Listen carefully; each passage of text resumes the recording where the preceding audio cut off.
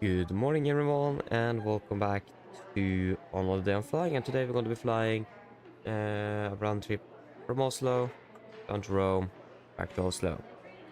So this should be great, hopefully. Don't remember last time we flew to Rome, but I don't think it is too long ago, but that's fine. We're standing here at the gate Delta 8 stand. Okay, actually we're not at the... Maybe this... I don't remember if the international gate is on the first floor or the second floor. But at least we're at stand 6-8. And we are just going to start with our briefing. But first of all, introducing the members. So you have ATC's VD and Lars. So shout out to both of you. And as always, thank you for the support. It is really appreciated. So yes, should we just jump straight into the briefing then?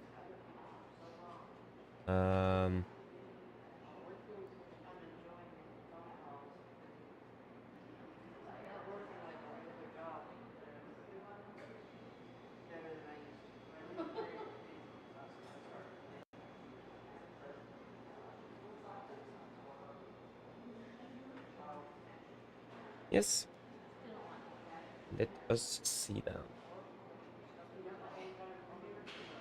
So today, on the 19th of June 2025, we're going to be flying two sectors between Oslo, Gardermoen and Rome Fiumicino. We are we're going to be flying under the Norwegian Air Shuttle over today with Sierra Rumi Papa Hotel. Going to be pilot in command, also pilot flying for both flights. So, we're departing out of Oslo at 500 UTC, so that's going to be in about 56 minutes. Flight time is going to be about 2 hours and 45 minutes, landing in Rome at 8:10. Yeah, we'll take a minimum fuel today of 10.2 tons. Minimum. Decide on that a bit later. We have, that is Casa Smeralda, Olbia Airport as our alternate, if I remember correctly. Expecting just 153 passengers, so we expect a takeaway of about 66.4, so it looks like it will be above the maximum landing weight when we are departing out of Oslo, so that's good to be aware of at least. Maximum share value is 3 at M-box, so not really expecting turbulence in general, maybe a little bit here and there. And then we have a Sigmet at the moment over Rome FIR. This is valid until 4:15, so it is actually not going to be valid when we are... It's valid for another 10 minutes. But there's some thunderstorms forecasted. Top level is flight level 390. So we'll take a look at this a little bit later as well, to have us update on that en route, so we are sure to be aware of where exactly it is located. But again, thunderstorms are quite unpredictable. They're moving quite fast, so again we will update ourselves on that through the flight. Now for the weather in Gardermoen, this is the 350, so this is the latest METAR. Winds 3506, good visibility, Fiat 4007, temperature 90.5, QNH 1014, and nosing. And throughout the day we expect winds 3408 with good visibility, scatter 4005, probability of 40% between 2 and 6, and that's about now, with showers of rain, Fiat 4000 cumulonimbus clouds, and broken 4005. We have a temperature between 12 and 18 with scatter at 5000 towering cumulus clouds. And then we have Fiumicino. Winds are currently... This is also the 320 meter, interesting. At least 0 to 5 kk, temperature 20, dew point 14, QNH 1017, and nosing. For today we expect winds 03, 06 with kk conditions, and between 10 and 12, that's actually after we have departed, so that is not going to be really relevant for us. And then we go Olbia Costa Smeralda. Currently variable 2 knots, good visibility, no clouds detected, 17 degrees, QNH 1018. And in general today we expect winds 2, 4, 0, 12 with kk conditions. We're expecting good weather at all the airports today. Also nothing really outstanding. It is just a daily note time between 21 and 0400 with 01 left and 1 not being closed. We're not flying at that time period, so that's fine. Fiumicino, This is not really perhaps relevant for our landing, but at least between 800 and 1000 today, the roam of Fiumicino VR, if I'm correct, is going to be inoperative. Or the VR is going to be operative, but the DME is going to be inoperative. So you'll not have any DME readings from the VR, but again, it is. I think actually it's 5 minutes. It starts 5 minutes before we are landing, so yeah. Yeah, we're landing at H10, aren't we? Yeah. So it is off the. It's going to be relevant for our arrival as well, if we need it. Again, don't perhaps really need this DME. We'll wait and see. Perhaps for the misapproach procedure, but again, wait and see. And we also do have a note here regarding some. It is some. It's on a trail base, and to improve situational awareness. Yeah, the aerodrome operator will then carry out vehicle runway safety inspections, performing ground-to-ground communication on tower frequency associated with operations for each runway. Remark: radio telephony call sign assigned to aerodrome operator will be SAR followed by 2-digit numbers. So just need to be aware is that they're going to do safety inspections on the runway. This is a trail base. It's been going for quite a while already. But at least we need to listen out carefully to make sure that in case something slips in between here, so we are sure that that vehicle is not on the runway while landing if they are performing it on the same runway we are landing on. Same as well when we are departing from a runway as well. Quite important.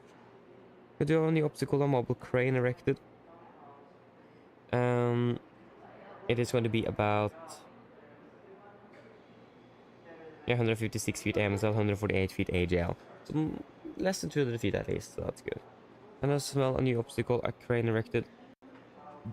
It is maximum elevation is 150 feet AGL, 155 feet MSL.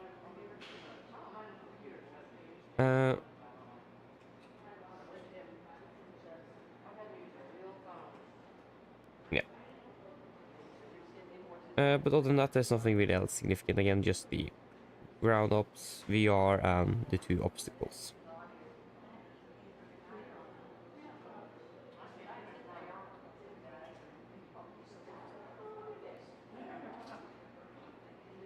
This is significant. This is valid 6 UTC on the 19th of November, correction, 19th of June. Where did that come from? 9th of June 2025 between flight of 10450 from Washington. At the moment we do have some moderate icing north of Oslo, but not really relevant for us. We do have a jet stream at flight level 330 and also between 220 and 380. It's going to be up to about 100 and... how many knots is that? Yeah, 145 knots, oh sorry. Ish. So it's quite a strong jet stream, it's going to be over there mark. But except for that, we should be quite fine. So yeah, because of the winds in general, we are currently expecting slight cross tailwind, but mostly a crosswind today. So the flight time will be approximately the same for both flights. And actually a little bit of tailwind when we are passing over Austria, continuing southbound over northern Italy. So, but in general, again, it is mostly going to be a crosswind today. So yes, then we can decide on the fuel to Rome. I'm quite happy with flight plan fuel. There is not really anything outstanding today. The weather is good, and nothing significant operational wise, like any runway closures or anything. So again, we will take flight plan fuel unless anyone disagrees, then let me know so we can discuss it. Happy to take suggestions as well. Okay, for the return flight, we're departing out from Rome at 8:55, so picking about 45 minutes on the turnaround. With a flight time again of 3 hours back, we're landing in Oslo at 12:05 UTC. No dispatch remarks, minimum fuel 9.6 tons. Torped alternate. gonna be 116 passengers back is what we're expecting. 62.6 tons on the takeoff weight. Maximum share value 3 Gimru, so again not really expecting significant turbulence. And the weather for Torp today. Kavak conditions at the moment 10 degrees, 3.3 inclination 1015 with 305 knots. Getting just today 340 at 8 knots with Kavak conditions, so good weather today. Look at the no times, significant. We should probably have the 1200 chart now. Wait, oh, sorry. Yes. This is the 1200 chart, valid 19 June 25, June 10450. So we are still expecting the same jet stream at 340, moving a little bit further north, and about the same speed. And also the moderatizing between 260 and below flight level 100 is moving a bit more southbound, so it's going to be coming over Oslo, so we're going to be flying through that on the descent. But except for that, the weather is all good en route. And winds, again, is mostly going to be crosswind, and then perhaps a little bit more of quite a strong headwind over Denmark, due to that jet stream that is moving upwards. So we might expect even more than 100 knots, so this could be a bit interesting. But except for that, it is all looking good here. Again, nothing really else significant to say. It looks like there is actually a technical problem with the relay aircraft. It was flying below flight level 300 for 2 flights yesterday. So either it is a problem that it just can't fly into RUSM airspace, or it is a perhaps a pressurization problem with the aircraft. I'm not sure, so we can't really do much with that, unfortunately. But just to let you know that it looks like there might be some restrictions to the relay aircraft unless they have fixed it during the night. At least I'm not really sure, so yeah, I don't know. At least the aircraft landed quite early back in Oslo, on out from Barcelona, so maybe they have then taken it out of service to maintain it yesterday. I don't know. Again, just saw it on flight radar this morning and don't know the problem, so we can't really do much with it. But except for that, nothing really else to say. So are there any questions?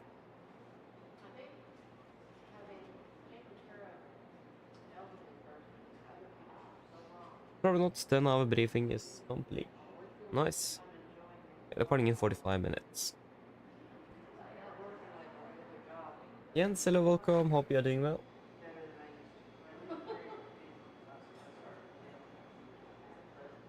Oh, you're flying to Bodø IRL. Nice. Flying with SAS Norwegian. Which one are you flying with?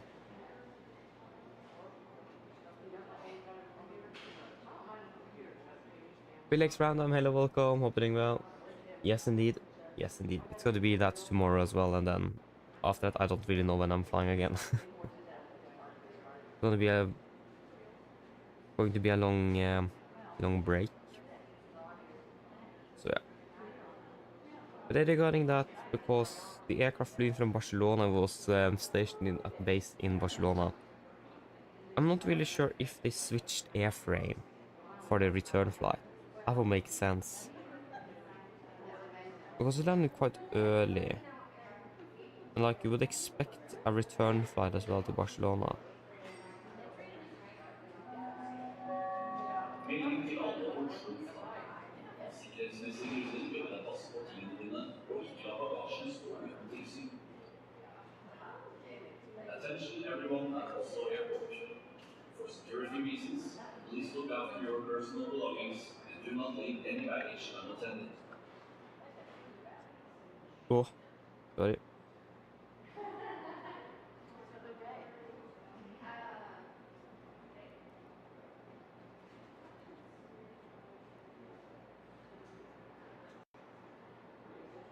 At least there was another aircraft that did the depart to Barcelona at 2210. Maybe it was a repositioning flight, I'm not sure. And again, I don't really remember when this aircraft landed yesterday.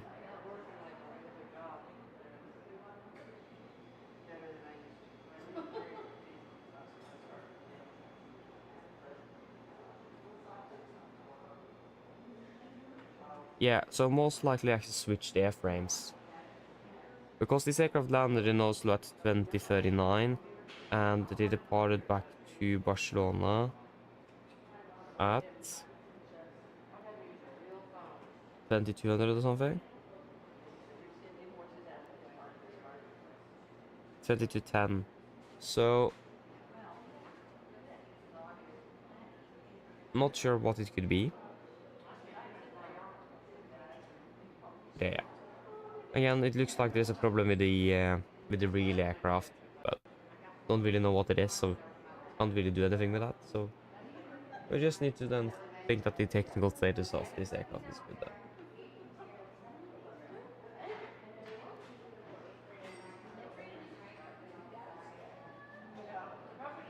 Well, nice, hope you enjoy it. It works well in 2024, that's good to hear. So yeah, that's nice. So our airframe is sitting ready for us. And I hope we don't encounter any problems today.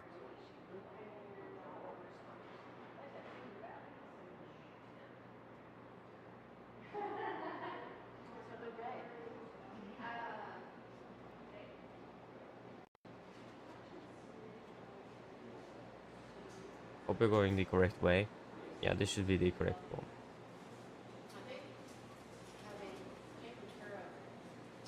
Yep. It would be cool if the doors actually open when you're near the door. That would be so cool.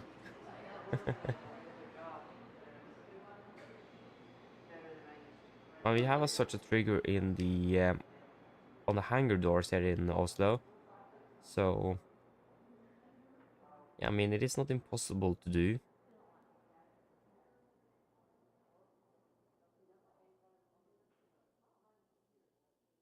But I'm not really sure how we're supposed to do that with a drone camera, perhaps. Maybe we'll work with walk around mode in 2024, but not sure.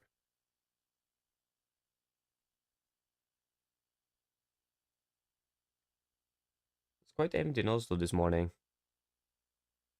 There's no one here, just us. So here we go. Yeah, we do have a tail hero. Okay. Thought it was a white tail, but nope. Yes, you're looking good.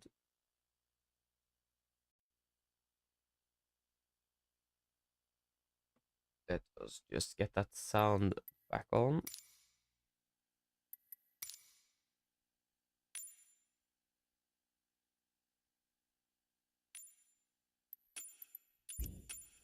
And also just make sure that the timing is correct.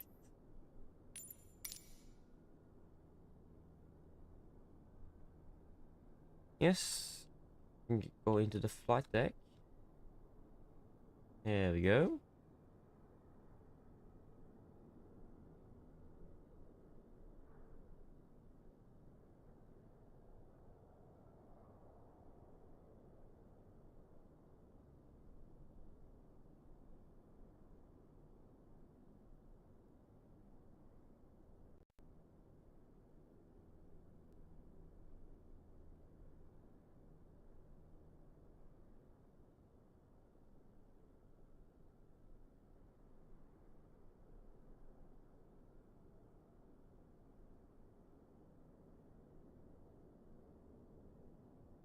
Whoa. There we go. So now the EFB is ready as well. This is the wrong flight plan. Nice.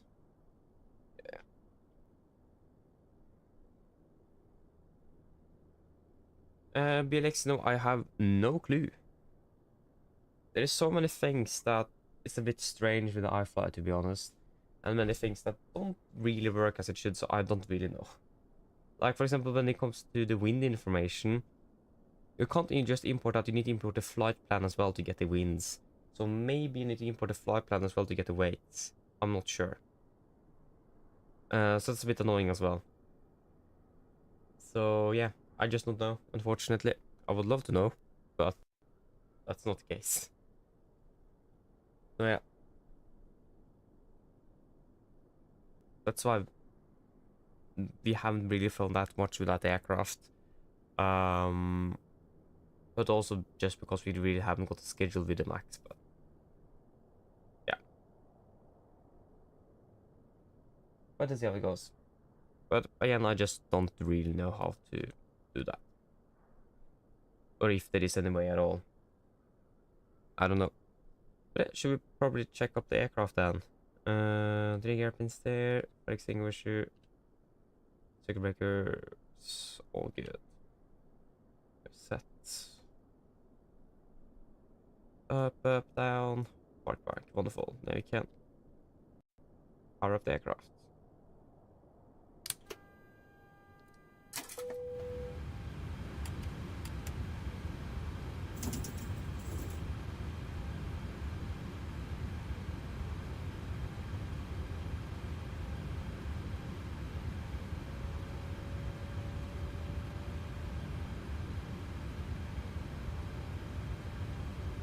Yes, you can turn on you.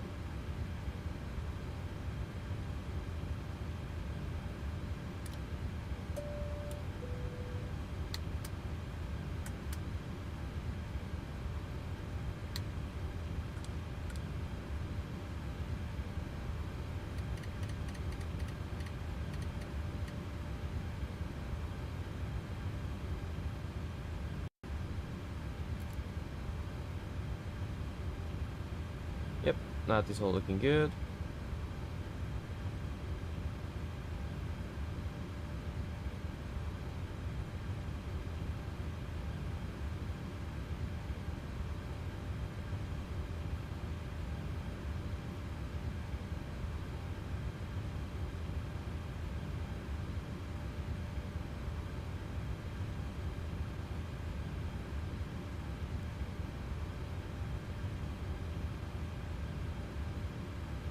Whoa, apologies. Just look at it. Well, there we go. The oil quantity is 94 and 99. That is good. And 92 and $1,900. Wonderful. Now we can do the tests.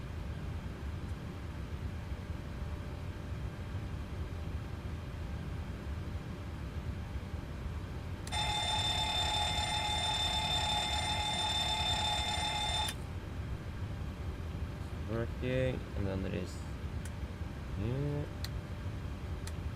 Yes.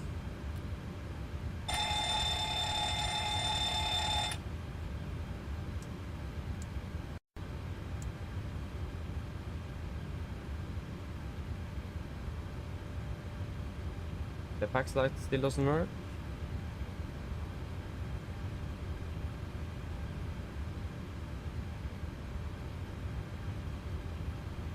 Except for that, everything here is working as it should.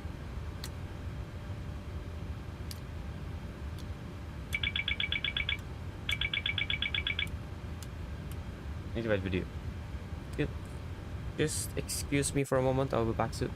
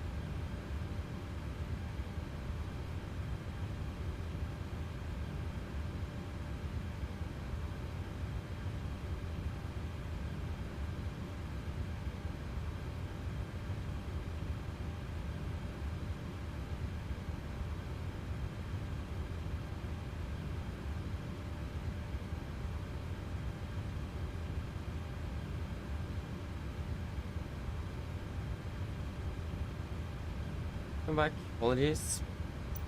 Then we can start requesting fuel. GS6 is out Refueling of truck is on its way. date, but can't really do much of that. Please don't load aircraft until the fuel truck arrives and ask to do it.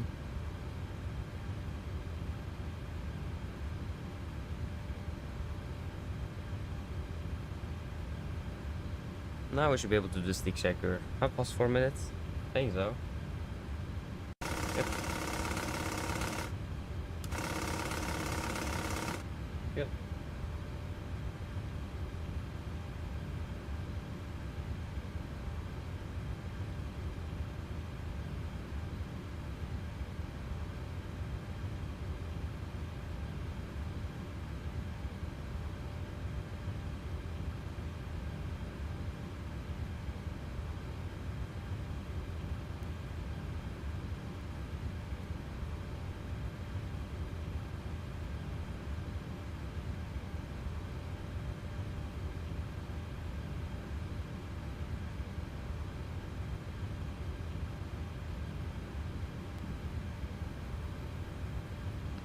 Ground torstai cockpit.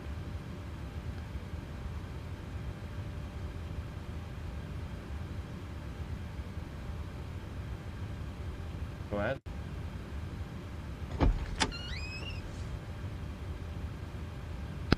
Hi Captain, microphone check please. Pretty loud and clear. OK Captain. Radio check is complete. VLL contact you when we are ready torstai start loading. Roger. Okay, so we are 78, 26K, airrack update, June 12th, July 10th, 25, and the latest operation program for the 737. Fuel truck is in position. Oslo Gardermoen, GPS. Please don't load aircraft until the fuel truck arrives and ask to do it. Fly from Oslo to Rome, Fiumicino. Please use your airplane fuel system to set the desired fuel quantity. Hello. Hello Captain.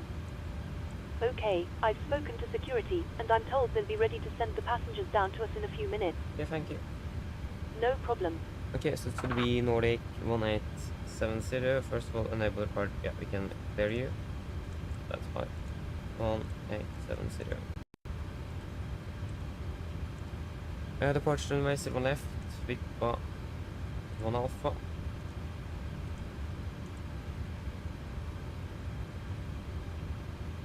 Vippa direct to Esosi.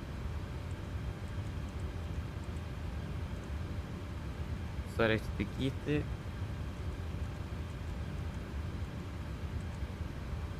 Direct to M-box.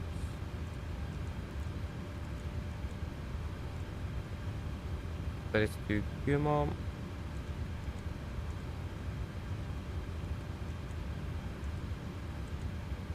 Then direct to Dippo.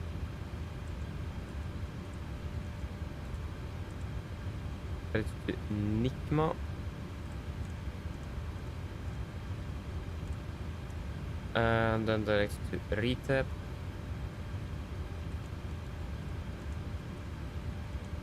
And the Retep 3 Alpha 16.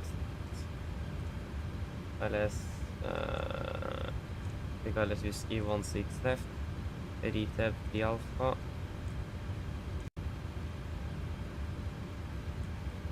And we were Sama if I remember correctly. Yep, that's correct. What's next? Gonna be 9 final reserves today. 2.8. It's gonna be 350 initially. Using wind of 296.39. Average ISA is plus 4, so that's gonna be minus 50. 250. 310. 200. 100. Let's see. We are landing in Fiumicino.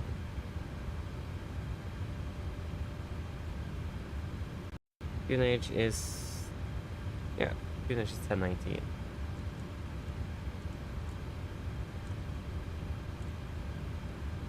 Engine outset, it's gonna be 8 miles Gardermoen, sorry, Gardermoen VUR. Let me double check. Is it 8 or 7? I think it is 8 on this runway, and on the right it is 7.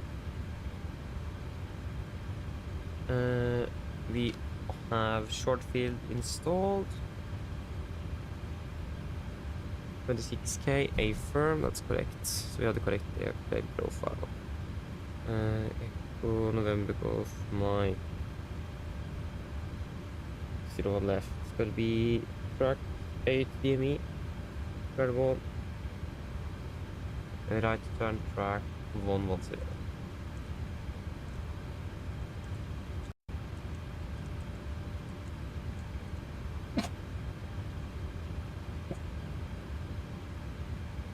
Excuse me. There you go. 0 to 8 miles, Gardermoen, and we will use you there. And it's going to be tracking 110 degrees. Wonderful.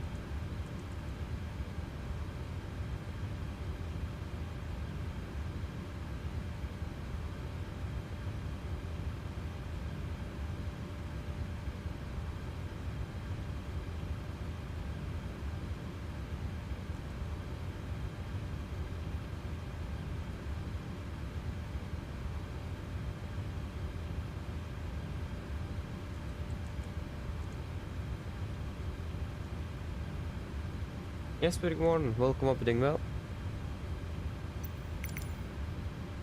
Can I request boarding? Boarding requested. Flight level P5. All stations prepare to start boarding.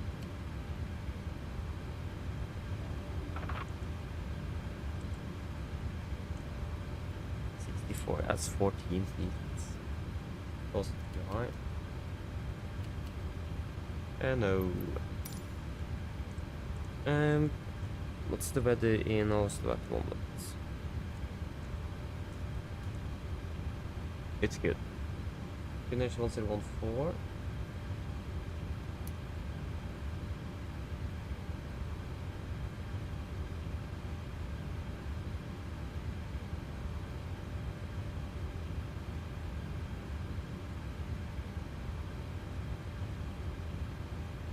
Good. To the left, we'll take full length. Yeah, why not? Winds 29 at 4. 29 at Passengers 4. boarding starting. Temperature is 10 degrees. And QNH is 1014. Flaps 5. And we'll wait with the weight.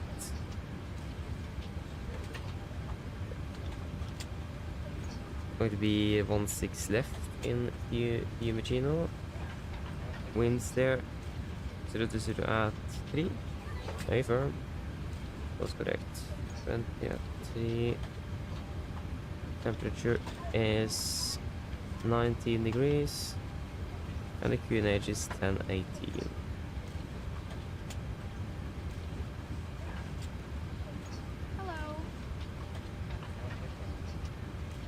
Holding with the shooting, how finished, walk with perfect place, and we have 10.2, wonderful, then we can turn on the seatbelt. This way. No, Hi, Captain. Just to let you know, we've started bringing the passengers on board. thank you. Hello. Wonderful, that is pretty much all we need to do on the setup side. Shouldn't really be anything Welcome else aboard. actually.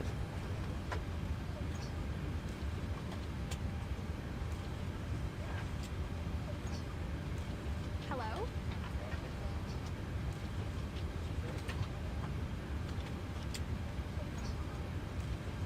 No, Hello. shouldn't.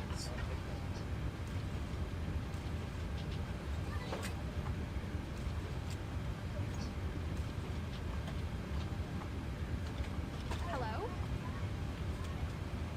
Yes, are we ready for the departure briefing?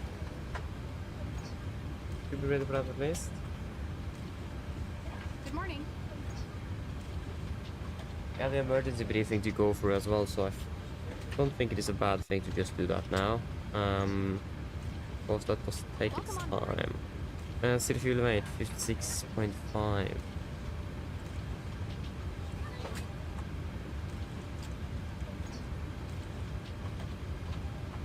Boarding pass, please. Yes, so we're ready for the departure briefing then. So should we? Yeah, we'll start off with the emergency briefing.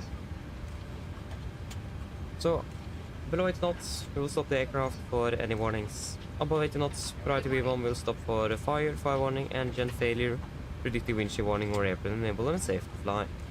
If I will stop or stop my controls, I will close the rest levers, disengage those throttle, This way. apply max manual braking or wait for RT water brakes, manual rest speed brake handle, apply max speed reverse thrust to stop the aircraft.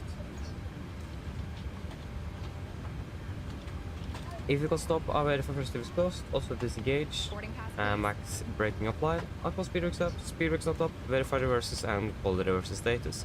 I'll call any incompleted items, 80 knots, 60 knots, auto brake disarm and advise ATC of the reject.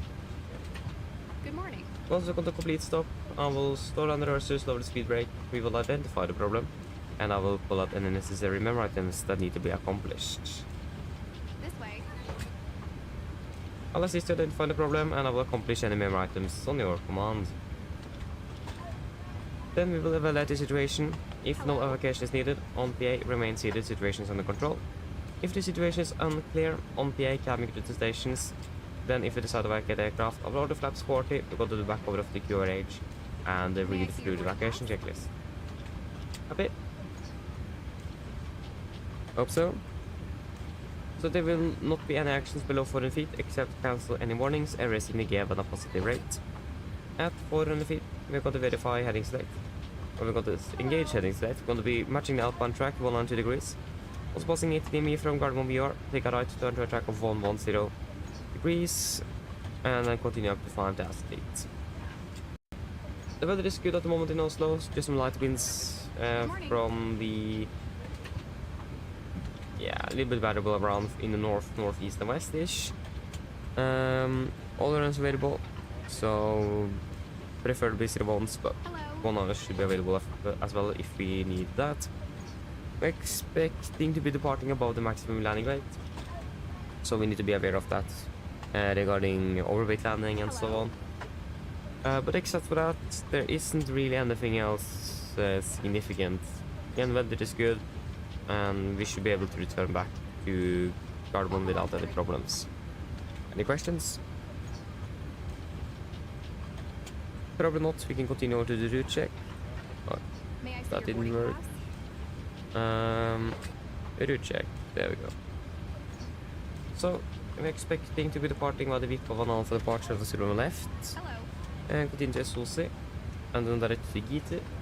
Direct to M-Box. Direct to Kumo. Direct to Welcome on Ditko. board. And then direct to Nikma. And then direct to Retab and Retab to Alpha for runway 16 left in Fiumicino. Ground distance down to Rome. 1178. And here we have 1171.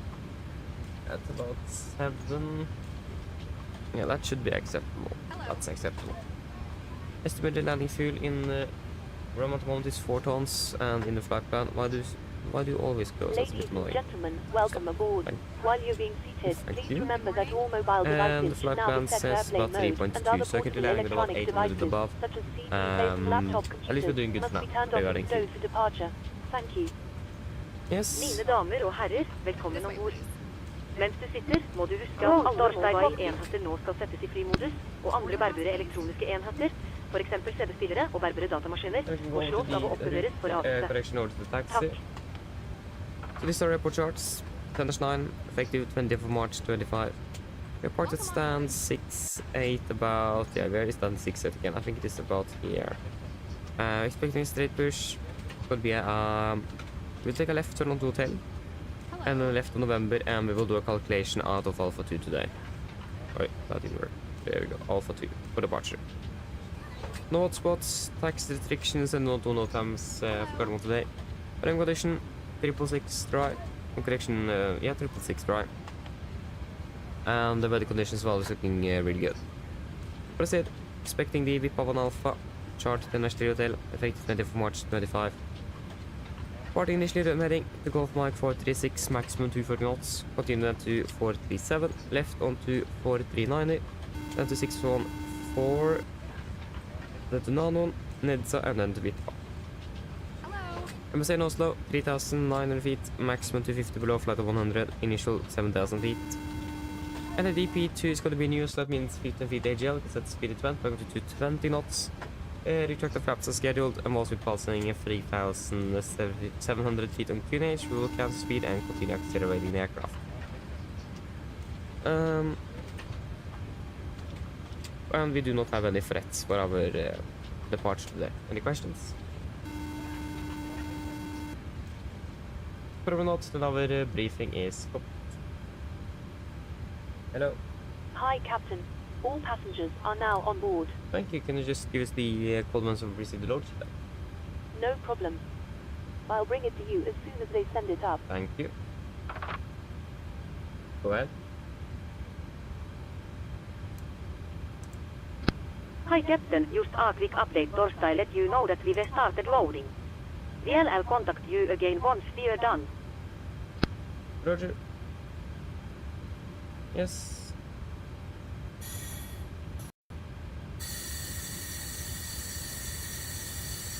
Yep, everything is looking good there. So then we'll just confirm the QNH.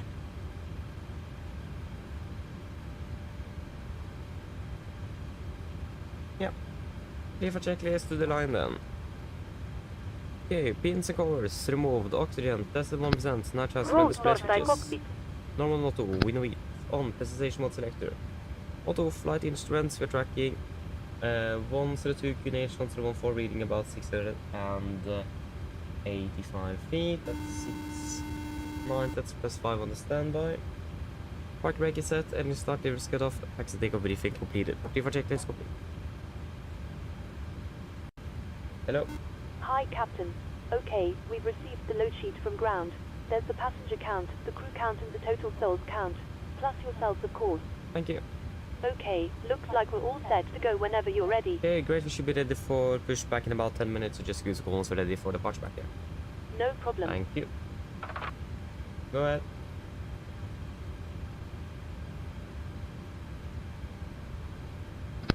Loading has been completed. We are sending the road sheet up Torstai you now. We are waiting for you Torstai close up. Once the beacon light is switched on, we'll contact you Torstai begin pushback. Roger. Dmitry, Shella, welcome. I'm doing well. I hope I said it correctly. If I didn't, apologies. Correct me as well. I'm so sorry if I didn't. At least welcome though. Good morning.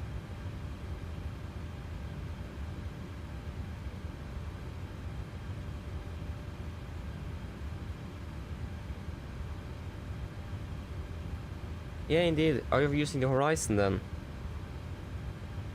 Always a bit strange on the pitch. Sorry, the pitch. The 787 from Horizon. I'm not sure why. It is. I don't think it is just me. Like, it is impossible to. It's quite hard to get a good landing in that aircraft. At least I struggle a bit, but I do struggle with flyby aircraft in general. So that's nothing really new for me, at least. I believe we should probably do the. Yeah, 2 hours 45 minutes to Rome, 350, and the weather should be good down there as well. It's quite hot already, actually. It is 19 degrees. Bit too much, for my taste at least, but I mean, it works.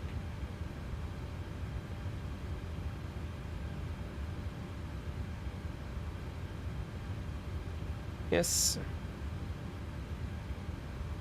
Mine damer og herrer, god morgen. Mitt navn er Fabian, jeg er kapteinen vår i dag, og på Oslo Norwegian og resten av besetningen så ønsker vi dere hjertelig velkommen ombord denne flyvningen fra Oslo Gardermoen til Roma Fiumicino. Flytid til Roma i dag er forventet blir den ca. 2 timer og 45 minutter. Vi begynner straks å bli klare for avgang her fremme. Vi forventer å dyse til gaten om rundt 5-10 minutter, så hvis dere kan være snill, sette dere ned, ta på sikkerhetsbeltet. Og så for sin egen sikkerhet og andre som bor, så anbefaler vi på det sterkeste å følge med på det veldig viktige sikkerhetsdemonstrasjonen som kommer fra kabinbesetningen om noen få strakser.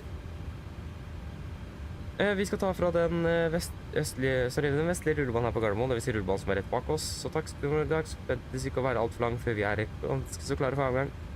Avgangsruten var også ganske så grei. Vi tar da først nordover, før vi da forventer å ta en venstre sving mot vest, vi da fortsetter sørover ned mot Roma.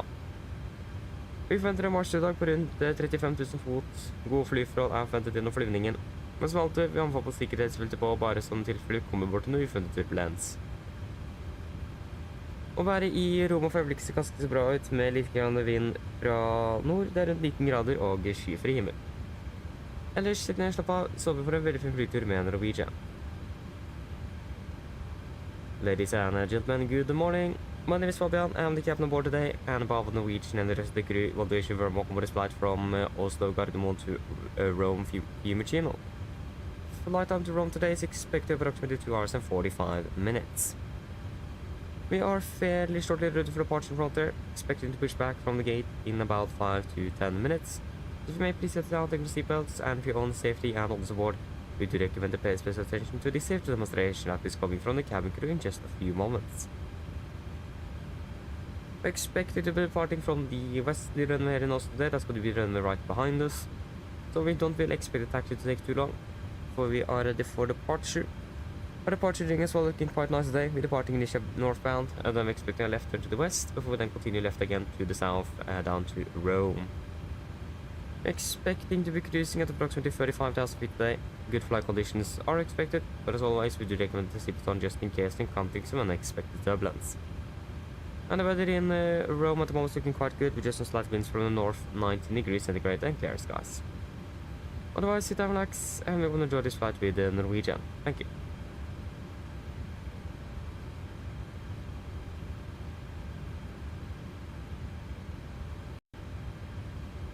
Interesting, Jesper. I've not encountered that from what I can remember.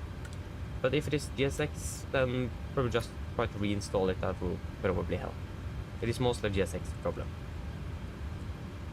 Here we go for the weight, so zero fuel at 56.5.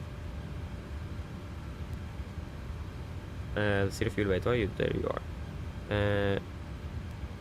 Yeah. 56.5. Fuel on board, we have 10.2 tons. Takeoff weight 66.4, 66.7, that's the limits what we can accept. 153 plus 659 souls on board. Boom. Execute. Now we can finish the performance. Takeoff weight is 66.7. CG 20%. Just confirm the weather as well. Okay.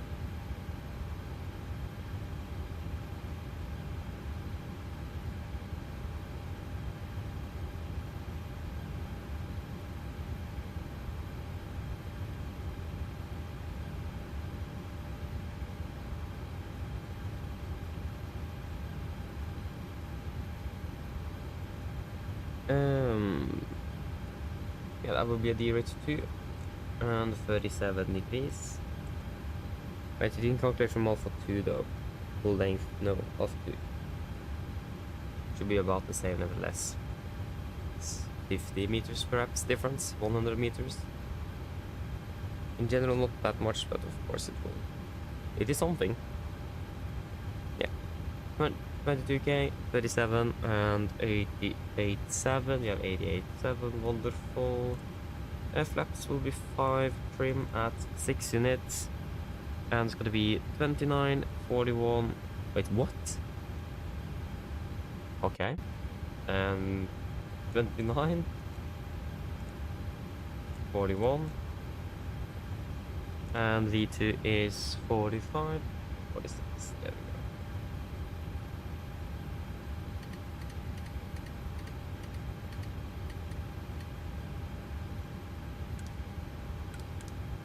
go. AP on the bus first. There we go.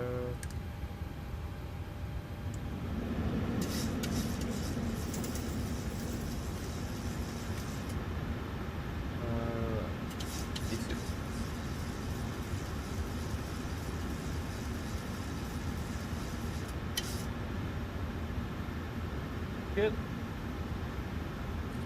Ready for checklist below the line. And just might add hydraulics on for this one. Yep. Fix that after the engine start. Okay, pre checks below the line. Fuel, we have 10,200 kilos on board. 6 pumps on. As the design set. Auto brake, RTO, city clear cars completed. Take speeds. V1 129, VR 141, V2 146. MSP 146, 02 degrees, 7,000. Ready for checklist is complete. Park to the ground.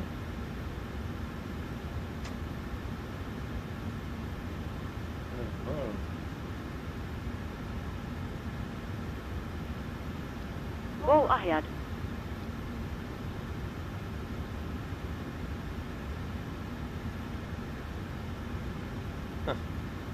Let me just check something.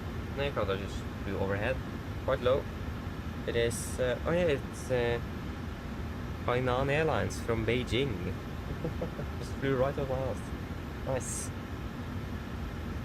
Perfect view out. Perfect view out of my window there. Nice. Yeah, bit of business connected ground power. It was just really loud. That was the thing I Roger. reacted on. Stand by, please.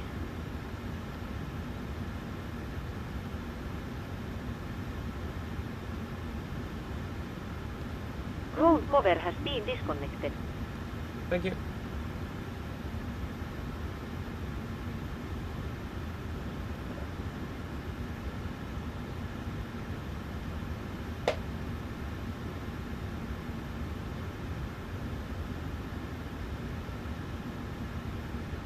Yep.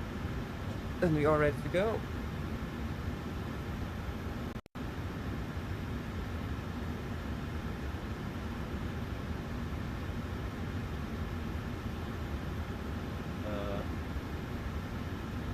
There we go. Hopefully there is sound. Yes, it is. Yes, indeed. They opened that route in March, actually, I split. So they have been flying that already for like 2 months. But they don't fly there very often. ME5, wonderful. Then we can go ahead and prepare for push.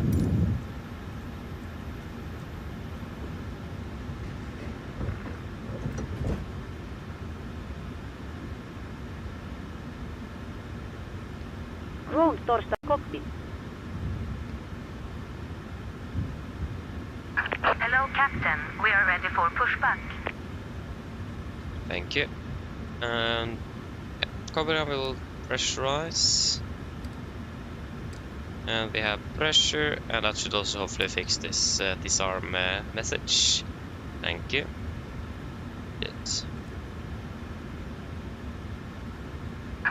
Departure checks completed. Bypass pin inserted.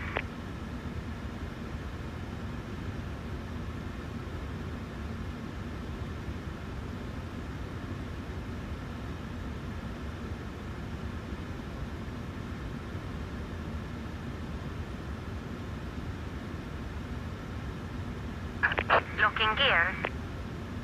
Yes, over on with you.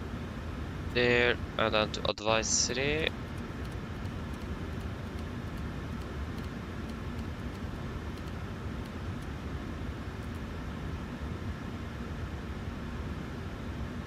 Okay, before start checklist.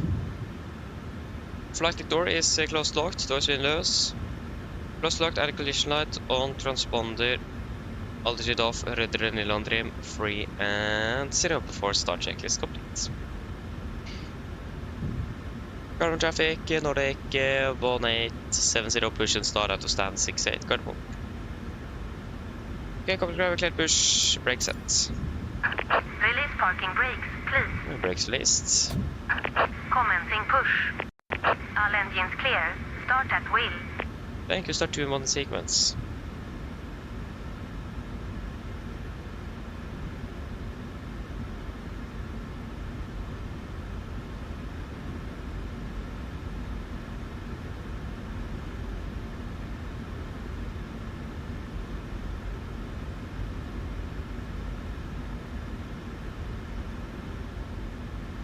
Okay, starting number 2.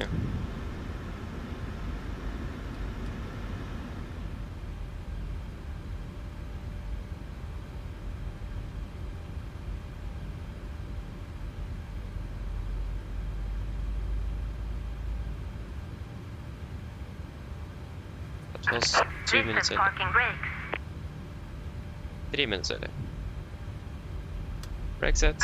Waiting your confirmation for a good engine start. Roger, stand by.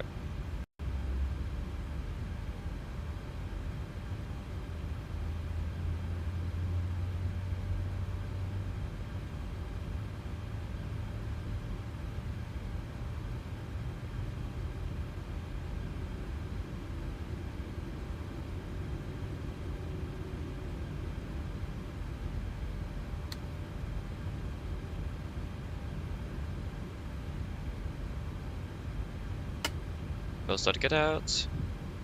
Starting number 1.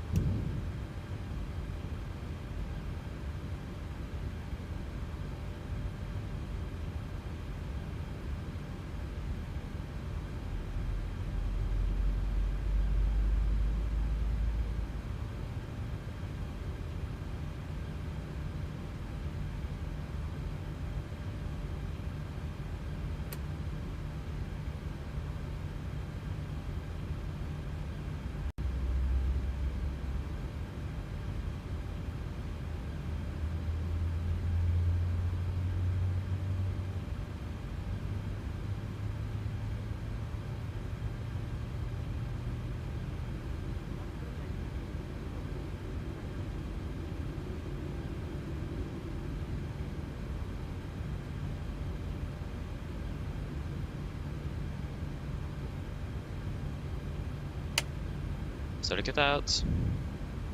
Cockpit ground 2 good engine starts, so you can disconnect. Unlocking gear.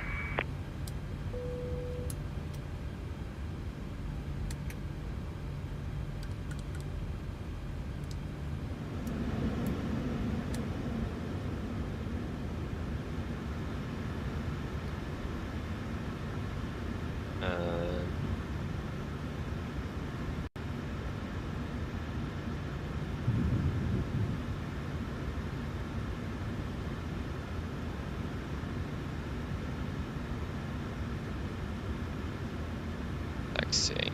Hotel November.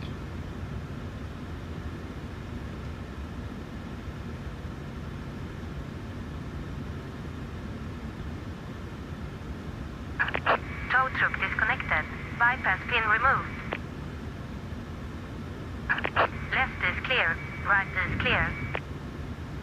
Look for the pin. Have a great day. See you next time. Bye bye.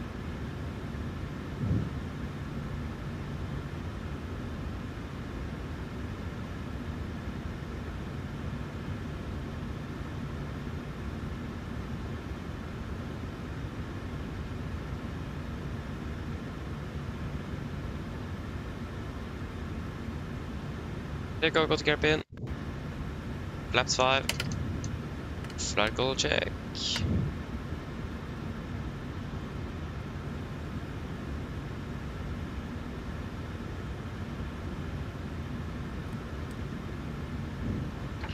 Before the taxi checklist. Generators on, probe beat on, anti-ice off, air compress, packs auto, isolation valve, auto, engine start. Switches continuous, recall checked. And the start clearance outline for controls are checked. Ground equipment clear. Flaps 5 land 5 green, APU off before taxi completes. Cardamom traffic, Nordic 1870 taxi mode till November to Alpha Alpha 20 left Cardamom. Right clear, left clear. Brakes released.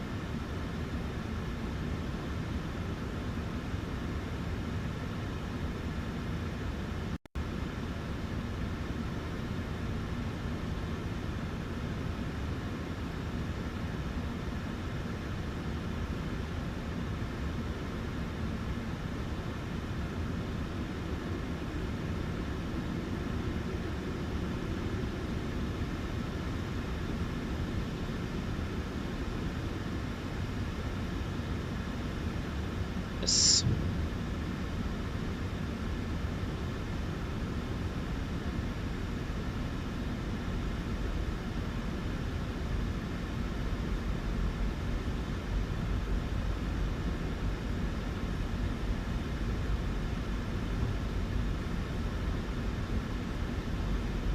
Right clear, left clear.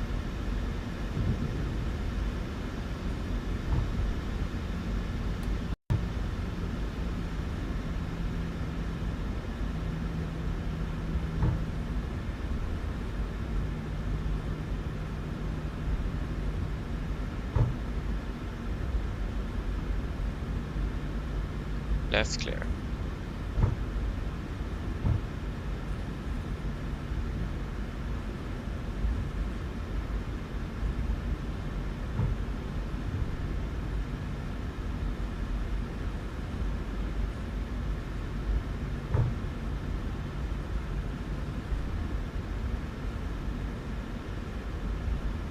And left clear.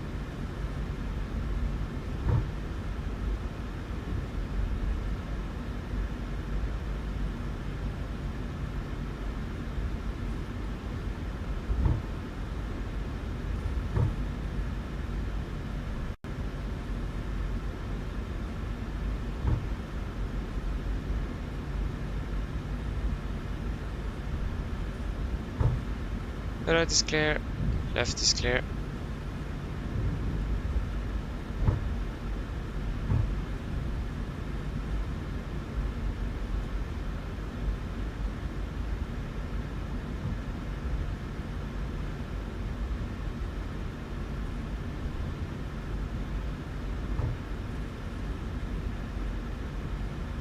Left clear.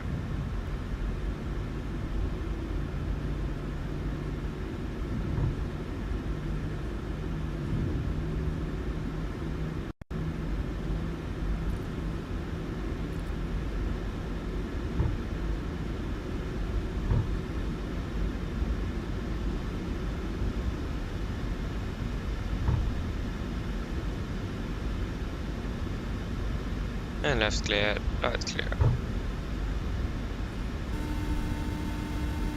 Hello. Hi, Captain. Everyone seated and secured for takeoff. Thank you. No problem.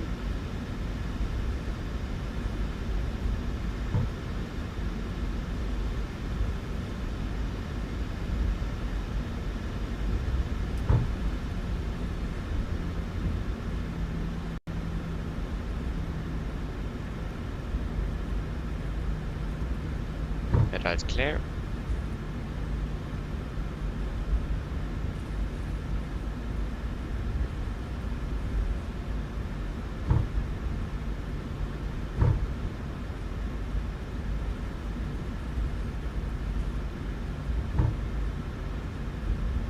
And left clear. Okay, we can take the weather radar on my side and terrain on your. There we go. Left clear and right clear.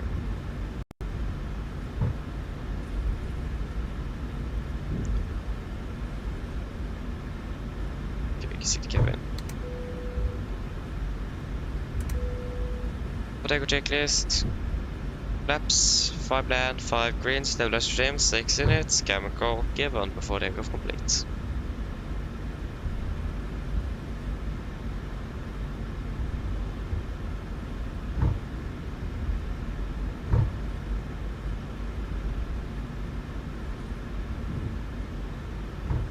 And the right is clear.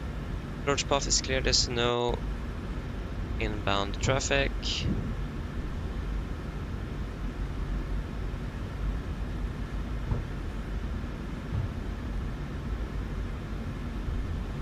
And the right is clear. Garmo traffic, Nordic 1870, landing up departing, 0 left via Alpha to Garmo. Left clear, right clear.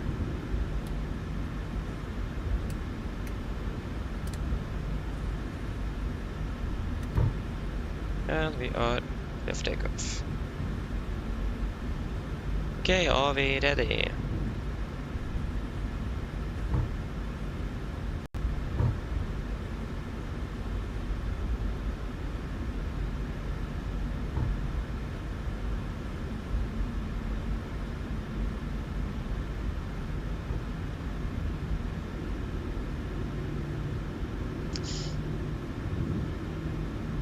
overshot a little bit here. Okay, ready. Take off. Stabilized. Setting thrust.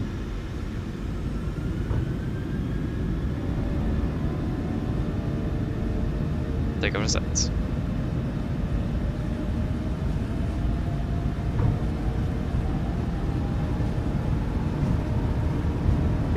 Checked.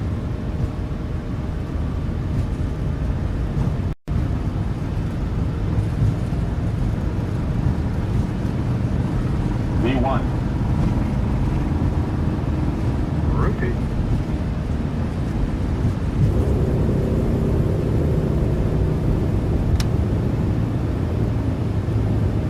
Positive rate. Gear up.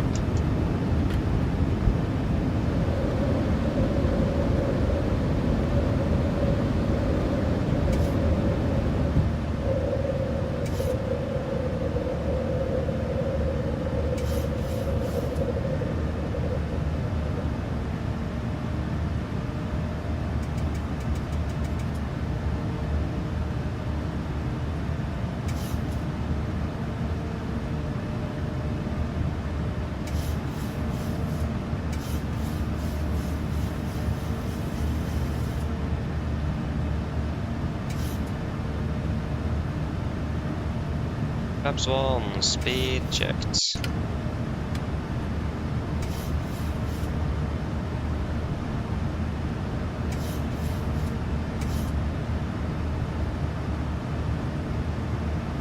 Flaps up, speed checked.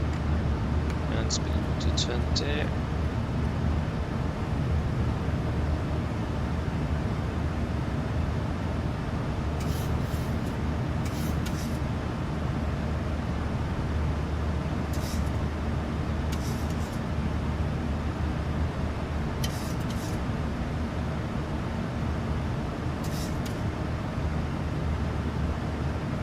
Cancel speed.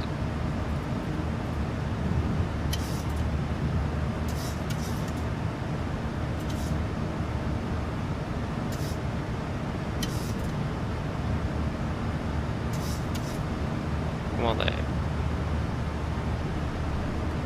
Into flight level 210.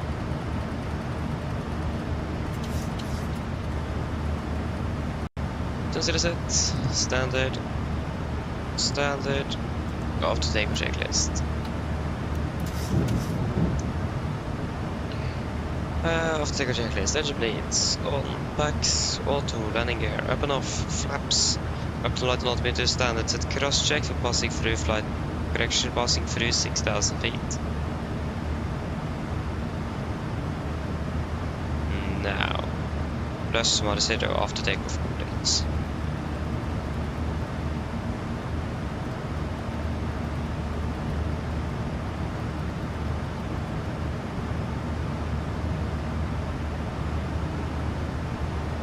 So effectively confirm, execute.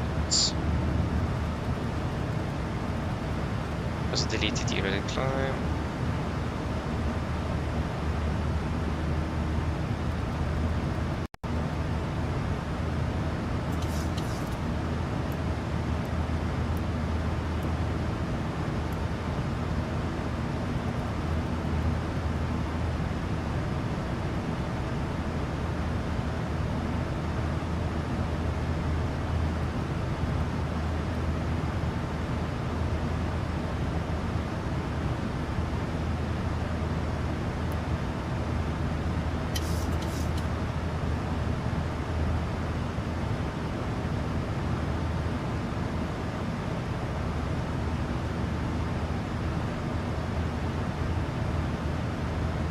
Pick up passing level 100.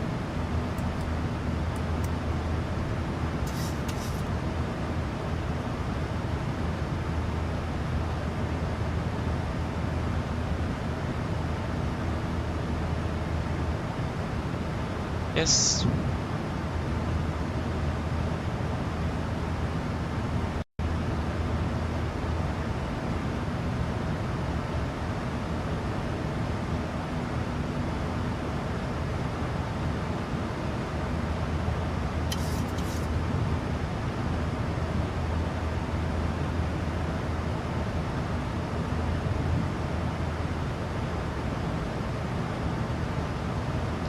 And vi kan turn off the seatbelt. Good, good. Okay, we're currently landing 9 minutes early, around 10 minutes, 9 minutes early. And we continue climbing up to flight level 350.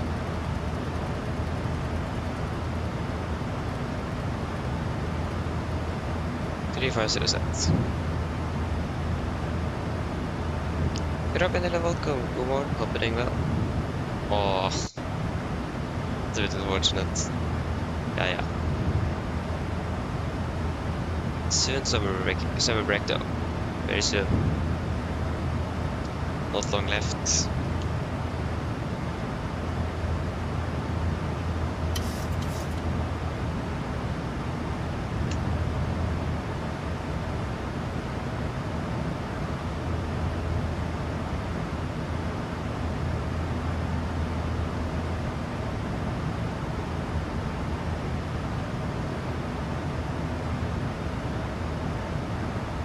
I don't really know how much yet. It does really depend. I'll try, but see if I have time or not. I mean, I do need at least 7 takeoffs and landings every 90 days. Otherwise, some training is required again, and I want to avoid that. So let's see what we can do. So yeah. Should be able to do something.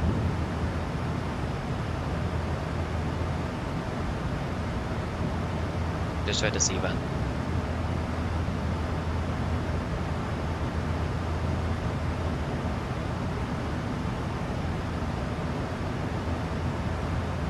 We'll check up on that segment of Rome. Yeah, that's not there anymore. Looks like that have been removed. If it is still active, those segments.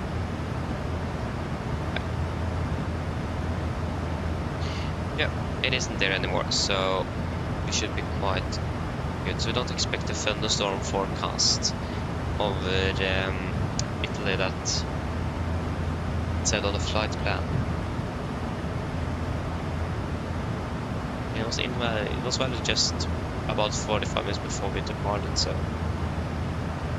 there is a temperature change with thunderstorms in Naples. I think we were originally planned to have Naples as alternate, but because of the thunderstorm forecast, I simply changed to Olbia. I mean, fair enough, I can happily accept Olbia instead. Yeah, passing flight level 200.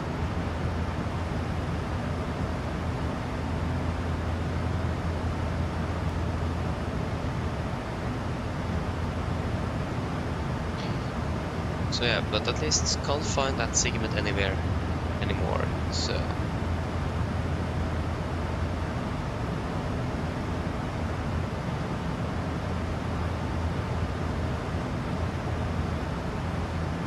yeah, still forecasted 4,000 and thunderstorms between 12 and 1800.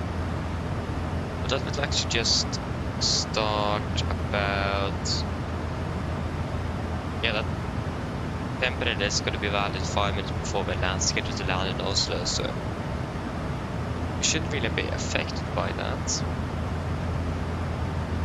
I don't see any other changes, so yeah. I mean, if we would have used Naples as alternate, we could have carried less fuel, but yeah, that's fine. It works.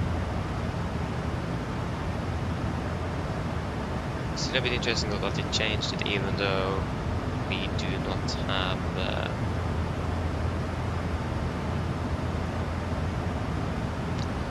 thunderstorm activity there. I mean, it might be in the vicinity though, we don't really know. Thunderstorms are after quite unpredictable, so yeah, let's see. I think it was even forecasted thunderstorms this evening in Oslo. That was the probability. Let me check here. But after we have finished nevertheless, so that's fine.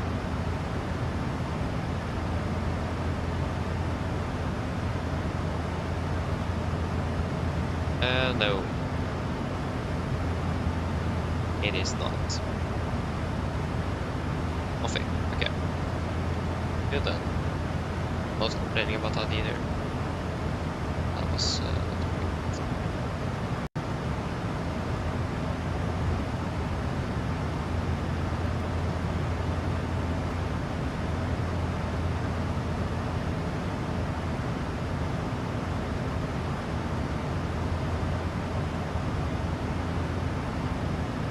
just 116. Interesting. I imagine more people are flying out of Kjevik than to Kjevik there. Yeah, I understand that though. Yeah, it's mostly more people flying the return or the way back to Oslo though, due to summer vacation that is now starting up. And I imagine most people are actually flying on Friday or Saturday. Not really on Thursday. Tomorrow, Saturday. It is Thursday already. What?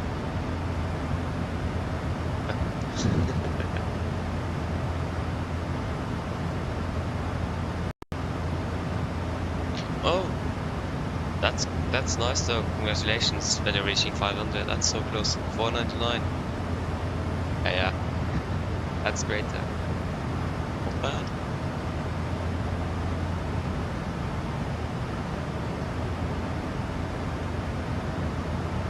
Exactly. So I imagine it will be more packed during the weekend on Kjevik, or on the round trip Kjevik. Probably both ways, but I imagine mostly people are flying from Kjevik to Oslo, to then fly out of Oslo out to Europe. So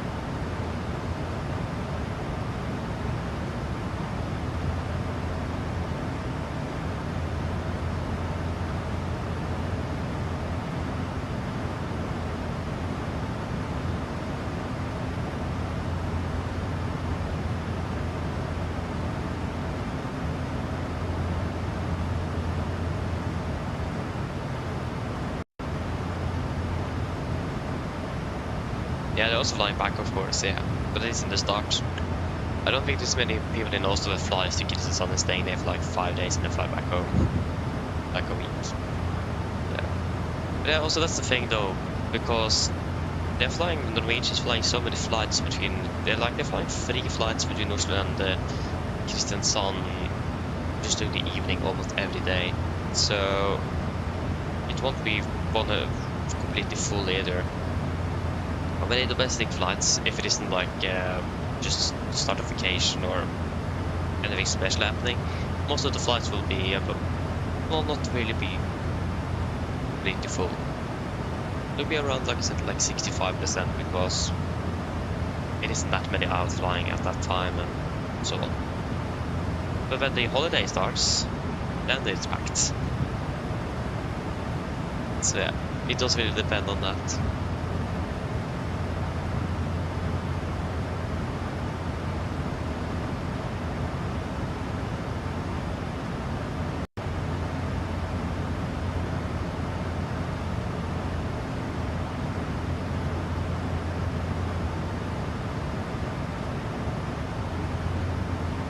Exactly.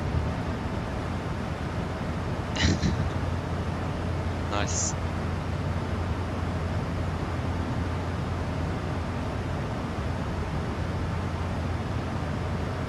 Yeah, pass level 300.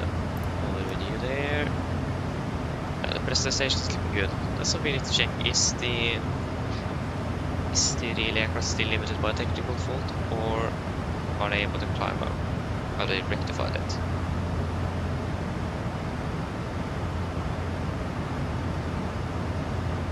Oh yeah, that fixed the problem. Okay, then we don't need to worry about it.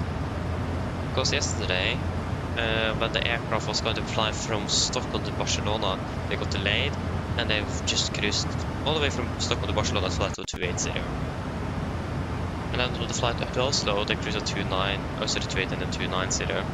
So, most like was a technical problem with the aircraft, either pressurization problem or most likely RVSM limited, because I don't remember the maximum ceiling of yeah, it's flight level 270, 275 or something with a single pack in the aircraft, but maximum for RVSM is like 295 or something.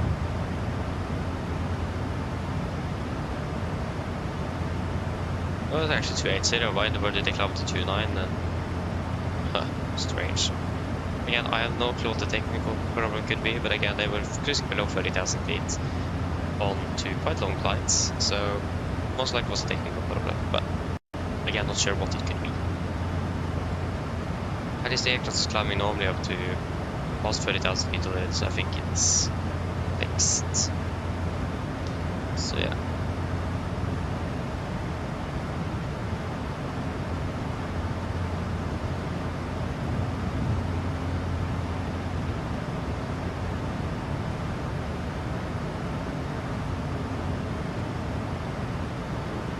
Oh, nice though, not bad. We're landing back from Milan in at 1640, okay. I know you're departing. We're probably departing a bit later then. I don't remember when the Milan flight is departing out of Oslo. Don't remember that. Yeah, do a fuel check at the Susi.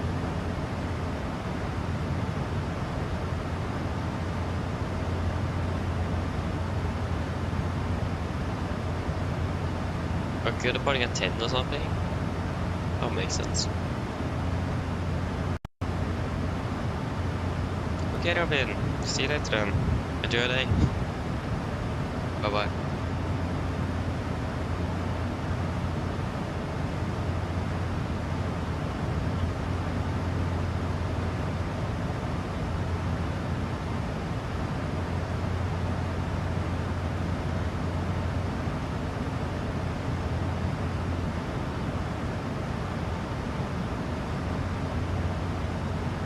Thousand to go.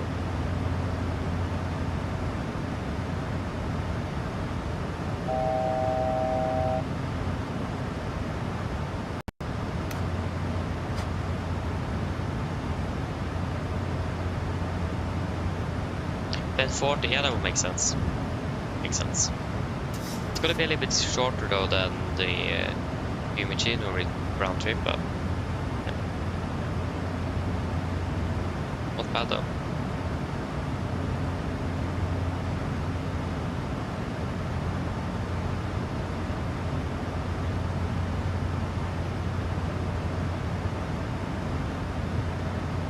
Yeah. 35, 40 minutes, there you go, minutes off, 50 speed, good. Yeah, that sounds what you could expect on that schedule, yeah.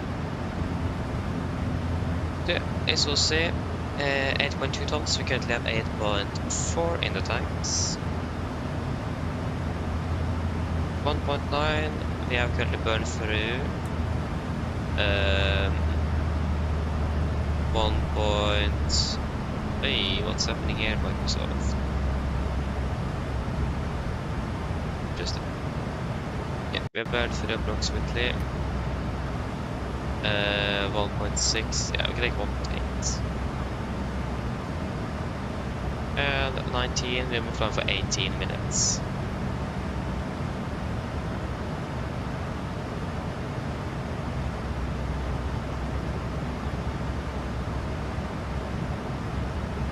Just started boarding, nice. I was gonna fly to Bangkok tomorrow with Norse on the 7-8. Nice.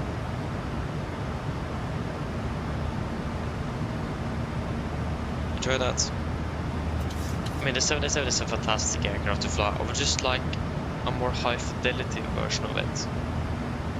Like a PMDG 787 would be so good, would be great to have. Not that the Horizon sim is bad, but just want so better over system depth in the aircraft. That's primarily why we switched over to 777. First of all, both aircraft shares the same type rating, so that's great. But also the system, or the 777 at the moment in the sim is a bit better on the system side. And also the flight handling as well. The Ryzen does handle a bit strange. Like when you're landing, the nose always wants to slam down on the runway. That's a bit interesting. Not sure if it is just me and flying fly-by-wire driven aircraft, or if it is actually something with the aircraft itself. Again, I'm not used to fly-by-wire aircraft, so not sure. But I don't think it's supposed to do that.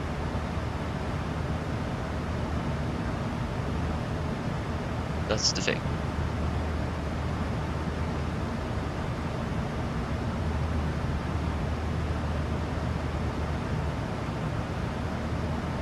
I've only done 2 long hauls, I mean, yeah, fair enough as well.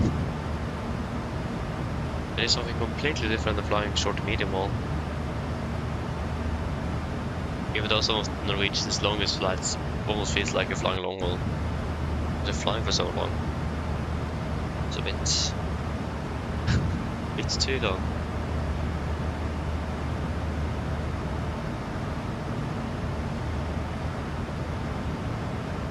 Yeah, correct. I think I actually remember that.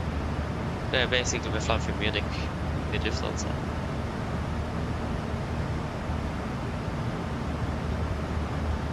Not bad.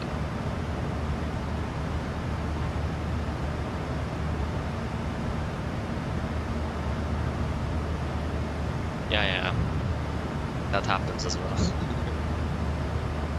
Yeah.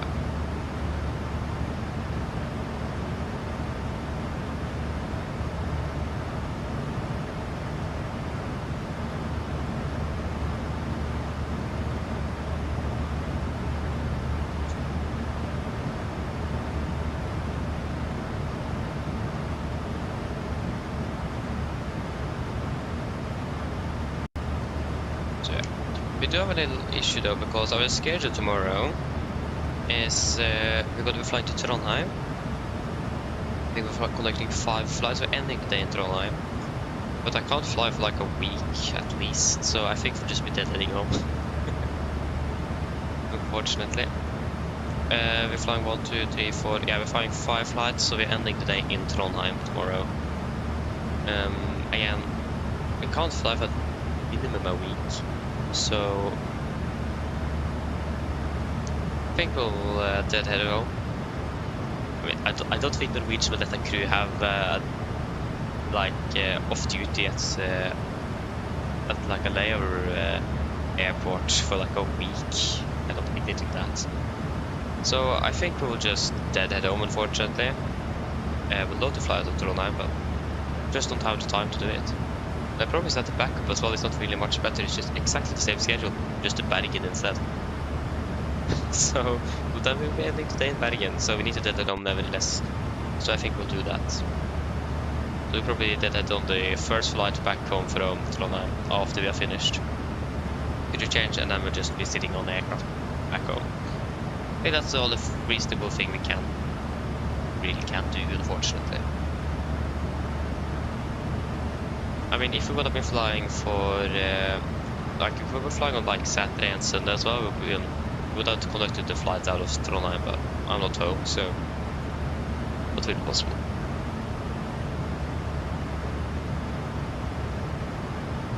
Skal jeg til å valke av åpning vel, god morgen. Oh, that's unfortunate though. God bedring. Right before the summer vacation starts as well, that's typical. Oh, that's really annoying though. Oh.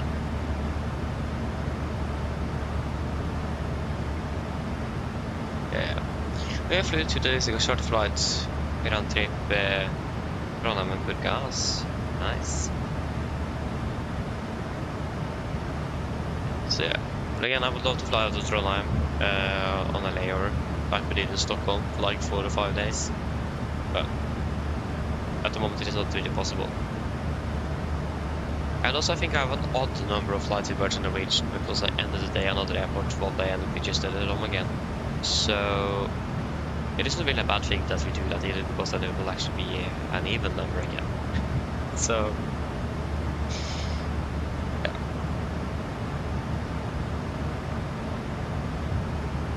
Yeah, sounds good.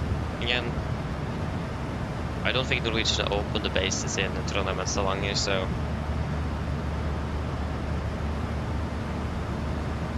it's gonna be a layover.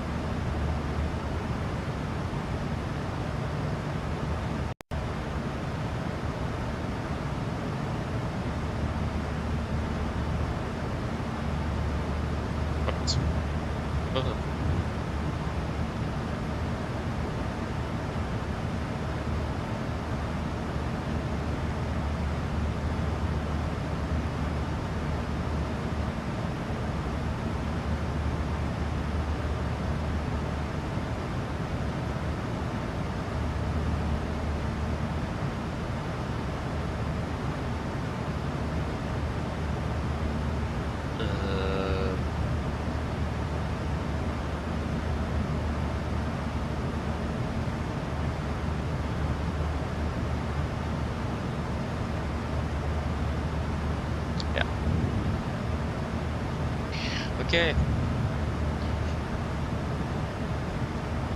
Not really good luck, but enjoy it. Let's say hello, good morning, opening man. I mean, it is not really the longest, but it is the shortest either. That's right. It is about 2 hours and 45 minutes down to Fiumicino, and then about 3 hours way back up. We are going to have some nights in the cold or strong headwind on the return flight. Or it's going to be a little for cross headwind, but it's going to be well over about 100 knots. It's going to slow us down quite significantly. Unfortunately. That's typical. Always happens. So yeah, we can't really do much of that, but yeah. So it's going to be about 45 minutes long flight, sorry, 15 minutes long flight back to Oslo. So hopefully we'll be able to land on time. I have a feeling that might not even happen. We'll just wait and see.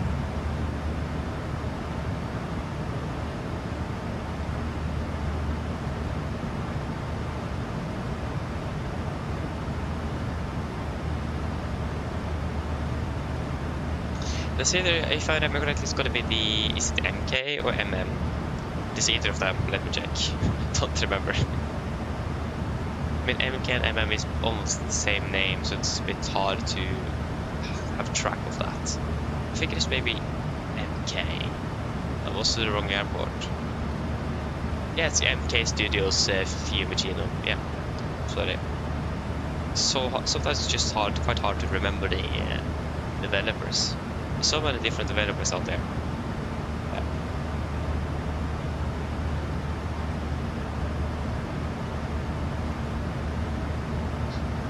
Jon, hello, welcome. Hope you are doing well. Good morning. I would love to fly the Samos flight one day. Norwegian Radeon flies that charter door. So I don't think this is going to happening this year. Unfortunately.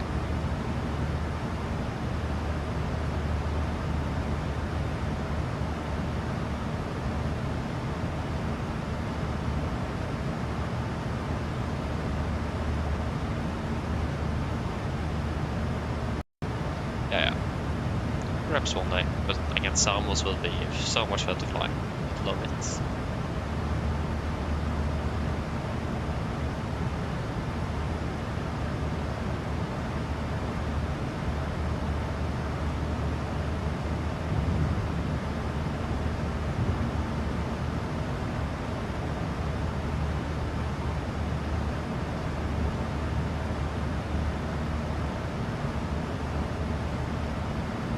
Yeah.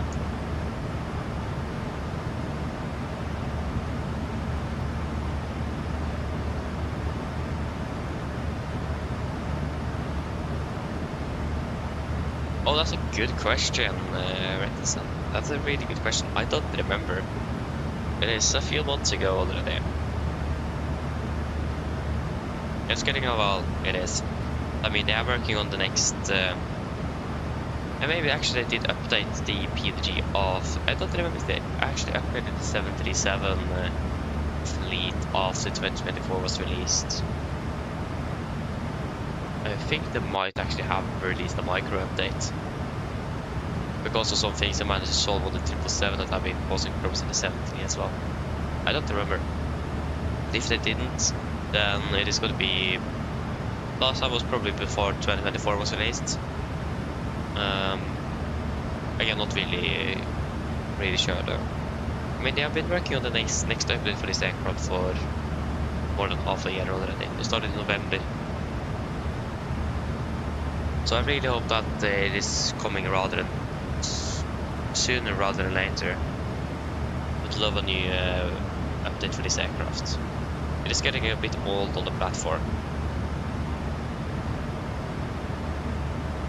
But it's the last huge update, or large update they had for the NG was for perhaps the new nav database that was implemented.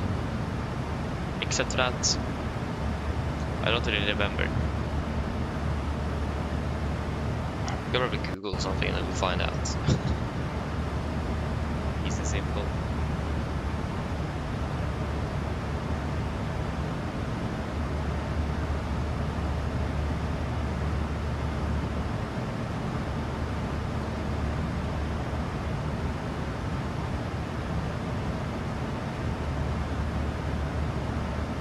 Oh yeah. They haven't really released any new updates on the 737 lineup yet.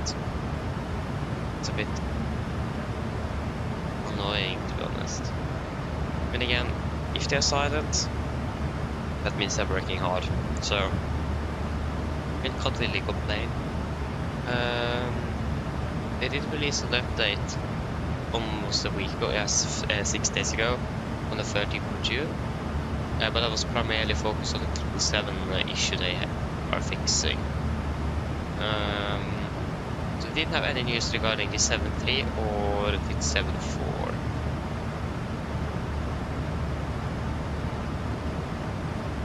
So they did actually update the they did actually update the 777s. Hello. Hello. Hello. Hi, Captain. I just wanted to come by and ask if everything was going okay. Yes, everything is fine here, thank you. If you need anything more, just give me a call. Of course. Just look at this wind component. A 45-degree crosswind from behind at 111 knots. Looking forward to have this as a headwind on the way back to Oslo. Oh. Yeah, no wonder that our flight is going to be 15 minutes longer on return. Yeah, exactly right. No news is good news for PMDG's side at least. Fuel mass caution is left center. So yeah, but one thing, if you guys remember that Quality Wings was making the 7.8 for Microsoft, what happened with them? We haven't heard anything for like 40 years or something. Are they just completely dead, or what happened with them? Does anyone know? I really want a Quality Wing 787 for the same. That would be fantastic. Not that we're flying with the 7.8 that often though, but a high fidelity 787 would be great.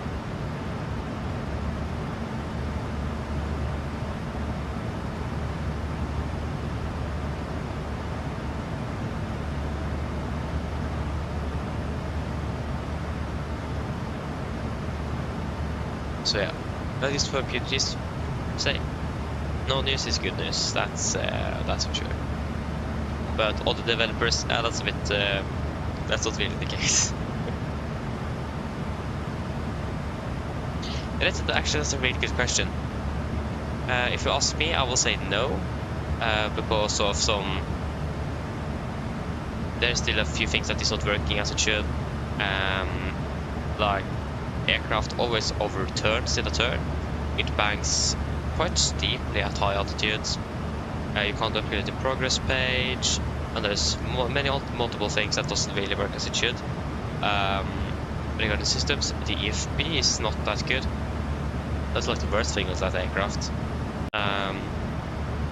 You don't really have that good integration with like GSX and SimBrief, but and like it is almost the same price as the PMDG, and you get even more with the PMDG. So to be honest, at the moment I would say no, but also really depends what you want though. It isn't a bad aircraft to fly. I do enjoy flying with it, but not really the first or second time we flew with it because we got like an hour delayed because of technical problems. But it is not a bad aircraft to fly. It is just those minor, small things that the aircraft does that it's not really supposed to do, and also some minor quality to life features of the 77 that you're always using that is not there. So yeah, but I mean it is just a bit too expensive from what you get, to be honest. They should have lowered the price a little bit. But I mean the cabin, for example, looks good, the exterior model looks good, sounds are really good. So it is basically up to you. But I will, if you are not in a hurry to buy a Max, I will probably encourage you to wait for the PMDG Max to release instead. It will probably be quite a bit better. And also the thing is that again you just get one variant for that price. I mean on the PMDG you get like the BBJ, even on the 1780 you get like 2 different cargo versions as well. I'm not quite sure if the Max 8200 will be a free upgrade or you need to pay for that as well. So I don't know.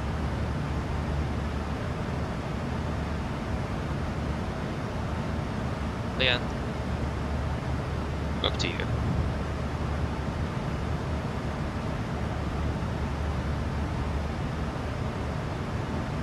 Yeah, they do have a Max in the pipeline, they do, but it is quite far behind the pipeline, or in the pipeline, unfortunately.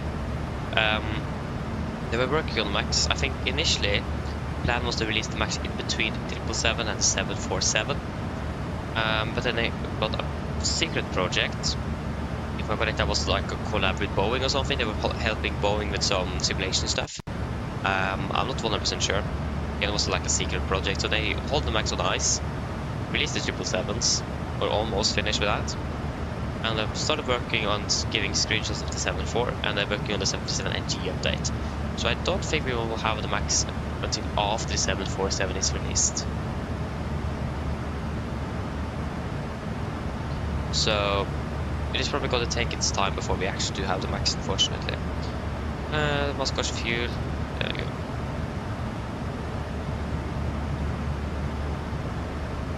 So just don't know when we are actually going to be able to have that aircraft in the sim. I would love to have it as soon as practical, but Norwegian still operates the majority of aircraft out of Oslo with NG, so and it's probably going to be staying like that for a few years in the future as well. It will take time to actually replace all of the NG aircraft after all, especially with the Max delays from Boeing. So yeah, I mean, I don't really care too much if it releases tomorrow or in 2 years. Just shouldn't really have too much an impact. I don't think we're going to be flying with a Max for like the next 2-3 years that much nevertheless, so we should be fine. Hello. Hello? Hello? Hi, Captain. Would you like some food? Yeah, do you guys want anything to eat?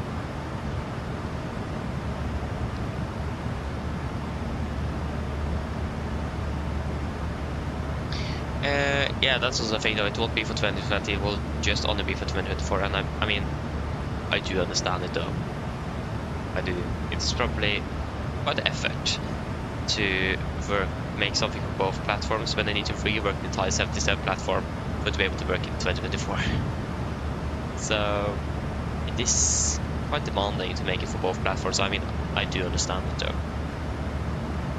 It wasn't that easy to just port over like Microsoft said it would be, so not really PMDG's fault.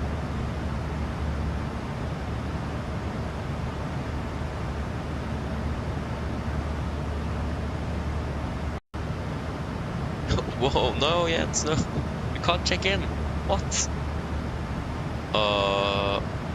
That's unfortunately. Okay, just vidare, but yeah, that could be interesting. Good luck. Good luck with that. Do you guys want anything? Any snacks or something?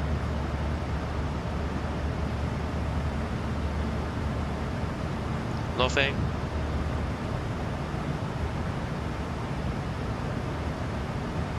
No, thank you. No problem. If you change your mind, just give me a call. Of course. So, yes. And to be honest, I don't think PMDG is in a hurry to make the max as well, because we do have the iFly. And also the Asupo. Not that the Asupo is any good. The iFly could have been a little bit better. But I mean, the iFly will probably be better in the future. You can see the potential in that aircraft. But it is that it isn't really there yet.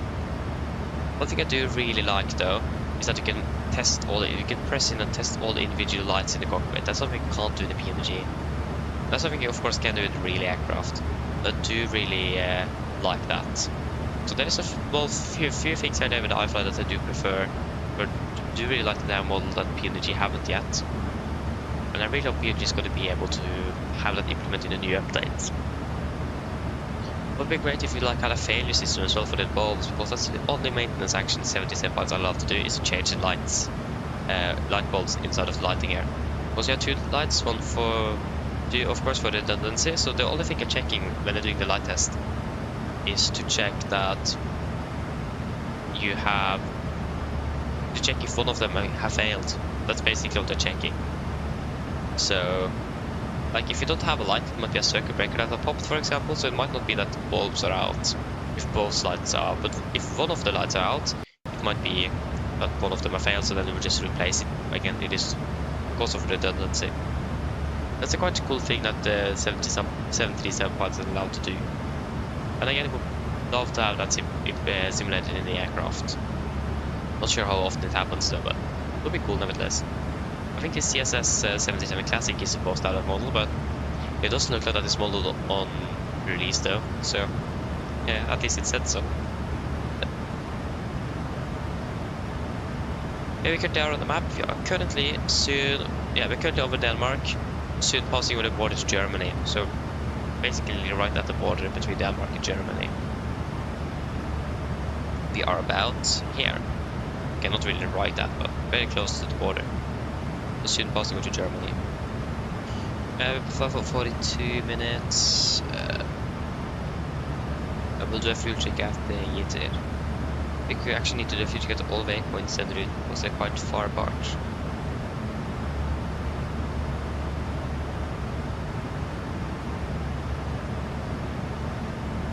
Ooh, 5 to 10 minutes ahead of schedule, not bad. That's nice. Yeah, so you're supposed to depart at 8. Correct. Makes sense. I mean, we are departing as well as 8 to Trondheim tomorrow, so that will make sense. But we haven't flown to Trondheim for a while, actually.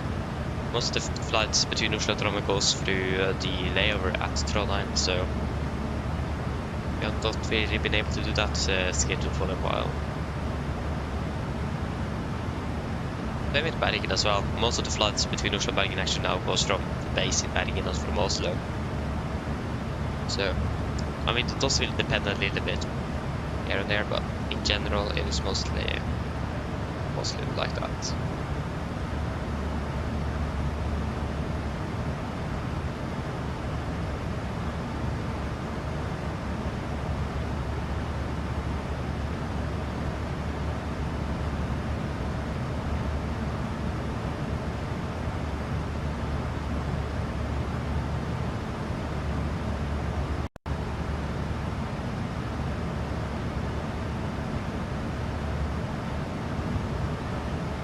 We're still landing 10 minutes early. No, we're actually landing 15 minutes early in Rome. What? No, wait, we actually do. Yeah, we're actually landing maybe an hour before departure. What? I mean, think about it, makes sense. Yeah, but you have a 15-minute longer flight back to Oslo due to the winds. So, yeah, it does make a little bit of sense. But that means we also, if possible, depart a bit early out of Rome to try to catch up with that slight delay we are expecting on the return. So let's see what we're able to do. Nikolai, hello, welcome, opening well. Also because taxi syndrome can be quite long, especially if the 3.4s are available or in use. I hope we will be landing on 1.6 or 1.6 left. It's gonna be a little bit shorter taxi. Because we can just roll down the runway and slightly slow down. Idle reverse, manual braking. Just roll down the runway. There's not really that much traffic in Rome today, from what I know. So we don't really need to follow the hero procedures either. Hello. Sorry for the intrusion. I was just wondering if you'd like a drink. Do you guys want anything to drink? And not just on the hero, it's minimum runway occupancy time, the MROT, Emirates. We don't really need to expedite our to vacate the runway, because basically no traffic. Coffee with milk, anything else?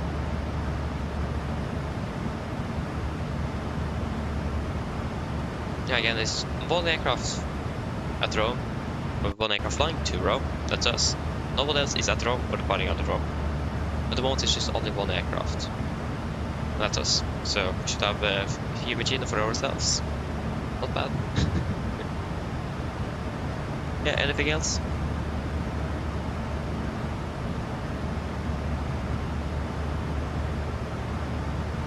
No? Here, please get one coffee with milk. No problem. I'll get it for you now. Thank you.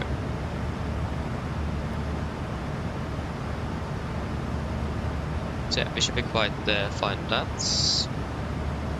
I mean, that's one thing I do really miss with the flying on Watsumi is lack of traffic.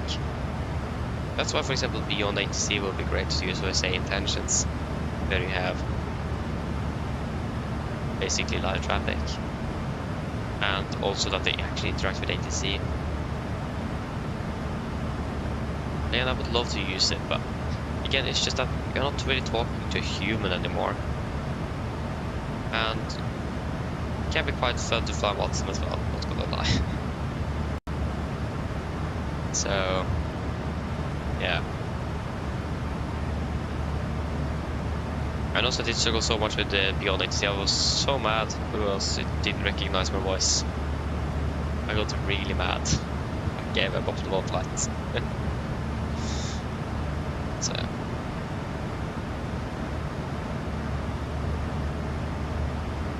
Okay, if you get gated, 7 tons per 7.4, 3 tons,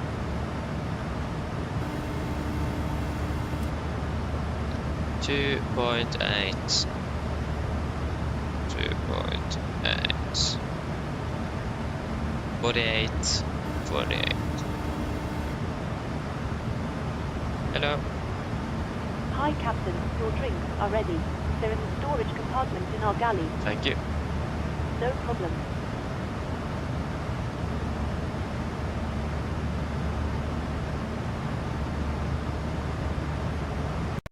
At least we're passing we are just leaving the jet stream with Denmark.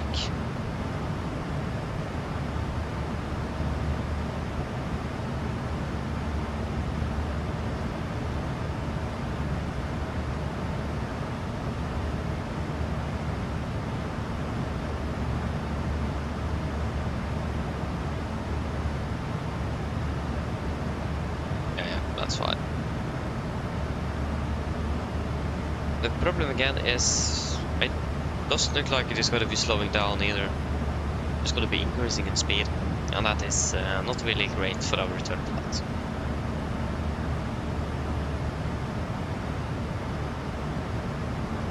So at least if we're able to depart a little bit earlier out of Fiumicino, so we are able to not land in also too far behind schedule, that would be great. I think we may expect to be landing a little bit behind, but I mean that works as well. I don't think that's going to be too bad.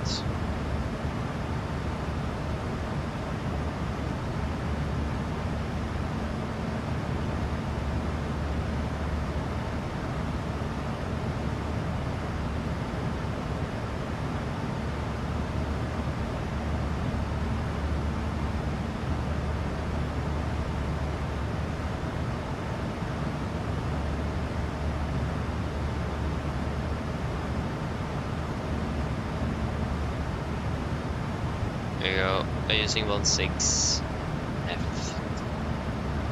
I'm using as much room as they possibly can, actually, all of the aircraft here. I mean, it makes sense. It's going to be quite a long taxi if you make it earlier. On the run, at least you can taxi up to 50 knots. On the taxi, just 30, so it is 20 knots after all. That's quite a bit.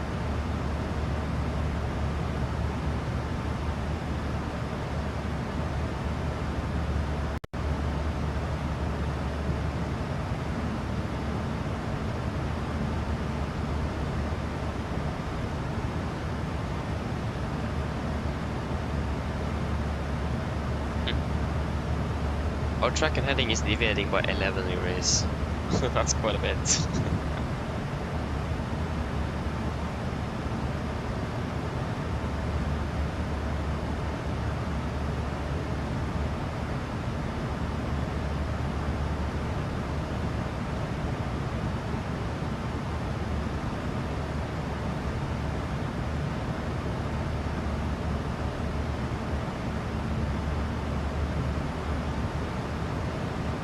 It's about 787 miles to Rome.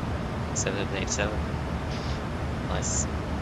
Double set is at 7:21. Yeah, it's about 1 hour and 21 minutes left. Till descent. Still a little while then.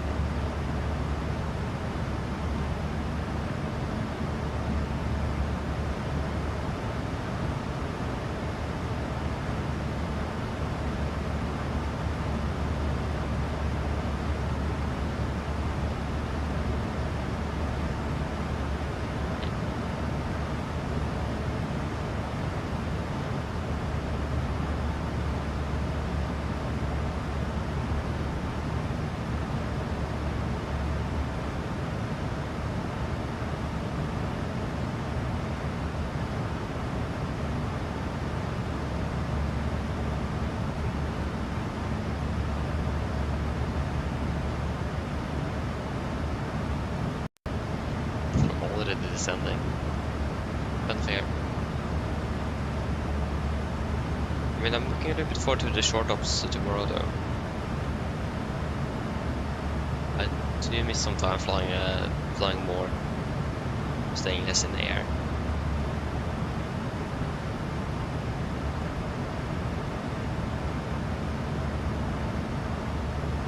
But I mean, we do get more flight time, though, by flying this longer medium wall flights. It'd be more fun to be able to land and take off a bit more often though. Oh, yeah.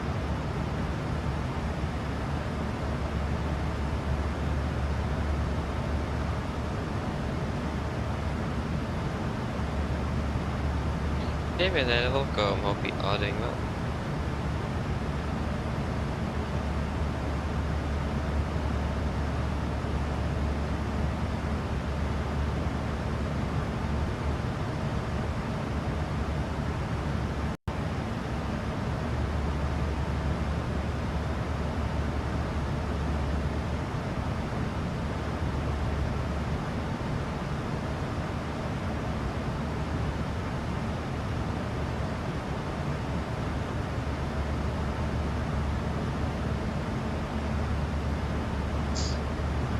Yes.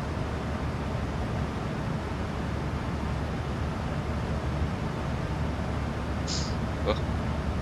Okay, so still at 55. We did have a planned step climb up to 37. Is it worth it? That's the question. And I think it was perhaps at Gitter. I just passed Gitter. Yeah, it was Gitter. But again, we do have quite a nice tailwind down here. So we're still landing about 15 minutes early, so I don't really need to climb anything to save time.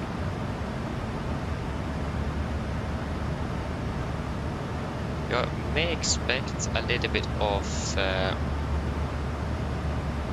headwind on the last portion of the flight. That's like quite late. That is actually that's not even going to be a headwind. We're just going to be changing from a westerly wind to an easterly wind quite rapidly here as well. Looks like it might be a high pressure area as well, if I remember correctly. Because the winds go clockwise, so I think that's a high pressure in the northern atmosphere. I don't remember. Looks like we have that over France as well. So we're going to be flying. Yeah, it looks like we're going to be flying right in between two high pressure areas. That's going to be interesting. Maybe a little bit of turbulence there actually. If it wasn't a low pressure area that was clockwise, I don't remember which one was which. I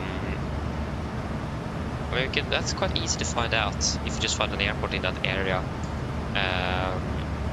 regarding the QNH.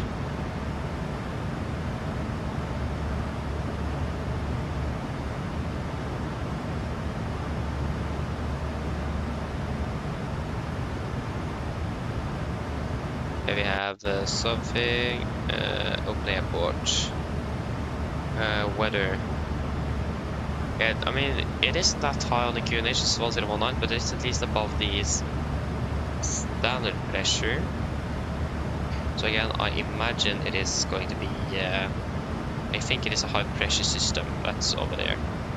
Because the thing is that high pressure, low pressure systems on the northern atmospheres, ones go to the right and clockwise, and the other one goes counterclockwise, but on the southern atmosphere it changes all the way around. That's the thing. Can be a bit tricky to remember. I think it is a high pressure, yeah, because the winds are changing from west going south and then quite suddenly to the east, so it does that little clock. So that means we are going to be flying in the middle of two high pressure areas. And it looks like we may actually have that actually probably low pressure down there actually, maybe. Not really sure, but at least it is not really a high and a low pressure area meeting each other. That's a good thing. Otherwise that could have been quite windy. But it's quite light on the wind, so yeah, it's most likely two high pressure areas meeting each other. Not very sure how it is south of Italy, down like Sicily and so on, because it looks like it might actually be a low pressure system down there. Regarding the thunderstorms that expected at Naples as well later today.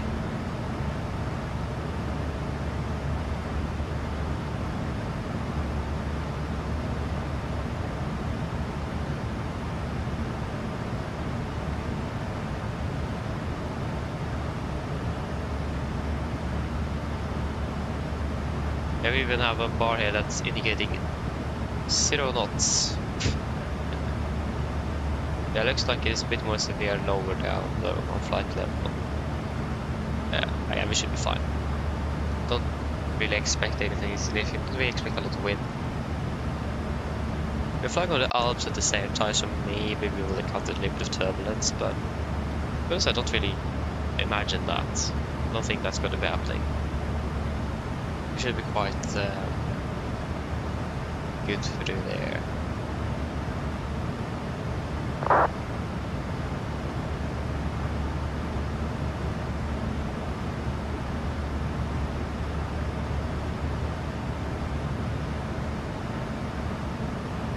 I mean, yeah, fair enough.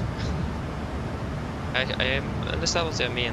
You're basically flying straight into the initial approach fix or something.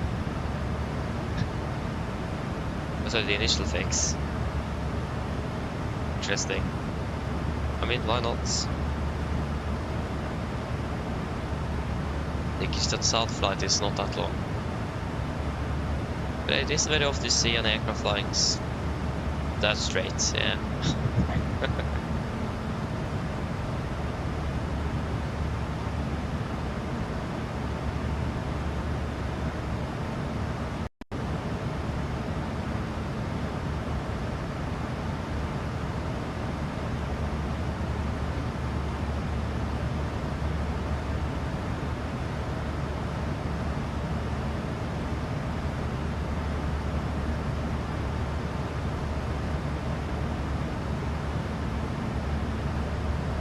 Thomas, hello, welcome. Good morning, hope you're doing well.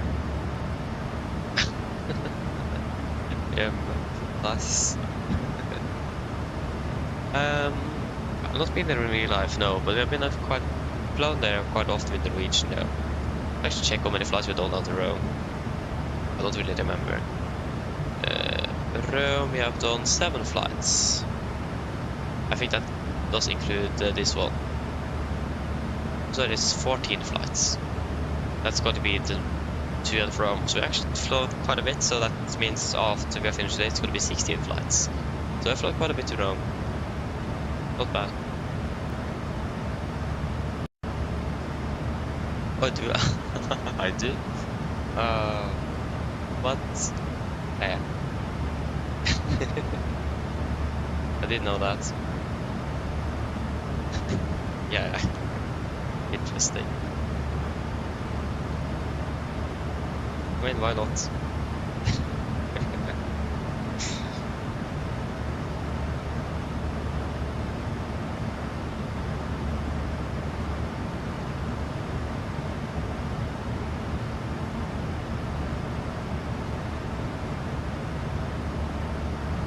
Oh yeah, of course, because you're flying for MSFS2020 then. Ah. I was thinking of a 2 on MSFS2020 Chevy today.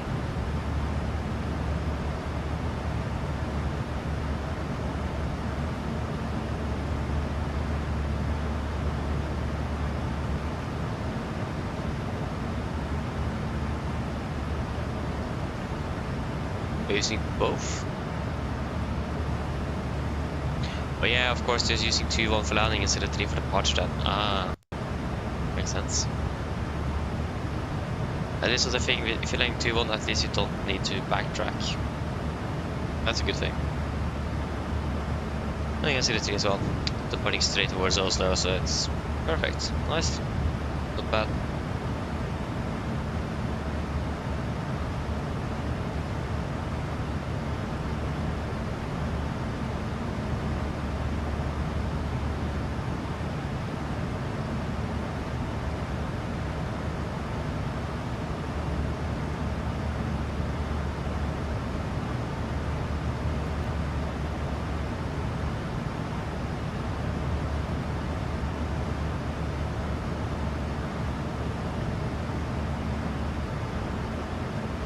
Yeah, exactly. It's a bit annoying, isn't it? Hate backtracking. Takes so much time. I mean, again, the positive thing is that you can taxi up to 50 knots, so... I mean, actually, when you think about it, it doesn't really take that much longer than using a taxiway. If actually not shorter, but... yeah. Not bad. I mean, if you can avoid it, though, it's still a good thing.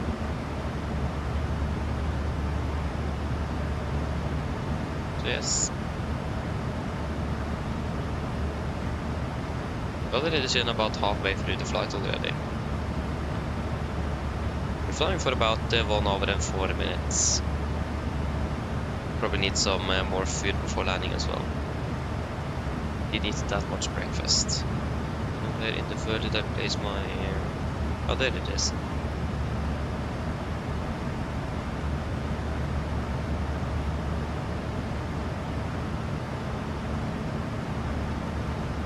Oh yeah, departing in 1 hour. Oi. Huh. So both of you are ahead of schedule. Not bad though.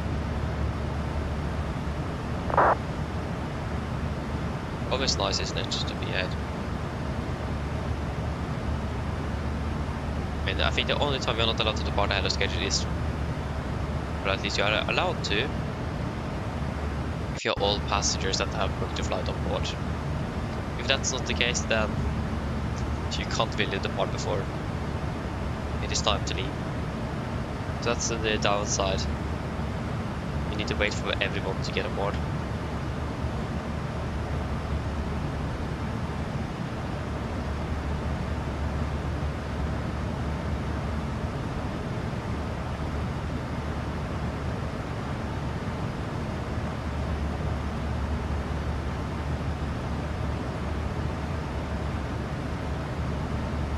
So yeah. I got quite lucky there in the sim though. It doesn't really happen. Actually, it never happens that like a few passengers installed the gate when they start boarding. Oh, what happened there? Oh, excuse me there. Yeah, so basically don't happen. Again, that would be a cool thing that could have been simulated as well, to be honest. Passengers don't really show up at early enough at the gate, so we need to wait for them. Annoying, yes. Realistic, yes. It does happen quite often. Especially the passengers that don't even show up. That's the thing. So there might be more passengers booked on the flight, but you might have less in the cabin due to unknown reasons. The passengers don't show up at all. So yeah. Sometimes well, you might even get more because someone booked at the last second. It's a possibility.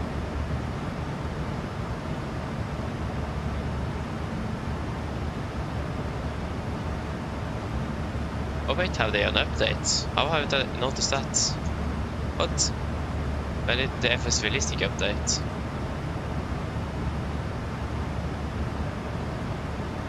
I don't find the update. What?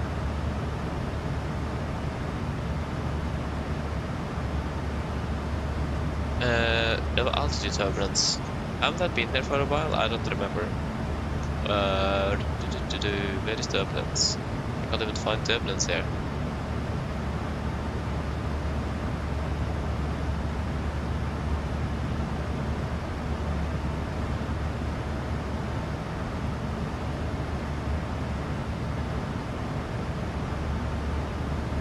Oh, ground effect is a new thing.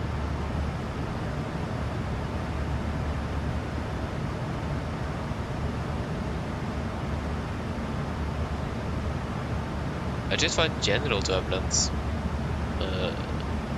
interesting.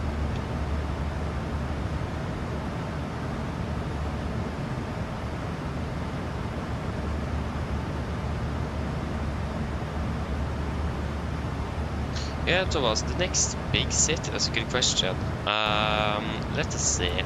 Can we recognize any airports here? Actually, we need to do a fuel check at the airbox, so let us do that first. So we don't miss you. Box 6.2, we have 6.6, 3.8 to 3.6, and 1 hour 9, 1 hour 8. Wonderful. But yeah, next big city, good question. We are flying. Maybe have, if I'm correct, that's Leipzig down there. Not really, maybe it actually is that Leipzig? Yeah, we just passed over M box over here. Yeah, because we are not really flying over Leipzig, but we're flying past it. Yeah, so we are going to be flying past Leipzig. Not really flying over Leipzig. Just passing over, there's a small GA airport, yeah, that's not really anything significant. I mean, the next big city is perhaps, oh, that was actually an Air Force base, forget that. That was a really small airport, but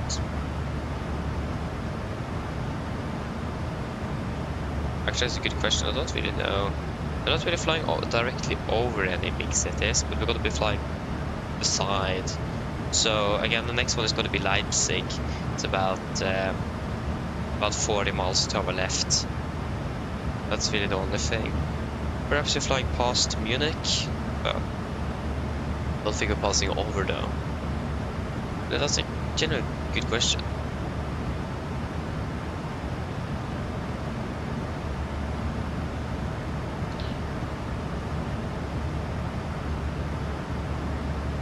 It just spawned, interesting. I can't find it anywhere.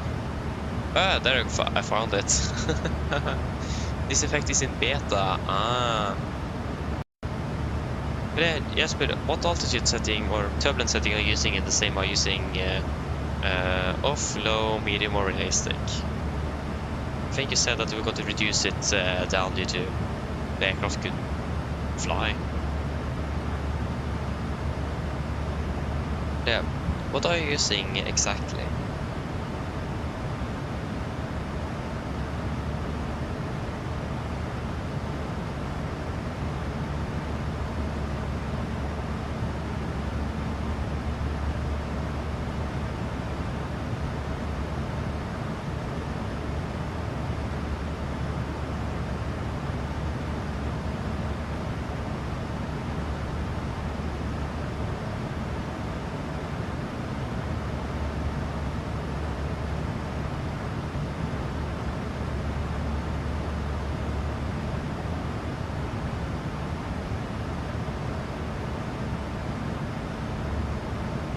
Also, the low air turbulence will basically be more realistic because again the simulator doesn't really handle that very well. Oh, very well. I have experience with that. I hate the turbulence system in this simulator. It's so strange. I mean, up at cruising level, it's quite good actually. We get the turbulence exactly about where we expected. It is about what we could expect as well, for the most part. But on the ground, especially to Oslo, it is so turbulent the aircraft can't even handle a normal approach. Just what? I don't think it is that turbulent into Oslo. I haven't really flown much into Oslo in the summer, but I don't think it is so turbulent the aircraft can't even fly. I doubt that. So yeah, but I think that this is better though.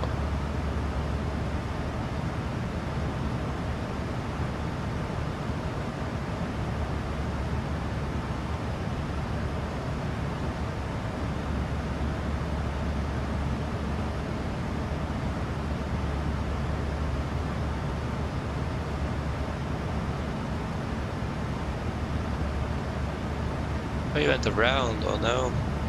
Whoa.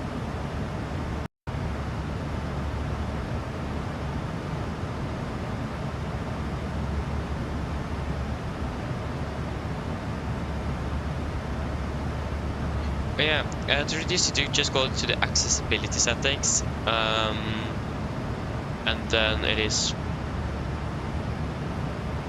under, what is it under again? I think it might be on the pilot experience or something.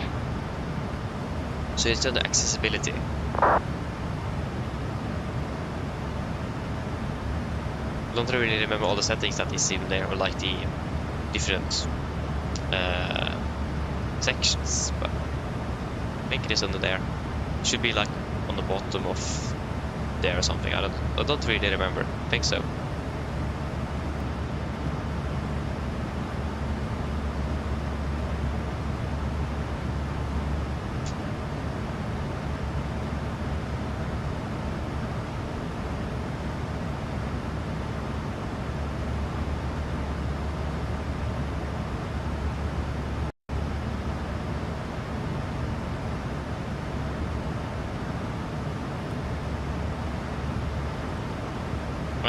Just let us check. If we climb up to 3.7, what would we say? Whoa! That was quite a bit of say. I mean, we're not even saving 100 kilos, but we're saving about almost 2% of fuel. That's quite a bit. But again, is it really worth it? We are still landing about 15 minutes early now, 14 minutes early. Fair enough. I mean, maybe we should just climb. It says on our flight plan as well. Yeah, why not? 370. Set. Audit event. There you go. Vina speed animal. 370. Set. 1, 2, and 3. There you go. Now we're saved. And I was saving more time. I don't really care about the time. I just do really care about the fuel here. Primarily.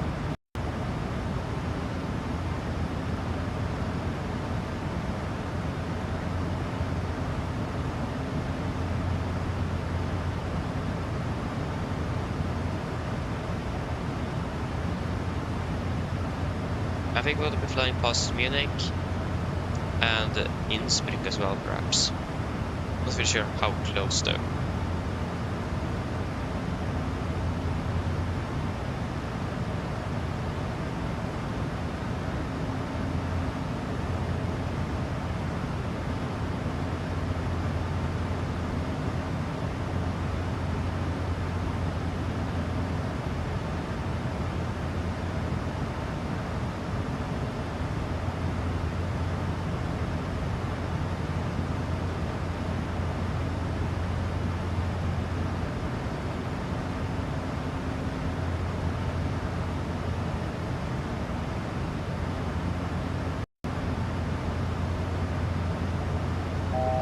How's the go?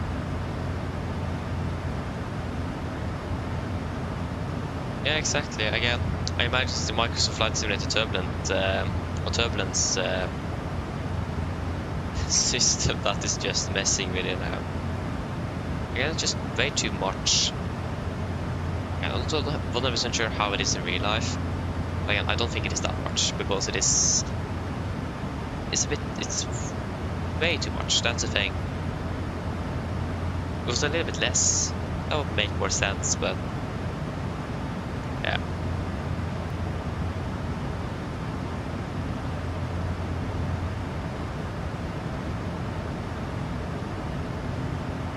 Bit above FSD speed. Good.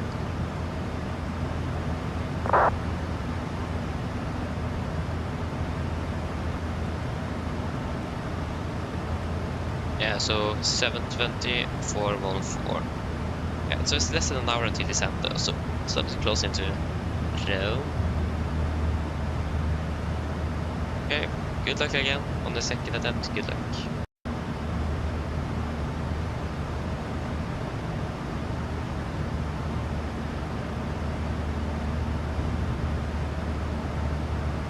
Okay, I'll just go for a few more to get sorry, I can't even speak. Just get some food, so I'll be back shortly.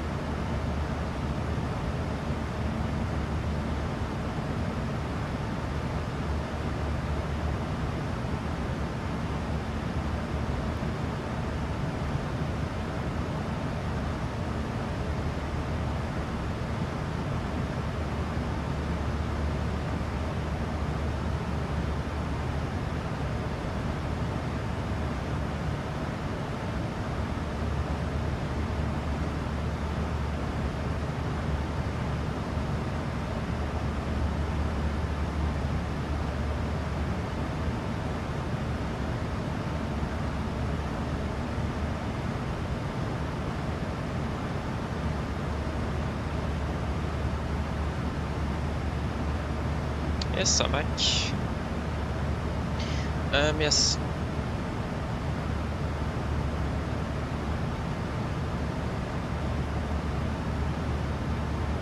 Yeah, the problem I have is it is for one on the right and one on the left, so the two runways from the north in Oslo. But one on the right, for some reason, sometimes the aircraft just turns off course from the localizer. It is established on glide and on the localizer or descent line, and just suddenly just takes a right or left turn out of the localizer. And then after a while it turns back again, and then it overshoots, and then takes an even steeper turn left again out of the localizer. So that's all only happens on one on the right, and no other runway in the simulator, only in Oslo for that particular runway. So it's so strange what's happening there. And for one on the left, the aircraft just falls down like a rocket, like 100 feet or something. I just don't know why. So there is some interesting things going on those runways. Again, it's just on those particular runways. It doesn't really happen anywhere else.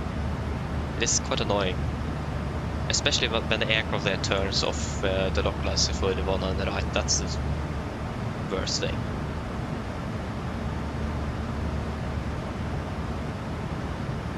Like, there's no reason to just turn left out of course from the runway. It just doesn't make sense. It's really strange. So yeah, that's mainly the problem, but I'm not really sure why it is. But yeah, hopefully that is not the case with the new sim. Hopefully not. I mean, I have been using cat air turbulence for turbulence, and I know that it have had some problems with, or caused some problems with the flight mode of the iFly Max aircraft. So I am not surprised if that's the reason why the aircraft always turns off course on that runway. But again, it doesn't make sense that it's particularly that runway at about the same distance as well. It's always the same place. So, I don't know. I got it down. Wonderful. Nice. Yeah. Yeah, we're landing. We're descending at 20, so we will give the 30-minute call in about 13 minutes.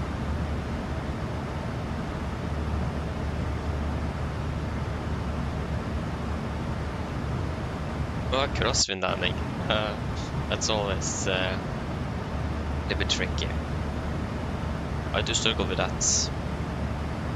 Now I've also begun to struggle a bit with the crosswind takeoffs. That's the first thing. I was quite good at it before, but for some reason now it's just... I imagine it's my rudder pedals that is behaving a bit strange. And I don't really have that smooth feeling anymore, because I did clean them because of the rudder pedals just suddenly turned to the left all the time. So the aircraft almost crashed multiple times. So I just cleaned it because it was pretty dusty in there, so that fixed the problem. But I haven't been able to add the grease that was in there to make it a bit smoother. So it is a bit so it isn't so smooth anymore. So I do struggle a little bit with using the pedals for that. So I do want to upgrade my pedals to appear that this feels a bit smoother and not that. And especially with getting it to the center as well is a bit interesting. So I do need to upgrade my pedals one day. Actually, I wanted to do that for like 2 years already, but I haven't been able to do it yet. I mean, 1.01 G though is not bad at all, especially for Kjevik after it's a short runway. You don't really want to fly into that or roll into that EMA's safety bed on the end. So, but in this case, out to the sea.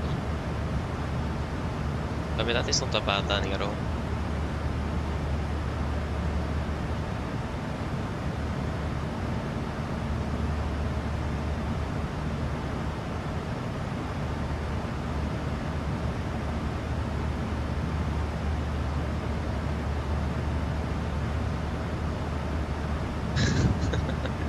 Nice.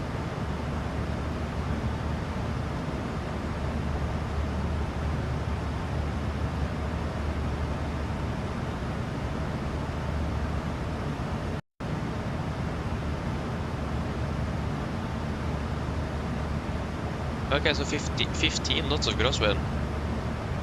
And you did have variable at 2 knots not too long ago. Interesting. Nice. So the weather changed quite rapidly in Kjevik then.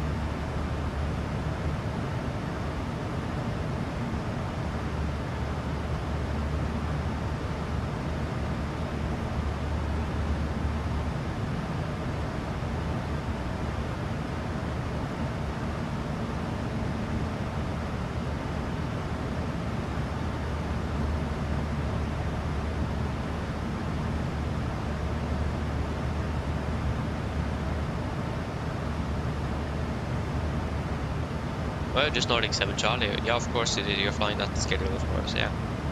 Nice. You don't really have the longest. Yeah.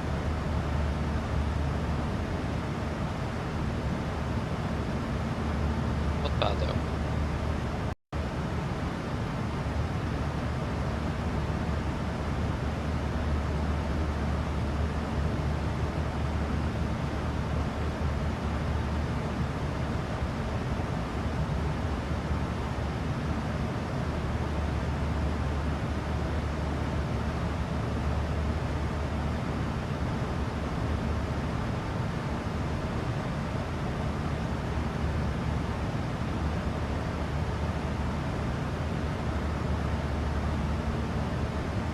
Yeah, no, GSX is so weird sometimes with parking, yeah, I agree. I'm not really sure if it is GSX's fault or if it is some problem with the profile for the airport. But yeah, I know it is really strange. It's not good.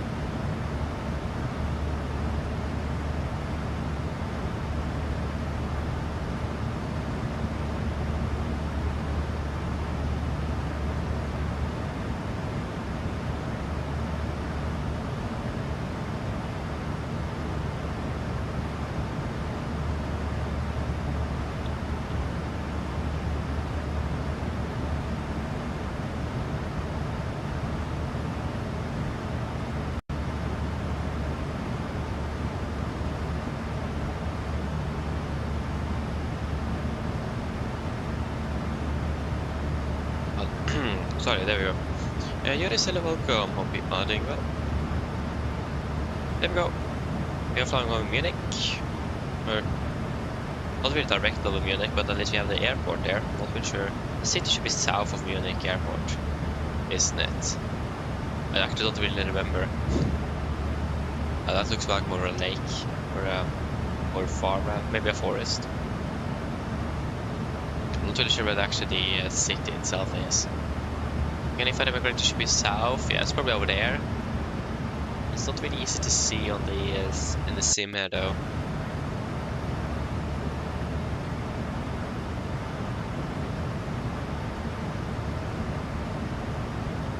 Yeah, indeed. I've been flying a lot then since last time. So didn't be flying with the max. What do you think about it?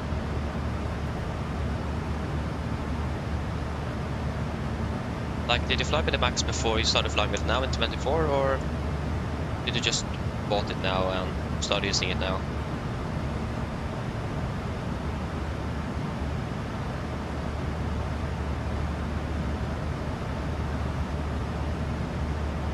Oh, we have an aircraft the same altitude as us. That's not really... isn't really the best thing. Obviously don't use 24, of course, yeah. I thought they were using 2024, I'm not sure why.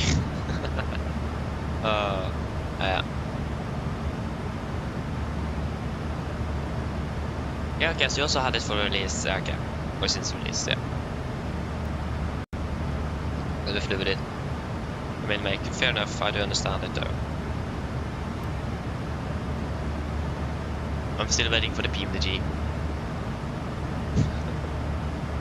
So, unless Alpha suddenly just updates that aircraft quite significantly.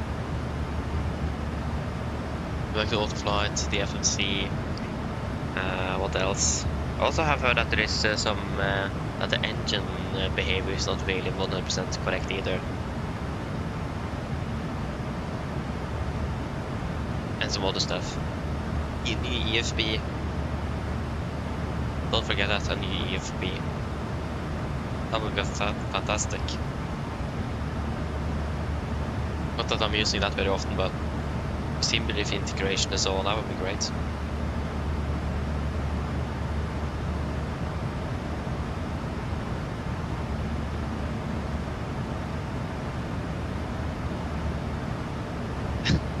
Yes, Thomas, I'm looking forward to vacation. I just finished the school yesterday. I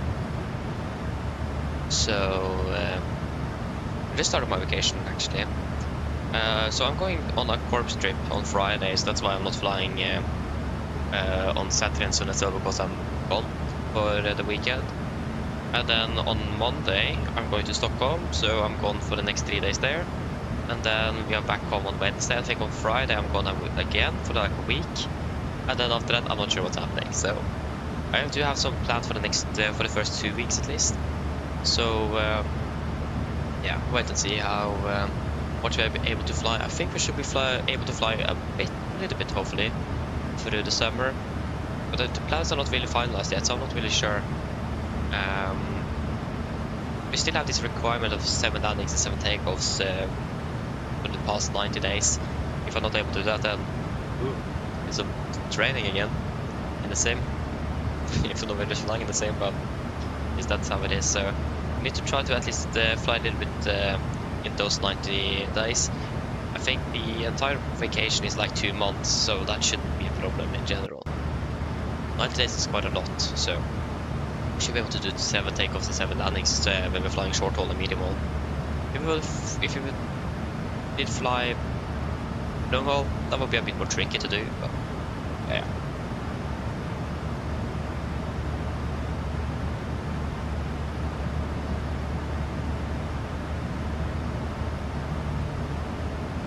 You passed them all, wonderful, congratulations though, Joris. You'll never see secondary school again, ever. Nice, congratulations though. So yeah, all finished, not bad.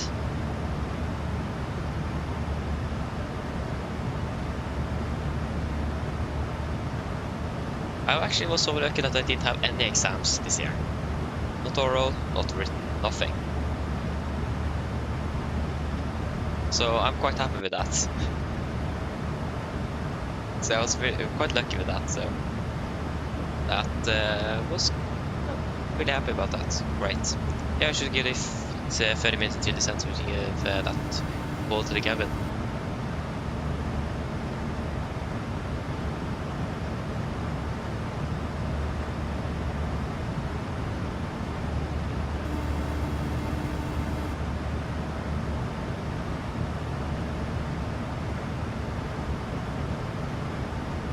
Hello, Captain. Yes, hello. Just let you know we are descending in approximately 30 minutes. In that case, we'll do final drink service. Some of the passengers are pretty thirsty. Okay, no problem. So yeah.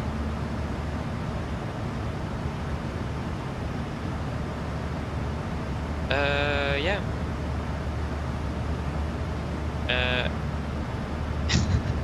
Yeah, at least it's going great here, the units. Yeah, like I said, I just finished yesterday. I didn't have any exams this year, so I'm quite happy with that. Got the highest possible grade average as well this year, 6, so quite happy with that as well. So I should be able to get in where I applied for next year without any problems. So yeah, quite happy with that. So yeah, can't really complain.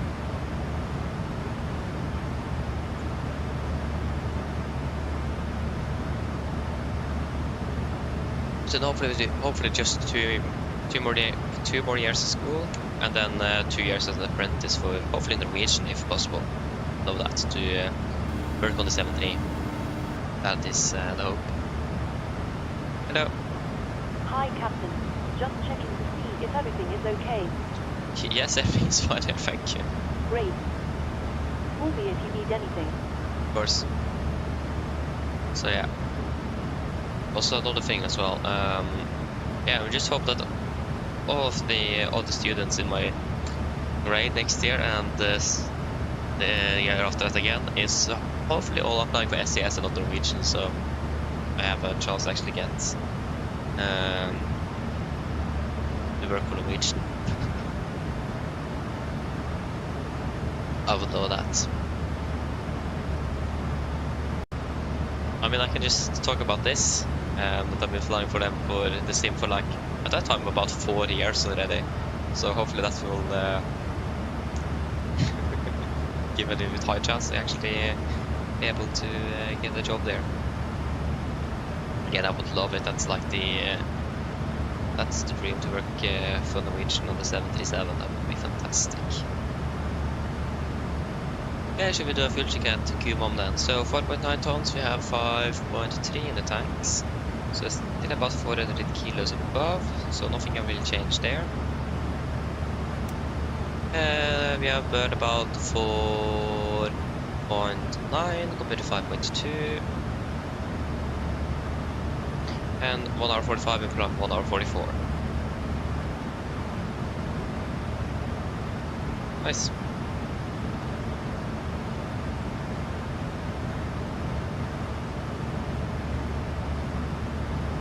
Okay, now the arrival count into Rome increased to 3. But we have 2 other aircraft. Actually, both of them is ahead of us. But okay, one just departed out of Prague, perhaps. Other one from I don't see, it's a bit of aircraft in a way. Marcel, I think that is. Lima Mike India Fox. Let me see. It is where is the airport? The Iberia, what?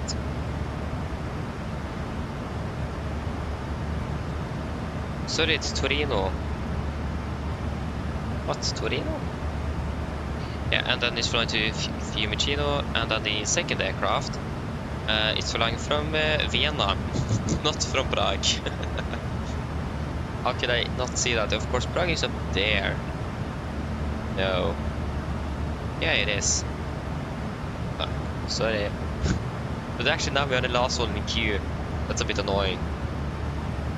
Like, when we departed, we were on the aircraft inbound for Rome, and now we are behind.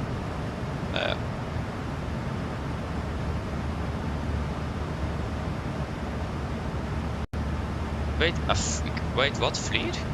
Oh, that's so cool though. So there's still a few people that actually just fly with Fleet in the sim. Oh, I would actually love to do that one day, to just use the green star call sign again. Wonderful call sign. I think that's one of the best I've heard. Green star. Such a nice call sign. It isn't as iconic like, for example, Speedbird is, but just green star is just a nice call sign. But yeah, I really miss Fleet. It's so unfortunate they went bankrupt. But I think a fourth airline in Norway is probably a bit too much. Like, it is just quite congested between SAS and Norwegian, and when Fleet appeared as well. I mean, Fleet appeared because of the downfall of Norwegian at that time.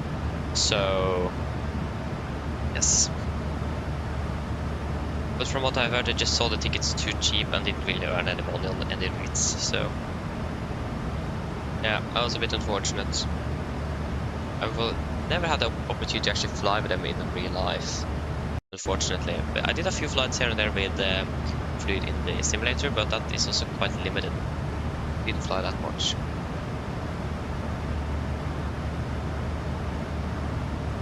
So yeah, really unfortunate. I would love to try to fly with them one day.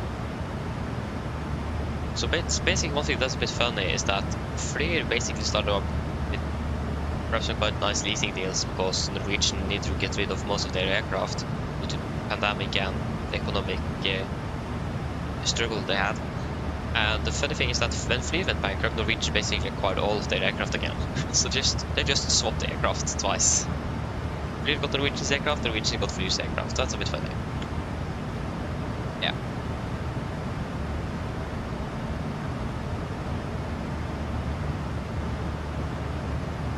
So yeah, I would love to have flown with them one day, so it's quite unfortunate.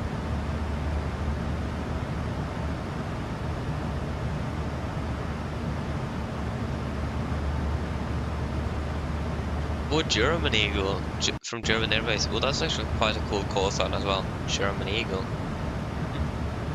Nice. But I still think Green Star is better though. It's just something different with Green Star and Nordic Red Nose. I'm not quite sure how they even came up with that call sign, Green Star.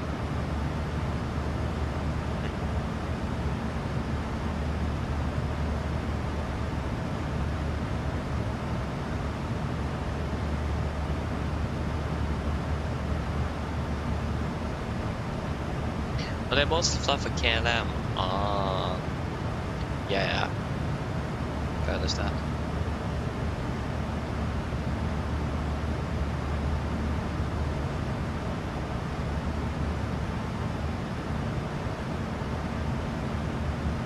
They're kind of traffic at the moment. We're still landing about 14 minutes early, so if we need to fly the entire star, then we still be landing 14 minutes early.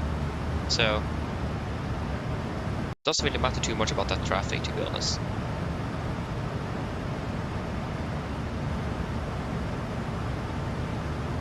Oh, United Airlines from Washington. Haha, we are behind schedule. Should have landed 45 minutes ago. What? Ah, yeah. Oh, that Air France flight was so lucky they got us straight in. Oh, that's the best. What happened here? Zigzag. South, east, south, east, south, east, southeast, south. Interesting. This IATA A330 was very lucky. No wonder they also have 45 minutes behind schedule.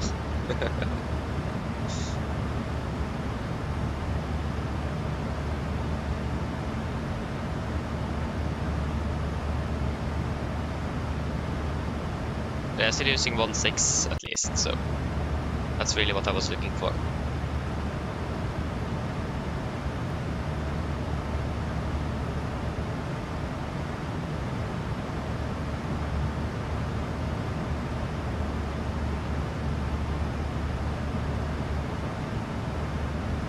Yeah, also that Prague sounds like a really, or looks like a really nice city. I love flying into Prague. It's one of my favorite airports in Europe. I'm not sure why, but the scenery is just wonderful. Like the airport scenery from Tailstruck. It is Tailstruck Designs, I don't remember. I think so. At least there's some using the Aerosoft VDGS system, so it is some collab with Aerosoft at least. But I don't think Aerosoft made it.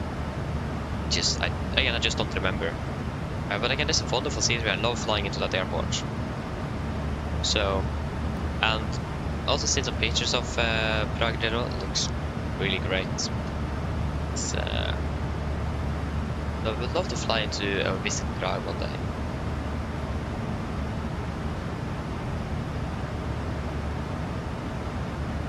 I mean, it looks great from the skies as well when we're flying in there. So, yeah.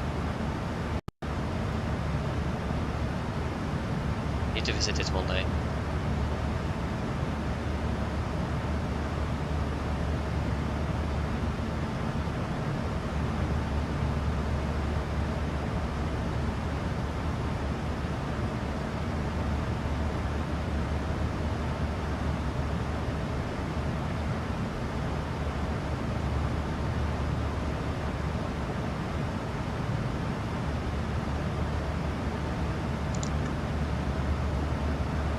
One thing I do wonder a little bit about is I haven't seen that Norwegian have started flying to Verona yet.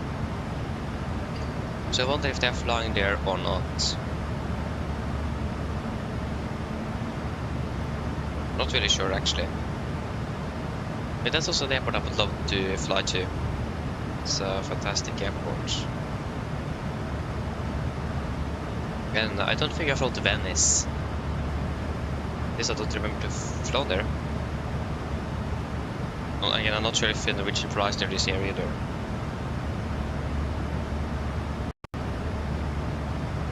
I mean, they do have some struggles with delays from Boeing though, regarding the MAX, so they're quite limited on what they can do.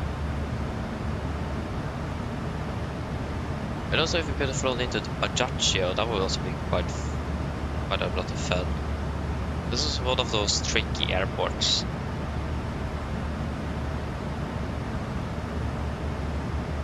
Yeah, we'll just wait and see.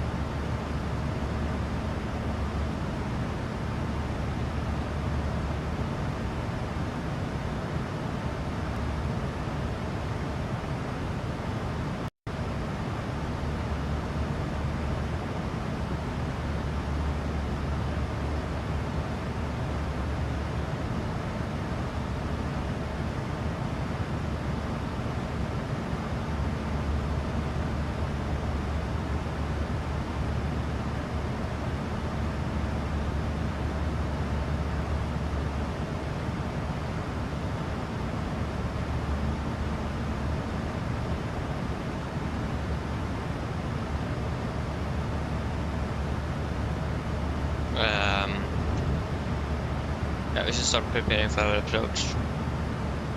Probably.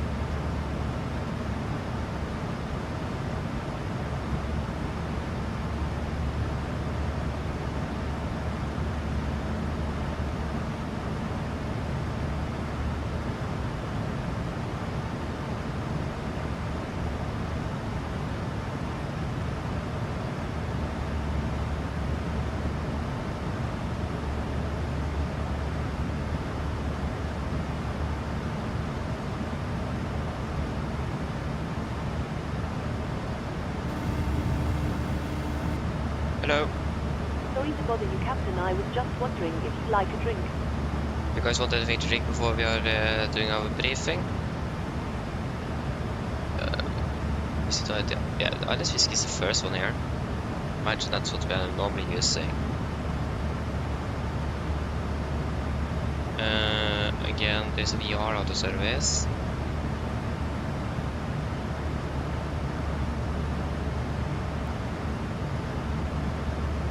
That VR is not located at the airport, it looks like, actually. No, then we should be quite fine. We can use the Islands Whiskey. They are anything.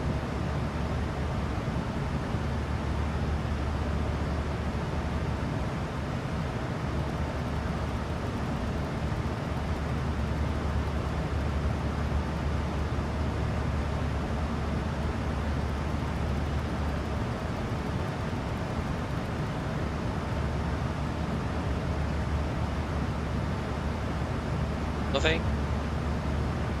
No, thank you. No problem. Give me a call if you change your mind. Of course. 108. 1.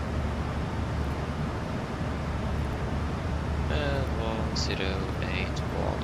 And we can take Ost VR. 149.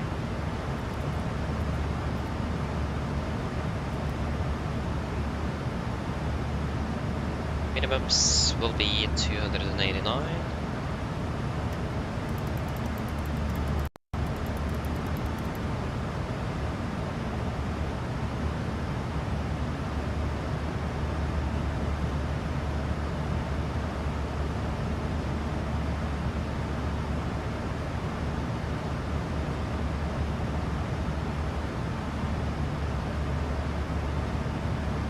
Actually, probably we should actually not take Ost.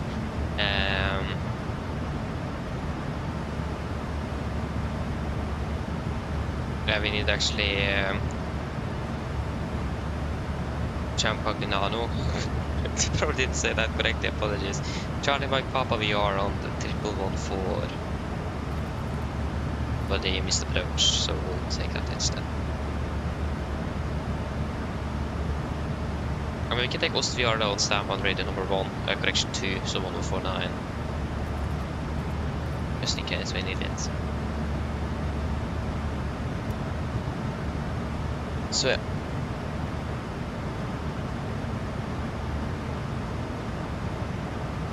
Thomas, no I don't. It is basically just when I'm flying.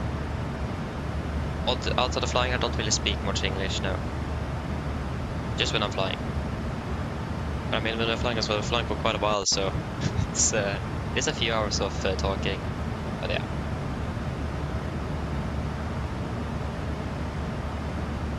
Yeah, of course it reset everything here, thank you. Virtual performance tool.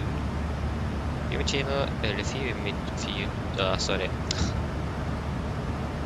16 left for landing, that's a dry runway, winds are 06 at 7. Wait, what?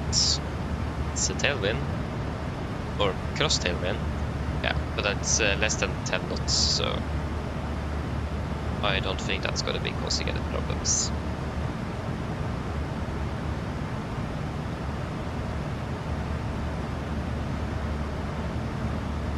$45,000 feet, that's quite high.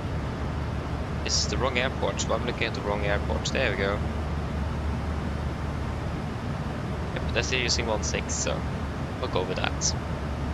Yeah, so 60 at 7, 60 at 7. With a temperature of 20, wait, what? 26 degrees. Ooh. It's too hot. 1018. I mean, split actually on Saturday was even worse. It was 30 degrees when we landed like before 10 in the morning. It's not good. And we will calculate with the least fuel we could expect. Let me just see on the star here. How we could probably expect from Ravix, just so we have something like this. that is 3.9, that's 800 kilos, so 60.6, correction 60.4, 60/400.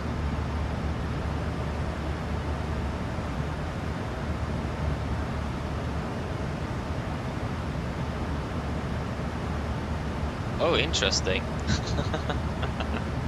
Interesting units. I mean, that's good though. That's good.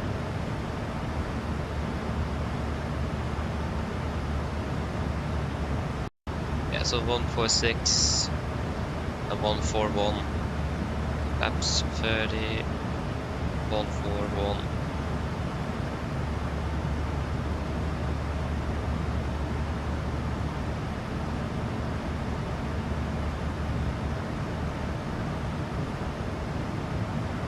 What? Haven't I made that for Rød? No, I have not. Oh, that was a bit unfortunate. Yeah. Don't care. But yeah. We don't really need to worry too much about vacating the runway, to be honest. There is not really a lot of traffic, and the traffic that's landing is landing before us, so we don't really need to expedite to exit the runway, so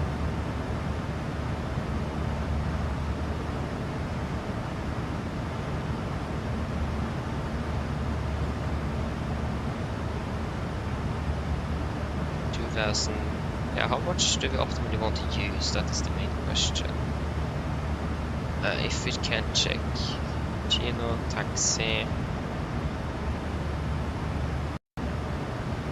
We want the airport. Big of mints. For number 3 for right. Little kilo, 3,005. But that didn't really help us too much though. We're not departing from. Where is it? What? Oh, there you go, Delta key. Yeah. I think you could just use idle reverse and the manual braking. Actually, maybe we should use full reverse instead. I've heard that that's optimal in Norwegian now due to some supply chain issues. We'll probably go with full reverse manual braking.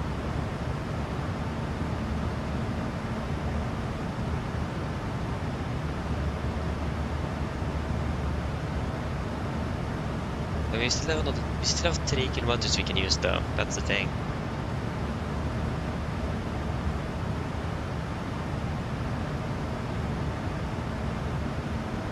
I mean, even with, yeah, we can go full, even with full, we can still roll for quite a long while, so quite a distance, so we'll take full reverse.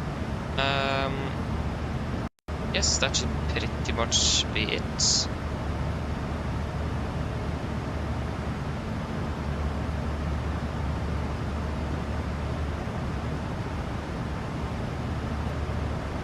Actually, forgot one chart here, forgot the parking stands. I think that's a good thing to have as well. Okay, are we ready for the approach briefing?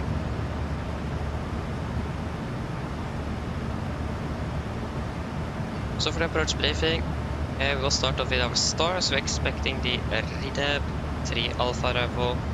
This is our chart. 10 Bravo, effective correction. It is from the 26th of January 24. The startup up here at Radeon, maximum to 50 knots, above 150, below 1290. Continue to Ravix, and then to Ligbu, maximum to 30, then to Esalu, maximum to 20, and then to Vaka, maximum to 20, should be above 6000, below 90. Where is the one? Here it is. And then continue to Romer Fox 442, maximum to 20, same at 443, 444 at 446, maximum to 10, same at 447, and 448 before 20 Exama, maximum 200 knots. MSA in Rome is 5,800 feet. And when it comes to threats, as you may see, we have a little bit of terrain, especially in the east. We shouldn't really be too affected by it. but still be aware of it. We have 2 new cranes erected, should be maximum height of 155 feet AMSL. We also do have some operations at the moment where they will do, basically for situation awareness reasons, to train on that, they will do safety inspections on the runway, with where the vehicle will have contact with the tower on the tower frequency. So we need to listen carefully to make sure that we are 100% sure that the vehicle is not on the runway for landing. Should be, but still listen out. It can slip. So be careful with that. Except that, we don't really have anything else to say about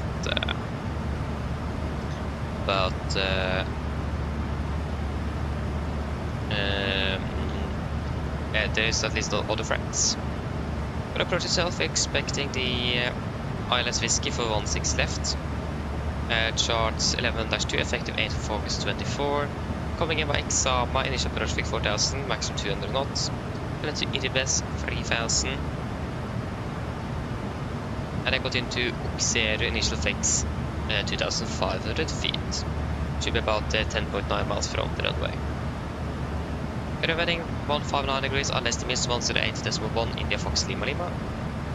So 159 is set triple, and 108.1 is also set triple, and we have Charlie Mike Papa VR set to standby radio number 1, and we have Ost VR on standby radio number 2.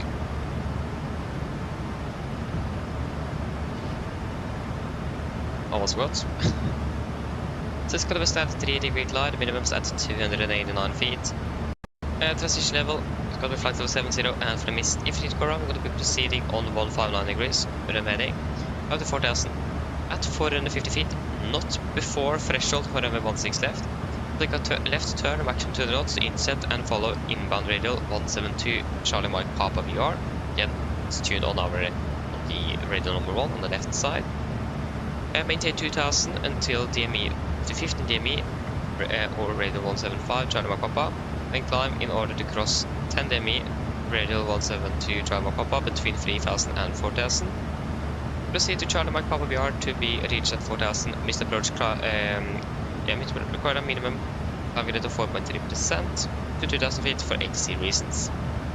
Of course, if unable to comply, we will advise. So that means we will actually not set 4000 as the missed approach altitude, we will set 2000 instead, because it is certain criteria here to then we can continue climbing.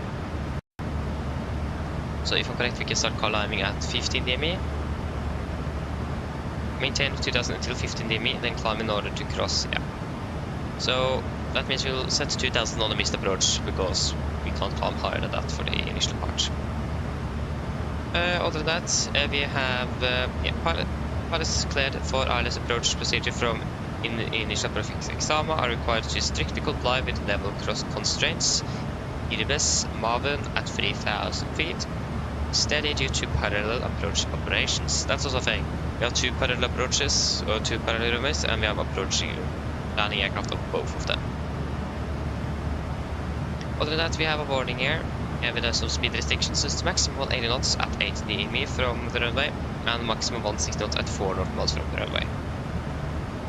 Other than that, we're adding the flaps 30, 141 on the VRF in correction 5, and 146 with manual braking and full reverse thrust. For the taxi, this is our airport charts. And dash line effective 28th of November 24. We're landing on 16 left here. We want to optimally wake in Delta Golf Delta Hotel to shorten our taxi a little bit. And then taxi via Delta and cross at Delta 5, Delta 4, runway 25. Within the Delta, and then we will taxi probably in by either Echo Golf or November. Yeah, we'll probably taxi by Echo Golf and then in for one of the parking stands in this area here is what we could expect. For the parking stands charts that is there, this is chart 10-9 Bravos, effective 15th of May 25. Again, Echo Golf, continue in, and we could expect to taxi by Golf Hotel, November Hotel, and then either November Charlie, November Golf, and so on. To our assigned parking stand, not really sure where that is yet. We should be all good on wing band restrictions. Yep, so we are not exceeding any limits here. And we have one hotspot, and this hotspot number 5 should probably be here.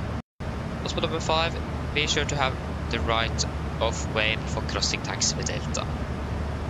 Again, there might be some traffic here on that area, some smaller parking stands here, so we need to be aware of that.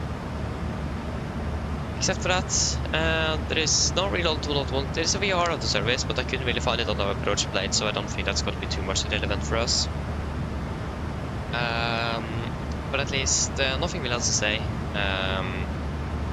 There's nothing outstanding about our taxi or anything. Driving condition, dry, was 666 dry, and the weather conditions was looking quite good. So again, nothing outstanding. So then, are there any questions?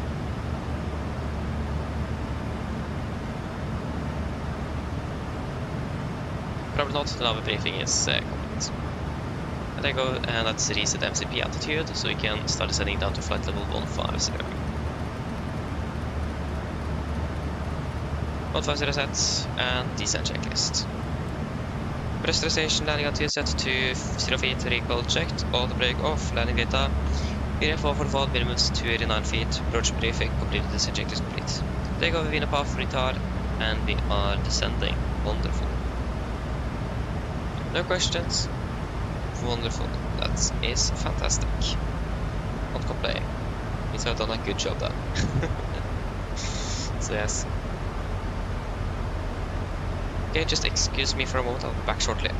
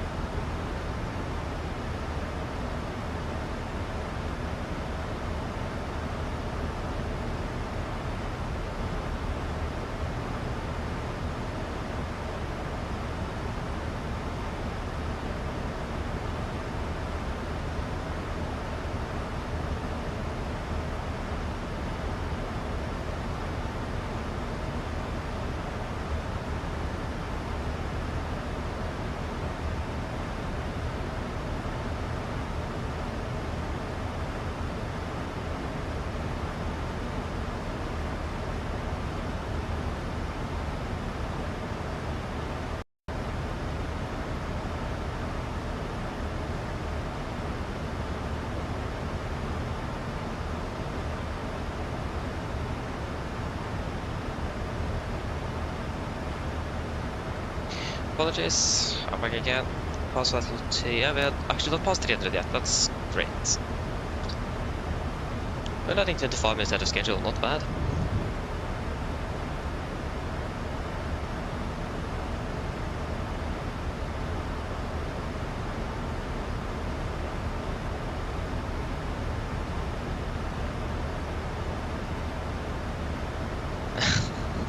Okay, nice Thomas. Okay, there you go, pass flight to 300.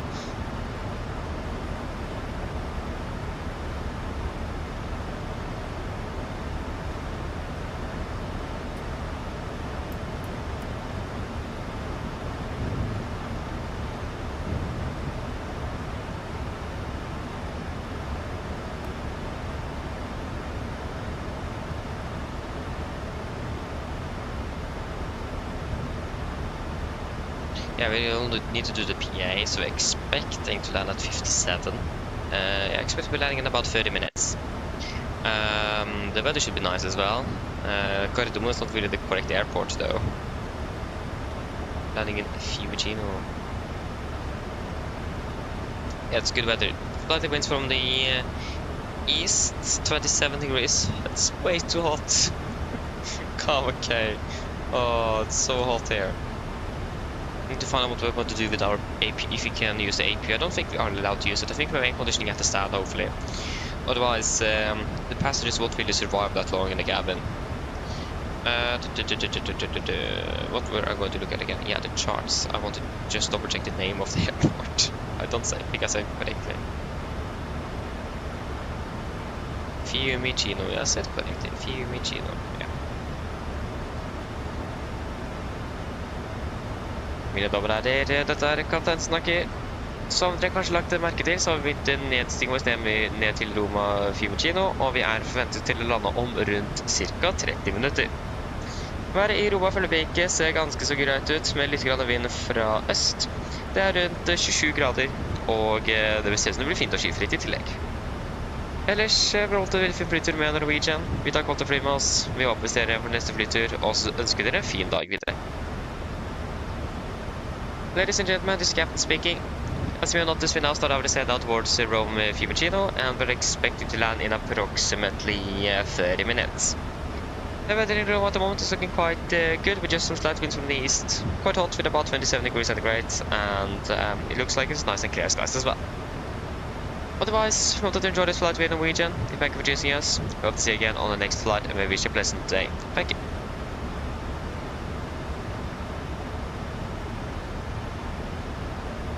Juris, yes, I do. It is something strange with the PFD on the iFly. Yeah, it's a bit interesting. It's a bit annoying, to be honest.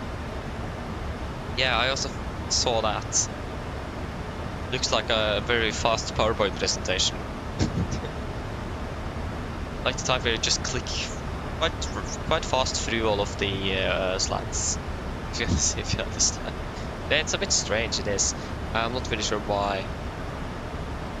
Again, that's one of the few things that I don't like with iFly. There's those few things here that it's not working as it should.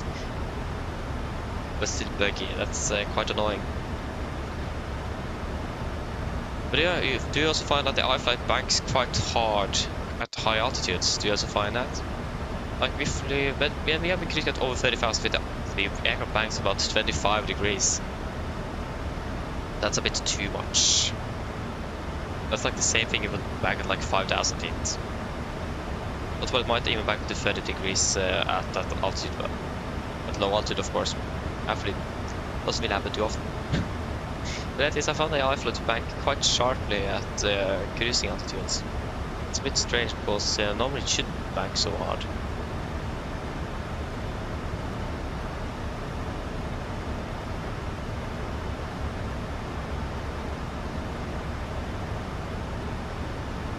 Yeah, I imagine that the aircraft from Vienna is going for 16 left and the one from Torino is going for 16 right.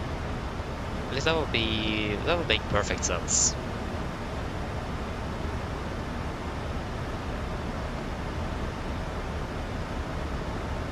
Yeah, I was going to find out about that APU usage or air conditioning in general. I thought I had made a little airport briefing, notes of the airport briefing for this airport, but I actually haven't. That's totally my fault, so apologies. Use of APU. Pilots cannot use APU on parking bay when bare equipment is available to connect direct electrical power and cabin air conditioning.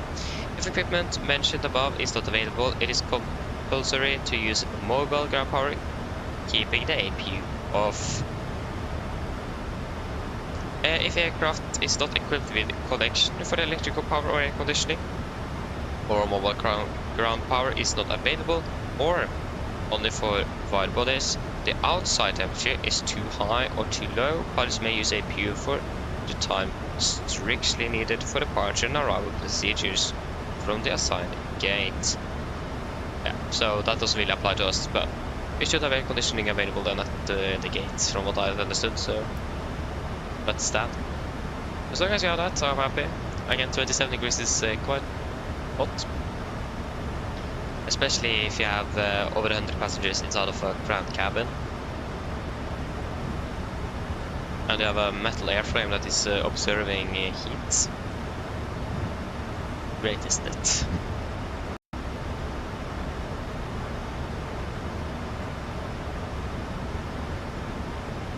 Yeah, the Torino aircraft as well is doing this zigzagging like the ITA, not IATA.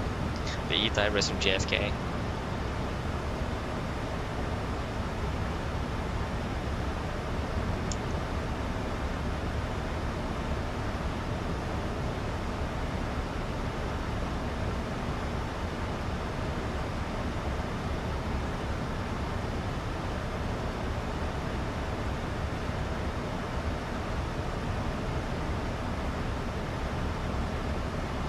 There you go, passing flight level 200.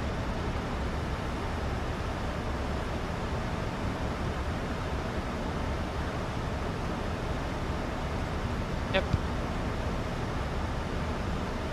Oh, yes. No, it is. Yeah, that happens. That happens.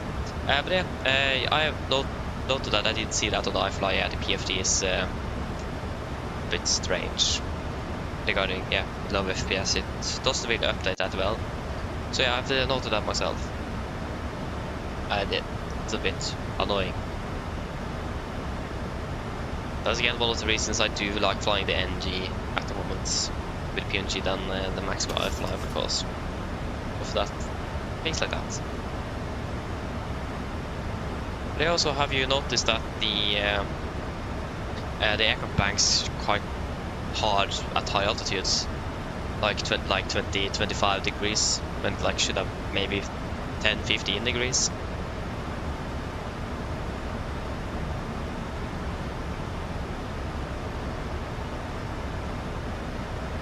Yeah, that's not a problem on your side, no. Oh, I've actually not encountered that. Every time I'm landing, I always have the nose up very long because it don't want to drop down. But yeah, I have that problem with the PMDG aircraft where the nose drops down quite quickly. But do you mean like when you're touching down or right before touchdown? Because I have that with the PMDG where the aircraft drops quite rapidly at like 50 feet or something. Quite often.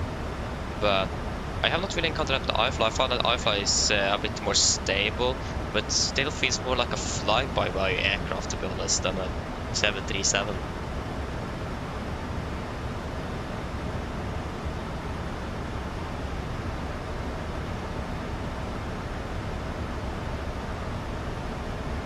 Yeah, exactly. Also, we are not again banks quite sharply at every turn. Yeah, so it always overshoots, so we need to correct it back again. Just what? So I mean, I do enjoy flying the Max aircraft in general.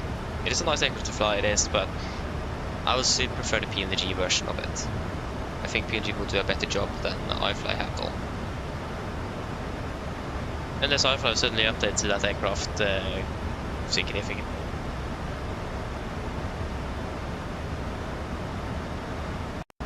Okay, it drops after touchdown, okay. Again, I don't have that problem with iFly. My iFly just don't want to drop the nose. Looks like fast and go. Do not to flight level 100. 100 set. At least with my iFly, we were landing in Munich. Pretty much half of our landing roll was with the nose up. I think we managed to lower the nose like after past 100 knots or something. Didn't want to get down. It's a bit annoying.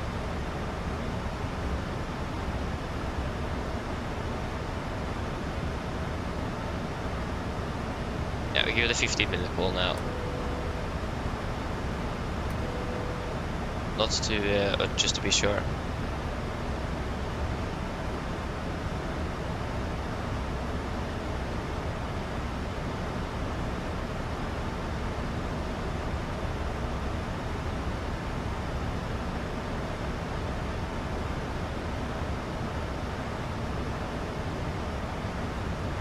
Interesting. But are you using cat determinants or something? Or do you have because I know that interferes with the flight model of that aircraft. Found that out on first time we flew that aircraft, so yeah.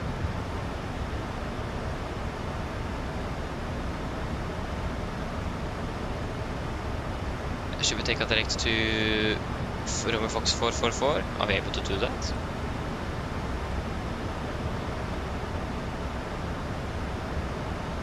Ah, not really. I mean, I was still landing ahead of schedule. Yeah, we can just fly the entire arrival. The other aircraft just flies the entire arrival, so yeah.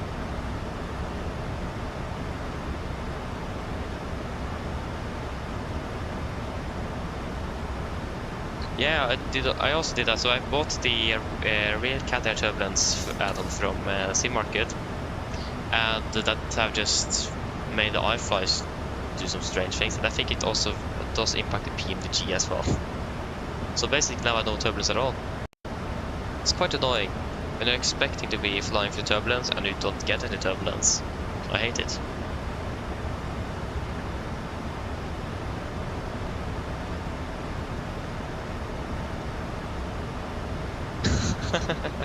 Yeah, indeed. Yeah, indeed. That's probably where Norwegian actually got that call sign from.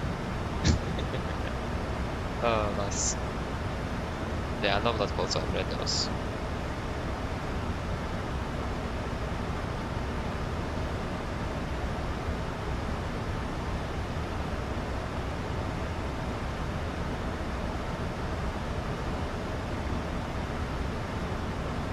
Yeah, we can actually probably fly to 442 then. Able to do that, yeah. And execute. Try to shorten it a little bit. We still have this other aircraft from Torino. The Vienna aircraft is passing it's currently flying directly towards XAMI, if I'm correct. So you basically just skipped at least half of the start. But we were just too fast, so we couldn't really do that. I wonder whether we increase our speed to 50 knots and then we need to slow down again.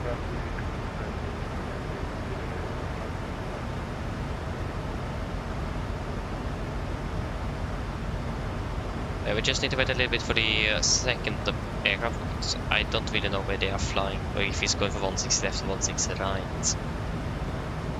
Find out on the ground. Oh, sorry, before landing, hopefully, not on the ground. We'll just let him go first, nevertheless. We're still ahead of schedule by landslide, so we don't need to stress too much with exactly that.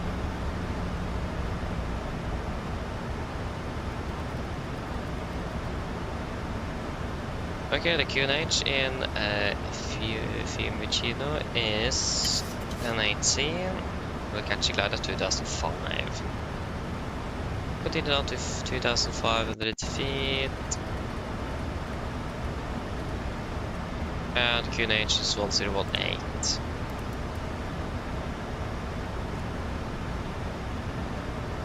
Approach checklist. Altimeters, QNH 1018, set crossjet, we pass through flight level. We can take 110. Easy.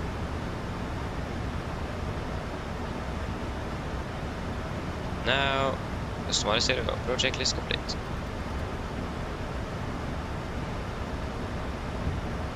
Okay, he's taking the shortcut he does.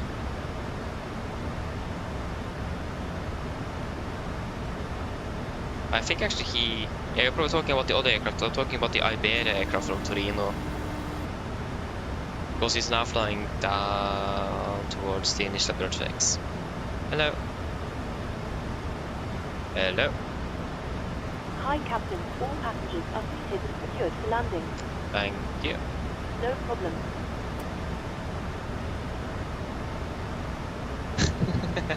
Yeah.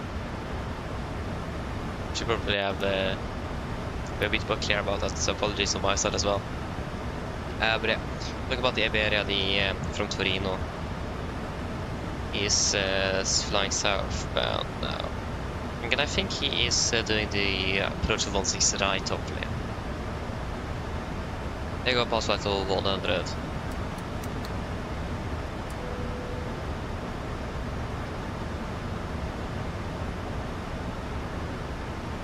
Yep.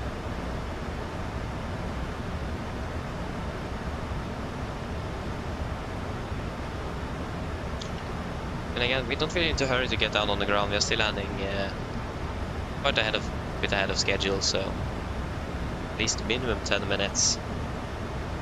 So it isn't too bad if we are landing 2 minutes later due to this start. The only thing we won't really save much on is fuel. I mean, we have still 4 tons on board, so we have plenty of fuel. So we also do need quite a bit to get to Ulbia though for our alternate airport, but that's fine.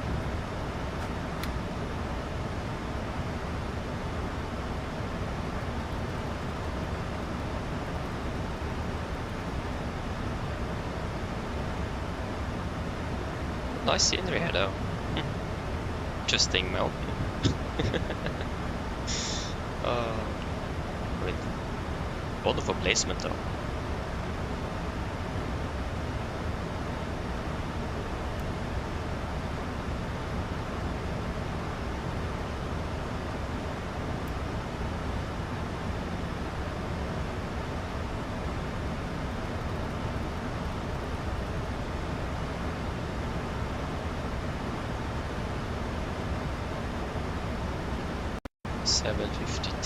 Yeah, we're still landing even more than 15 minutes early. I mean, taxi is going to take quite a long time though.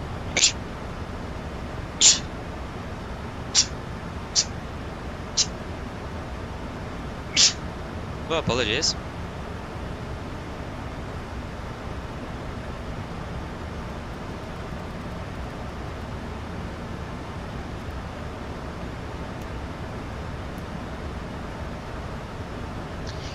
Using the, I mean, yeah, the speed is at 200 is at Exama, so we don't need to extend any flaps yet.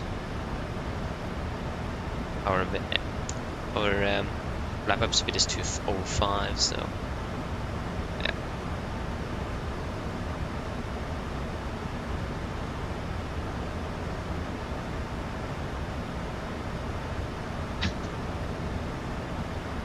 Oh.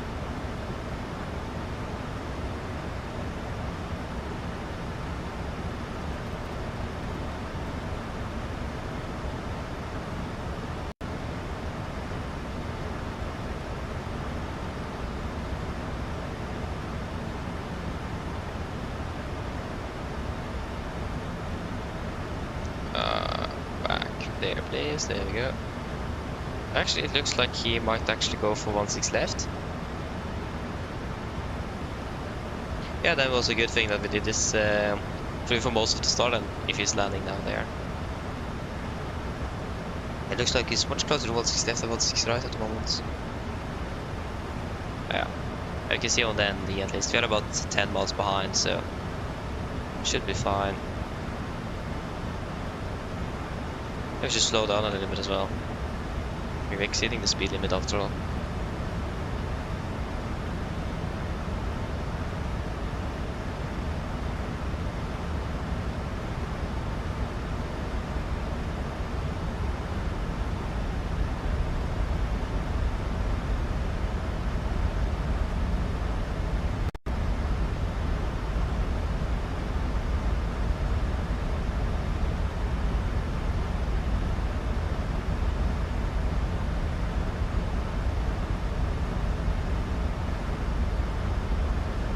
What? Was that just me?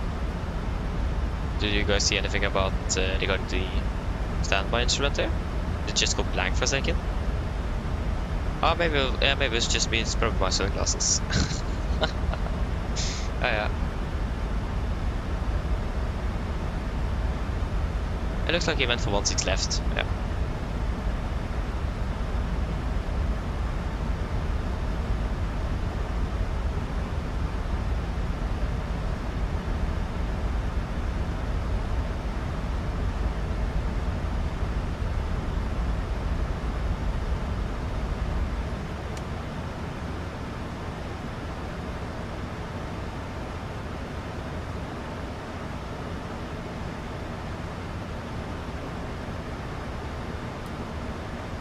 FCC speed, speed intervent, flaps 1, speed checked.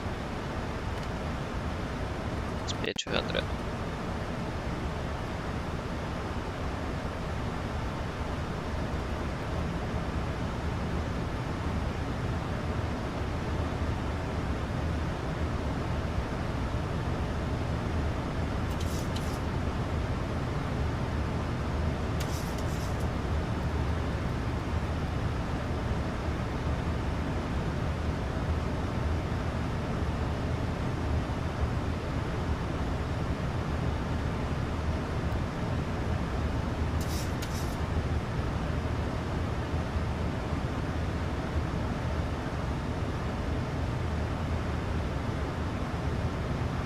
Looks like we're actually catching on with this guy. That's not really a good thing. We're still about 8 miles-ish. About 8. We should be fine. 2,500. Fast and go.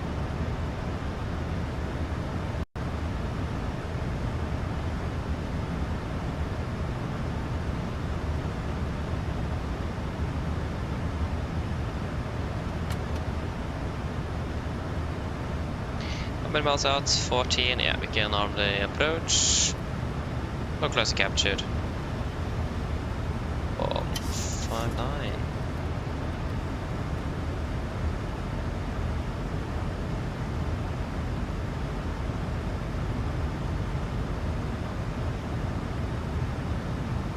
GBG in the traffic, Nordic 1870, establish localizer 16 left, 13 miles out.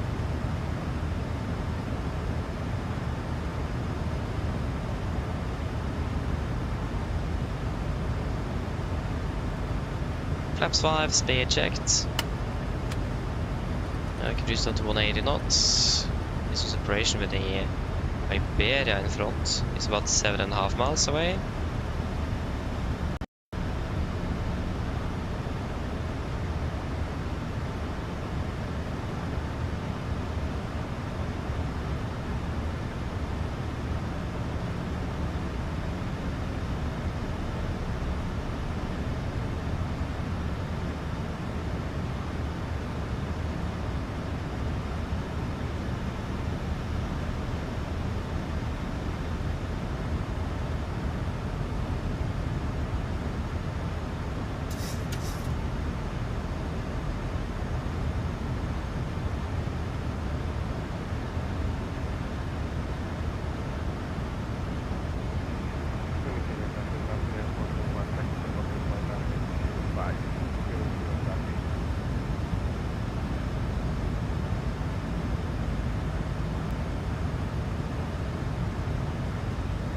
Closer captured, missed approach at you 2000 feet.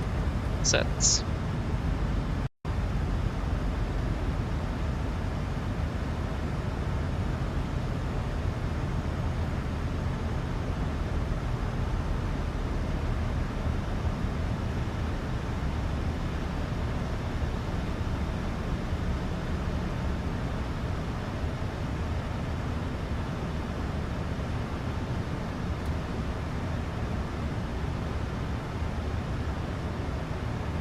on 60. Get out, flaps 15, speed checked.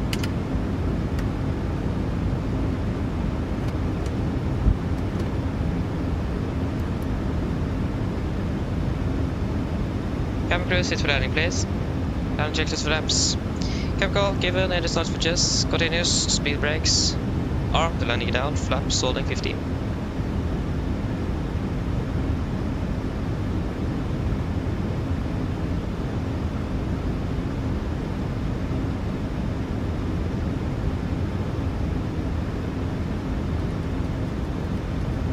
Laps 30, speed checked.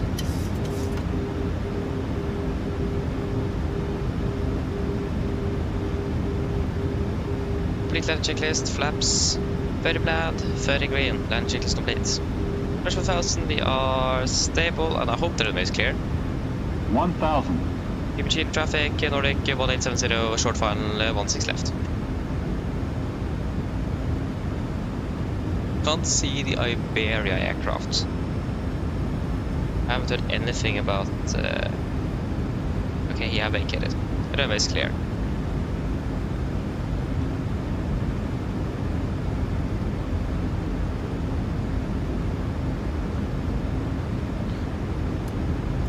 Disconnecting.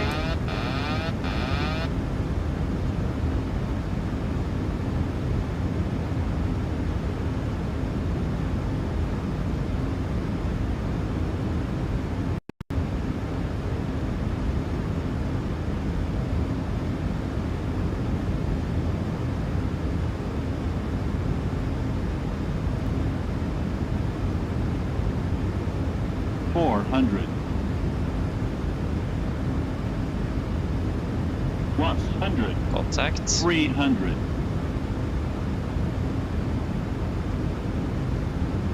Minimums. 200.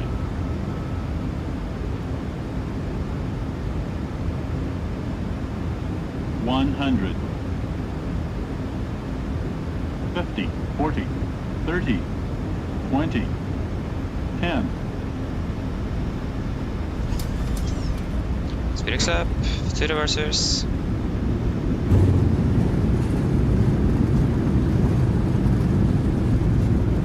%, 100 knots, 80 knots, 60 knots. There you go, welcome to Rome, flight time 2 hours 45 minutes. Nice. On the ground.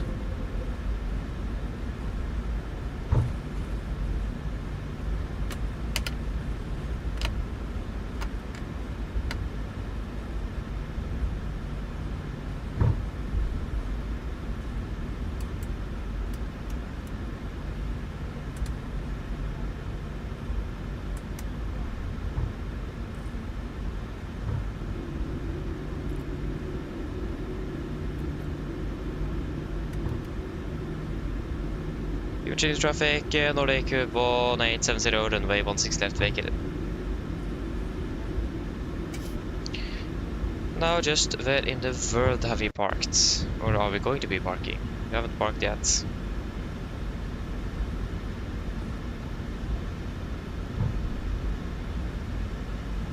Oh, they just, the real aircraft have landed already. What? Let us see, they parked at, oh, they actually parked at the remote stand. Oh, interesting. Never seen that before.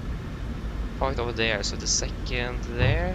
So we are then parking at... We're parking at stand 317.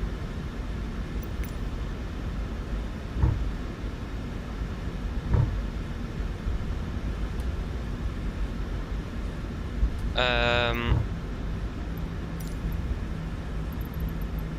317...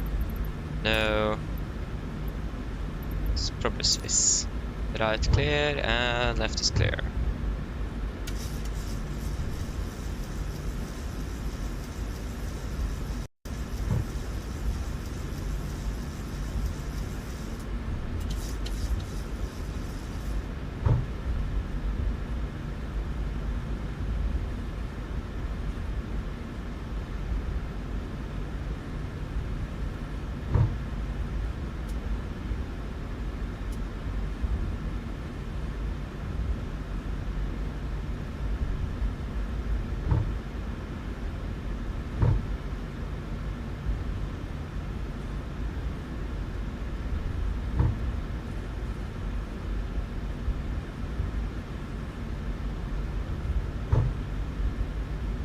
So I will taxi Delta. Yeah, we'll just cross passing Delta 5, that's here. Left clear and right clear. So it's really a runway, but at least there is it's approach path of the runway, so better to be safe than sorry. Right is clear. Semi left, A firm.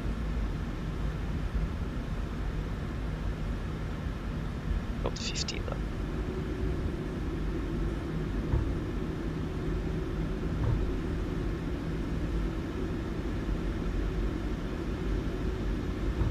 Oh, I think my brakes bugged again. Yeah. My brakes just gradually slow down the aircraft, even though I didn't apply anything.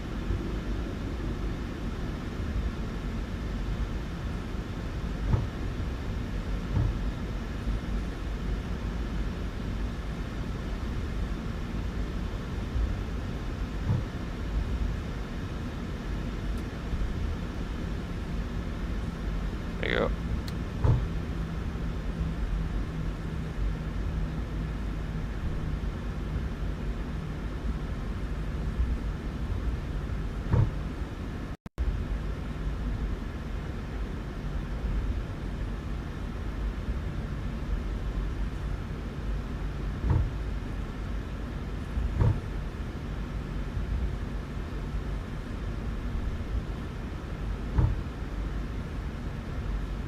Left clear and right clear. So we'll then taxi in via Echo Golf.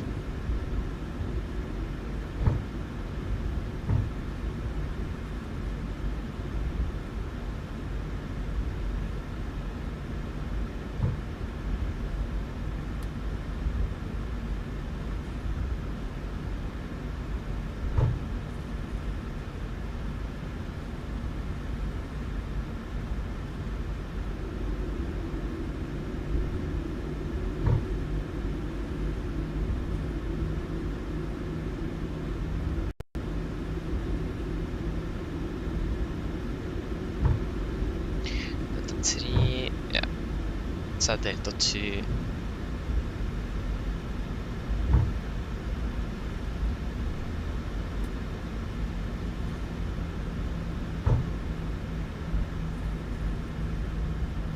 Okay, left is clear. So it's left turn here onto Echo. This is Echo Charlie. What? This is Echo Golf for the chart, so that's a bit interesting. Committing a traffic, Martinez 441, ferry taking off runway 25. Oh, now it says Echo Golf. Oh, maybe it's something wrong with scenery, I don't know. But that was a bit interesting. Right is clear.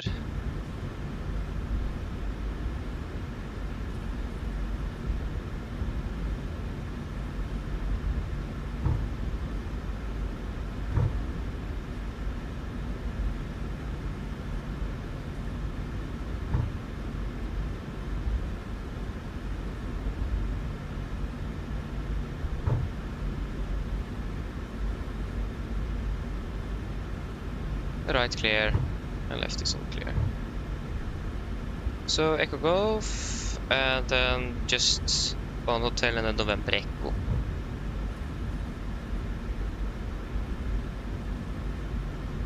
Left clear.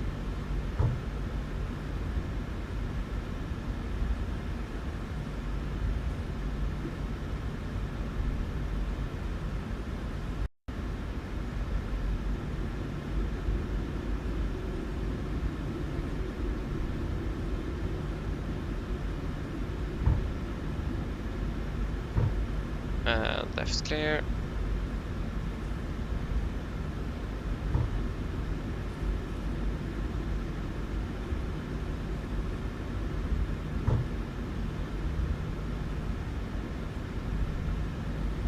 Right clear.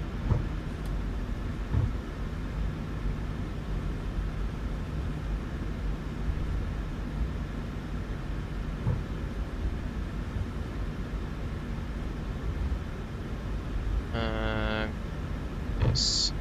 To be left here.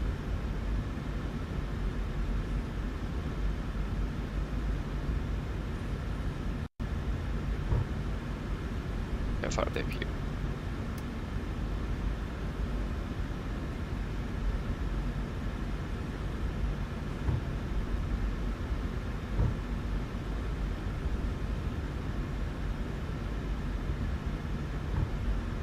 What standard did I say we were taxing to again? Did it say 317 there?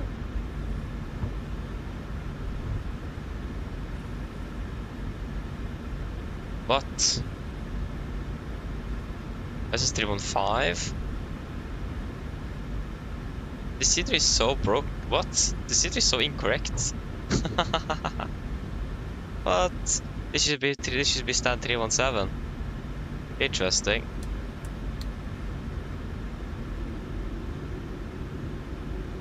That's very strange.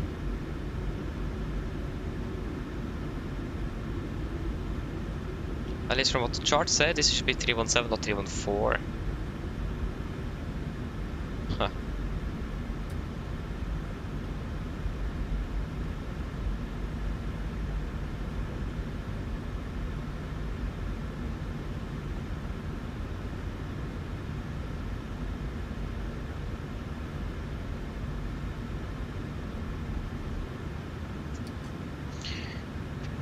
There you go.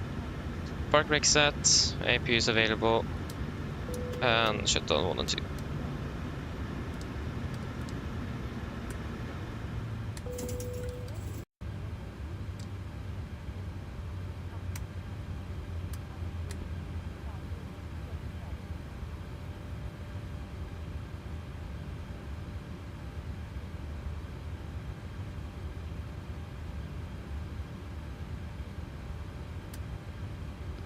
Ground to cockpit.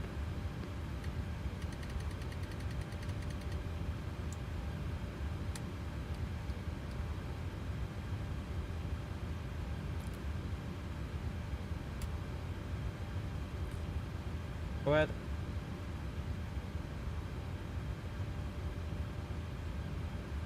Hi, Captain. Microphone check, please. Read it loud and clear. Roger. Okay, Captain. Ground power is available. Stand by. We'll start getting you offloaded in a couple of minutes. Roger.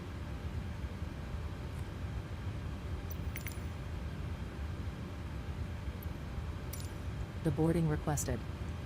There you go, the air conditioning is arriving.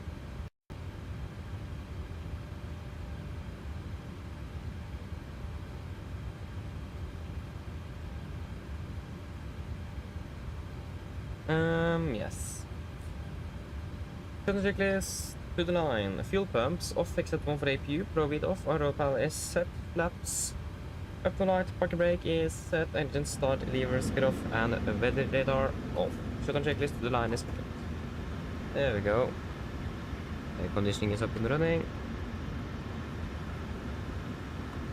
There is Simbri. There it is.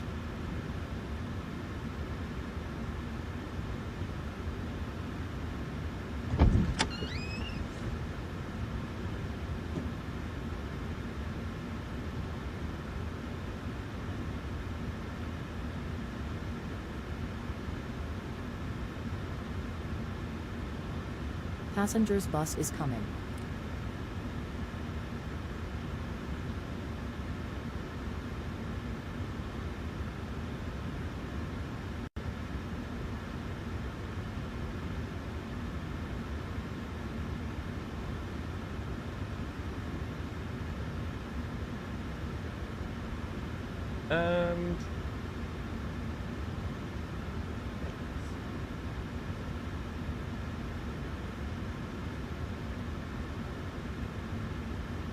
Doors 44.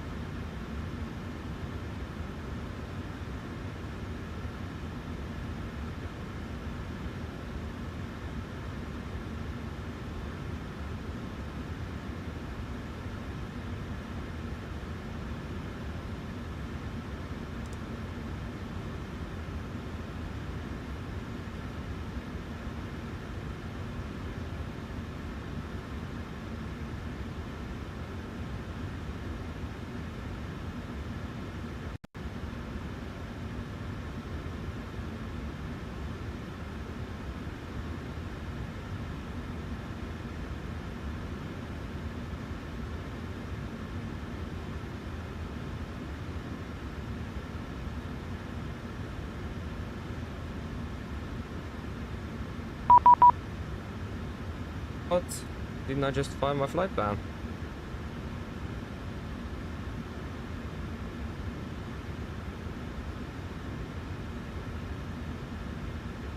Oh. Goodbye. Passengers what? boarding starting. How did I do that?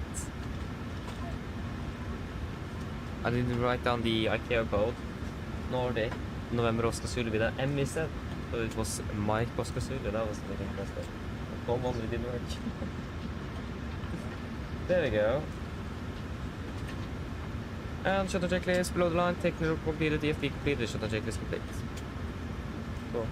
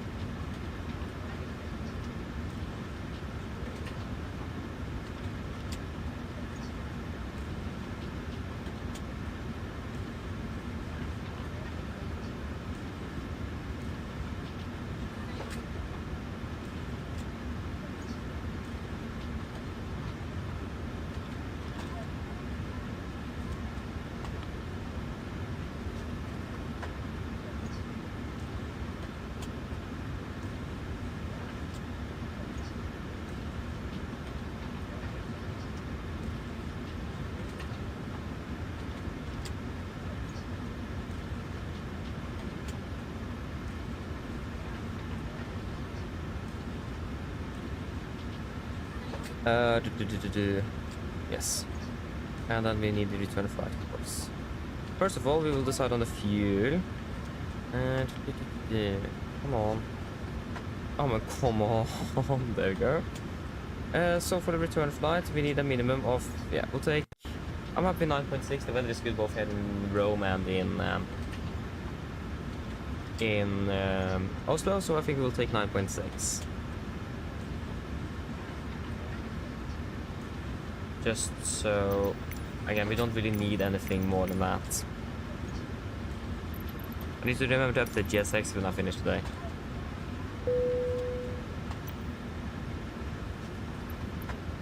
Yeah, maybe we should actually request a food truck. Refueling truck is on its way. First of all, I want to find that good old initial time. Please don't load variance. aircraft until the fuel truck arrives and ask to do Come it. on. Then the word is happening here. That's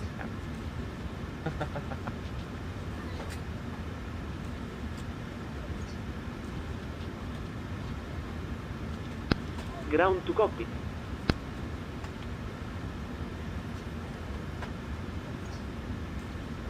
PK, hello, welcome aboard well. Yeah, so you guys are discussing like type ratings and so on, okay. I haven't really read through that discussion, unfortunately, so apologies for that. If there's anything important that would be anything important for me to know, then let me know. But continue, I will not stop you. We will just come to 6. And it will just have to do that.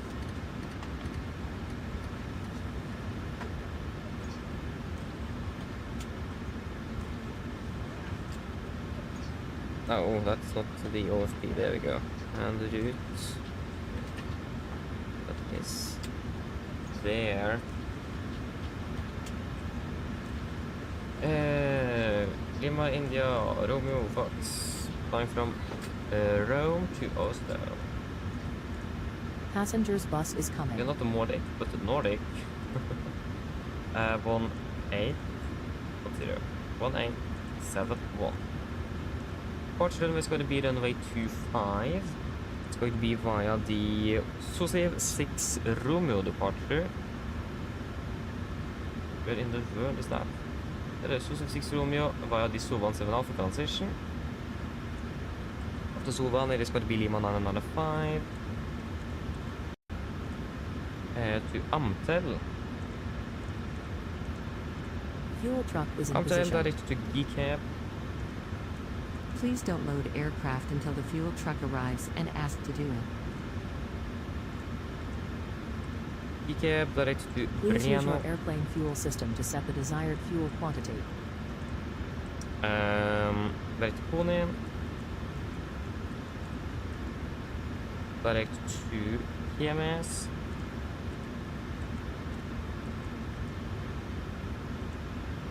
Direct to M-Box. Direct to Boomy.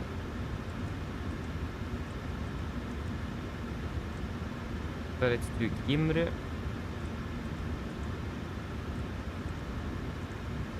Direct to Sabak.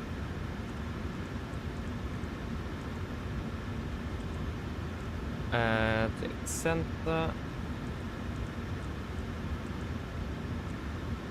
Direct to Regma.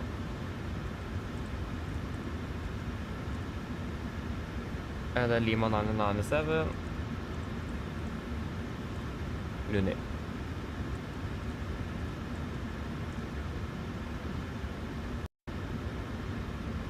Come on. There you go. And then the Luni for Lima for still one left. Passengers deboarding starting. Cost next 9 for the reserves is 1.9. 360. We can just disregard those. Where did that 180 come from? That's interesting. 29937. Average ISA plus D. Plus D. That's 50. 310. 200. 100.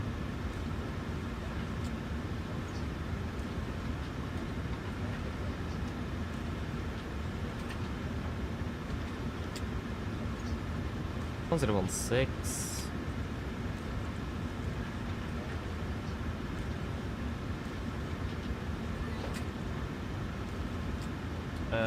There was one thing, yeah, fuel 9.5, you want 9.6.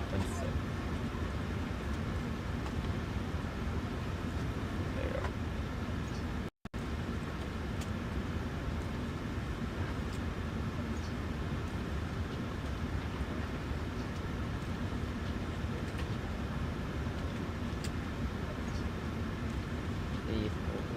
You're fine. Standard, wonderful. Makes our life a bit easier. That's gonna be 25. Good.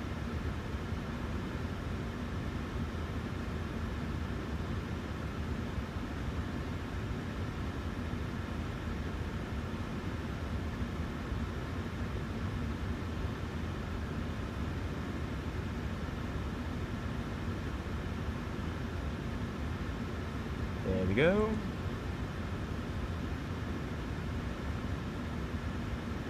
Good.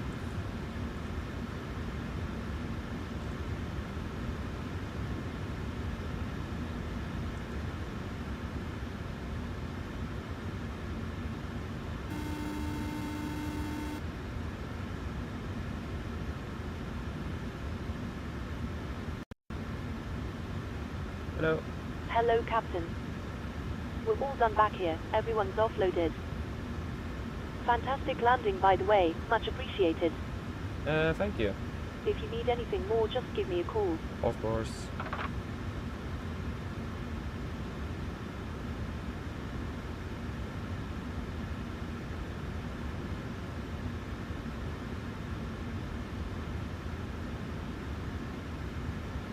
Good.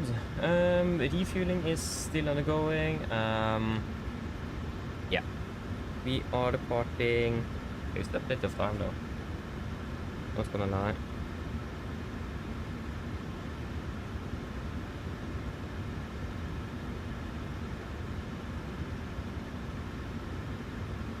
We are expecting 01 left.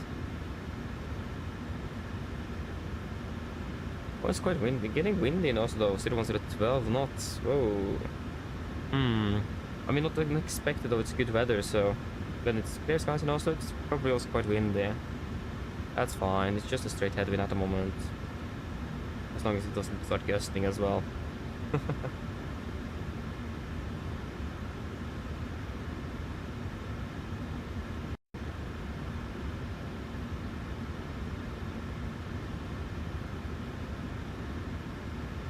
Nice, Jesper. Enjoy your flight, though. Thank you, Thomas. Yeah, I agree. I did really like the approach, especially the... I mean, the landing wasn't bad. We were a little bit behind the aiming point, but... I mean, the simulator is always getting us a bit too high. The glide stop in the flight simulator is always a bit higher than it should. So, yeah. And also the power pace as well. So that's actually a fundamental flaw with the simulators. That's not really my fault. And it isn't always that easy to deviate as well. So, yeah. But except for that, I agree, it was quite a good landing, and especially the approach. It was a beautiful approach. Loved it. And it's really nice to fly into Rome, so yeah.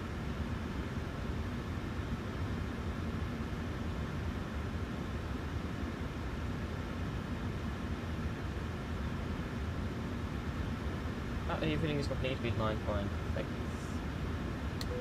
I'll make this off by now so we can turn off here.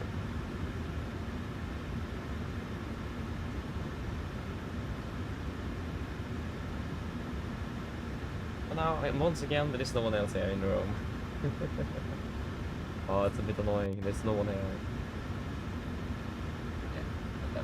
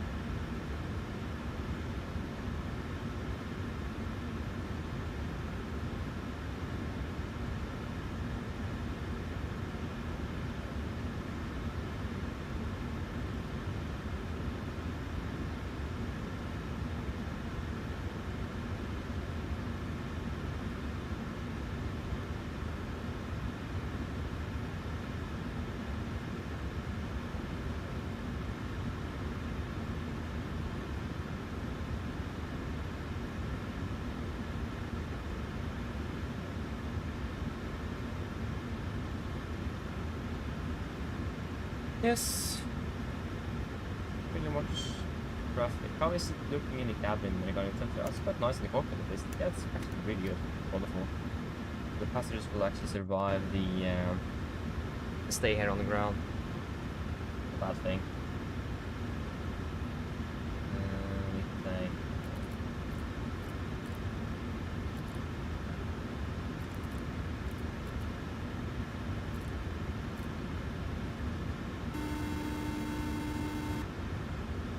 Hello. Hi, Captain. Okay, so I've spoken to security and they've started checking in, but there's around another 10 minutes to go before we expect to be seeing any passengers. Okay, thank you. No problem. Okay, so we're departing at 55, so we're departing in about 35 minutes, so we do have still plenty of time. Yeah, we're departing at 55. But again, we do want to depart a bit earlier, because of the headwind, if possible. But I don't think we're going to be able to depart maybe 5-10 minutes earlier. Highly doubt we're going to be able to do the 15 minutes earlier that we would hope for. But, yeah, that's fine.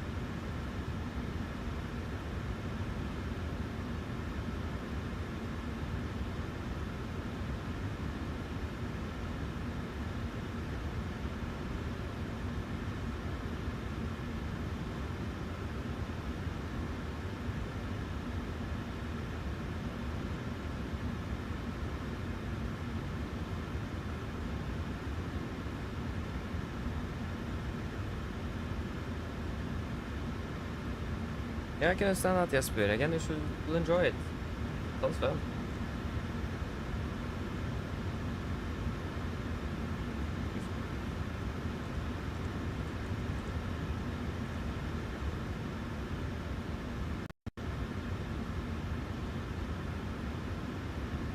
Yep.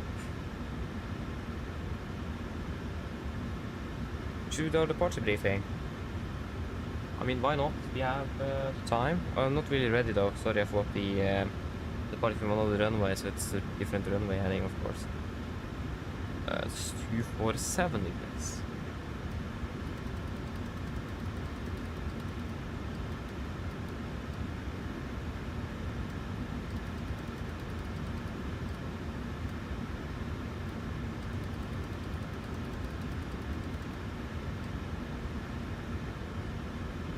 Noise abatement wise, I'm not really sure. I think we don't really need anything.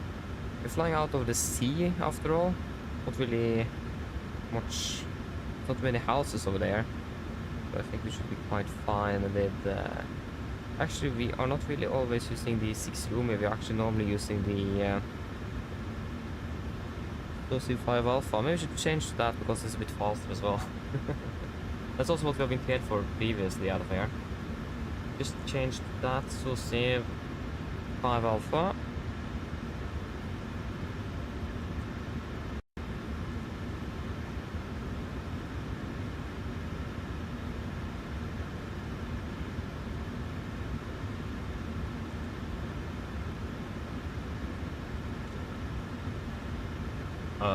Maybe not.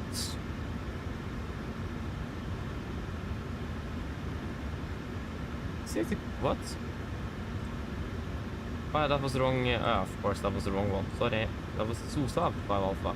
But the Sosev 5 Alpha.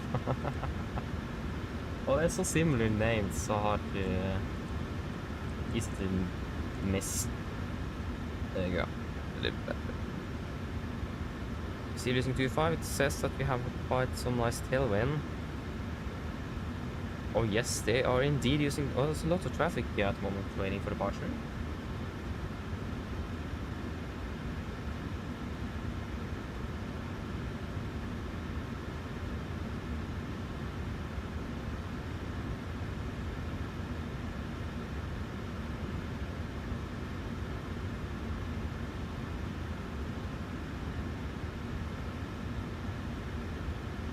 Yeah, should we do the party briefing? So we can start off with our engine outside. So with engine outside, we're going to be climbing initially. Yeah, we're actually just going to be climbing straight out on track 247 degrees, 25 and hold. The weather is quite good at the moment in Rome. There's nothing outstanding at least. All the runways should be available for landing if needed. Preferably 1.6s or 3.4s, perhaps 0.7? 0.5? 0.7? Yeah, 0.7. I think it is 0.7. Let me just double check. It is runway... Yeah, it's runway 0.7. So, 0.7 will at least give us a straight headwind. Other will give us a crosswind. Except for that, again, all the runways should be available for landing. Nothing outstanding. Weather is good. We're expecting to be departing out of air below our maximum landing weight as well, so we don't really need to have too much of concern about our weight if we do need to return back to Rome. But yeah, other than that, there's nothing really, as I say, flying out of the sea, so we should be good there. When we're climbing out, we will be climbing up to about, I think it's at the MSA 6000. I mean, we can climb to 6,000 as well, but we're flying over the sea, so we could also climb to like 3,000, 4,000. But I think we'll just climb to 6,000 just to be within that MSA after all. So just straight that again, straight that 25 hold, 6,000 feet. That's also what we have for our initial climb, so that's perfect. But yeah, that shouldn't really be anything else to say about the engine outside. Are there any questions for that?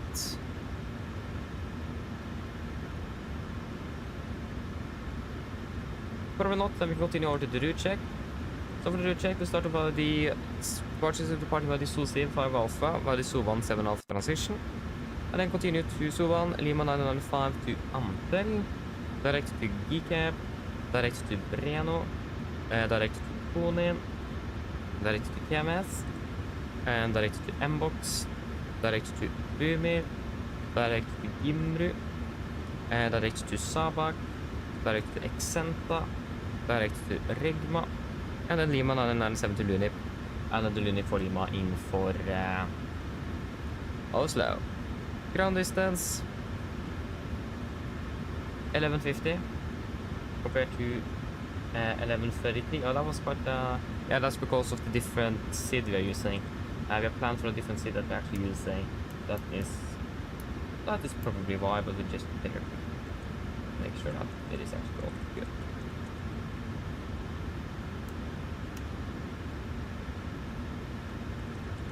At least everything is looking good, so we can accept that deviation now. Estimated landing fuel in Oslo is 3.3. In the flight plan, it gives us an estimated fuel of 2.3. So that's about 1 ton at the moment. That is also good. And then we can continue over to the taxi.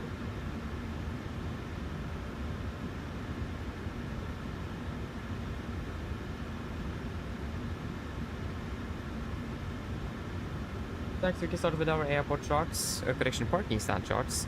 This is on 10-9 Bravo, effective 15th of May 25.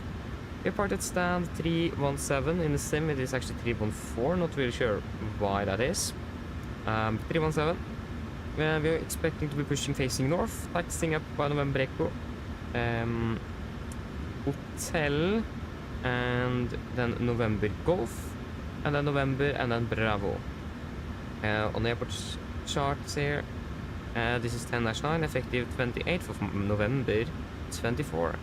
We can continue November Bravo here, and we will then hold Bravo for, yeah, we'll do a calculation from Bravo for 25. We have 2 hotspots for us. Hotspot number, actually maybe we can look at 3 then. Hotspot 5, 1, and 3. So we'll take a look at all of them. Start with hotspot number 1. So be sure to be the number 1 when instructed to line up and check to the right. Yeah, that's not really for us then. Hotspot number 3. Be aware of intersection takeoff from taxiway Bravo Charlie and Bravo Delta when lining up. Departing traffic from runway 25 shall not enter via taxiway Charlie Mike. You just need to be aware. Intersection Bravo Delta Bravo Charlie is used. Make sure that the runway is clear when we're lining up. Hotspot number 5. Be sure to have the right of way before crossing taxiway Delta. Again, we need to look out for the potential arriving traffic that's coming in over Delta there. Other than that, no other hotspots, tax restrictions. The only note times is that we have 2 new cranes erected, about 155 feet maximum AMSL. Except for that, we have a VOR out of service, not really relevant for us. There is also some operational or a trail here for some situational awareness training or something like that, where they will have a ground vehicle safety inspection on the runway, coordination with the tower frequency, or on the tower frequency. So we just need to be aware of that and make sure that we are listening carefully to the frequency, make sure that the runway is actually clear before departure. Except for that, nothing else on that regard.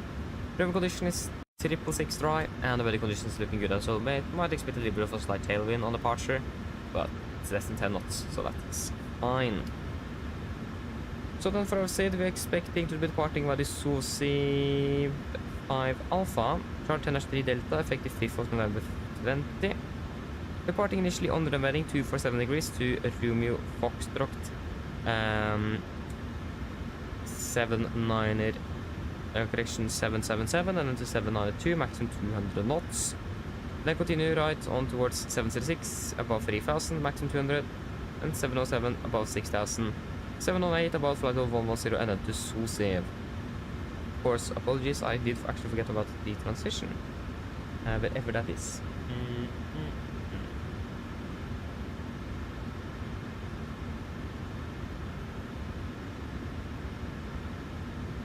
It's actually on the bottom here. There. And then for our transition is 17 Alpha 10-3X3, effective 21st of May 20. Again, Susi above 110, continue to Odupa, and then to Suva. We go back to the 10-3 Delta.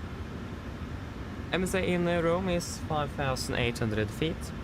Going to be a maximum 250 below 100 as usual. We do have a speed restriction here, a speed control procedure. We get maximum 250 until crossing flight level 100. If unable to comply, advise ATC when requesting startup clearance. ATC remove limitation by the phrase no ATC restriction on speed. And when it comes to threats, we do have a little bit of terrain, most on the east side, so we don't really going to be flying through that actually, so it's basically disregard that. But there's a bit of bird activity in the vicinity of the airport as well that we need to be aware of and look out for.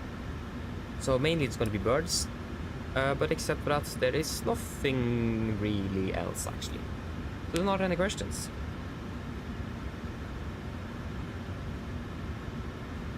Probably not, then our briefing is complete. We can actually start boarding first.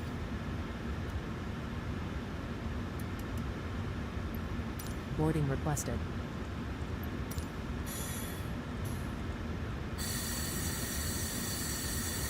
Ready for checklist to the line. Pins and covers, All remove docks, stations 21 were cent, balanced 9,000 on display this switches, normal auto, win weight on, pressurization mode selector, auto flight instruments, we're tracking, 111, QNH 1018, reading about 20 feet, plus 20, plus -0, parker brake set, engine start, gears cut off, and taxi and takeoff briefing completed. Ready for checklist to the line is complete.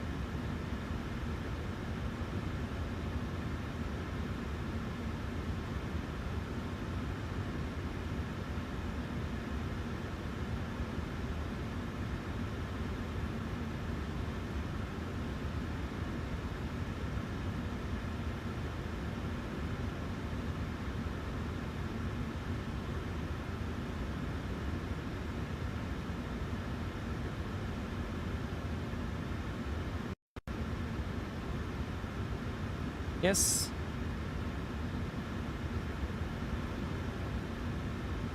Again, we're pretty much ready to go. Basically just waiting for, what are we waiting for? Passengers to get on board. We should be departing in about 20 minutes, so finish with the briefing. Boarding is, yeah, there you go, the passengers are now. Passengers boarding starting.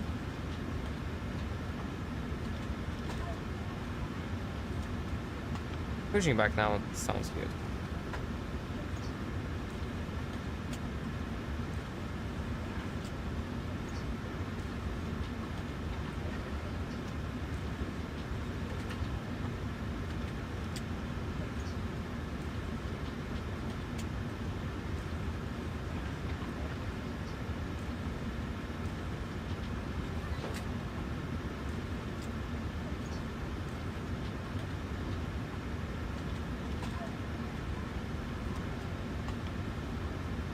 This way. Yeah.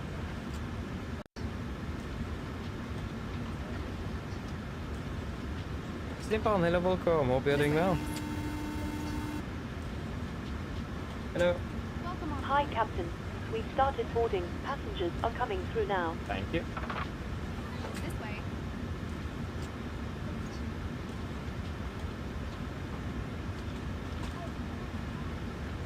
Good morning.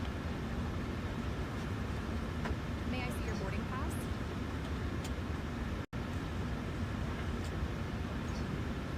This way. Welcome on board. Welcome on board.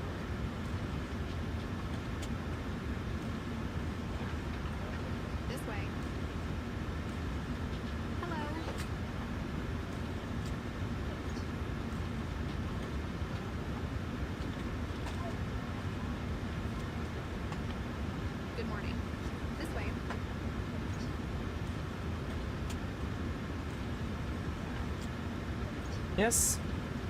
May I Finish see up your boarding the... pass? Yeah. Just going to finish up the performance tool before we do the PA and hopefully get it, getting out of here.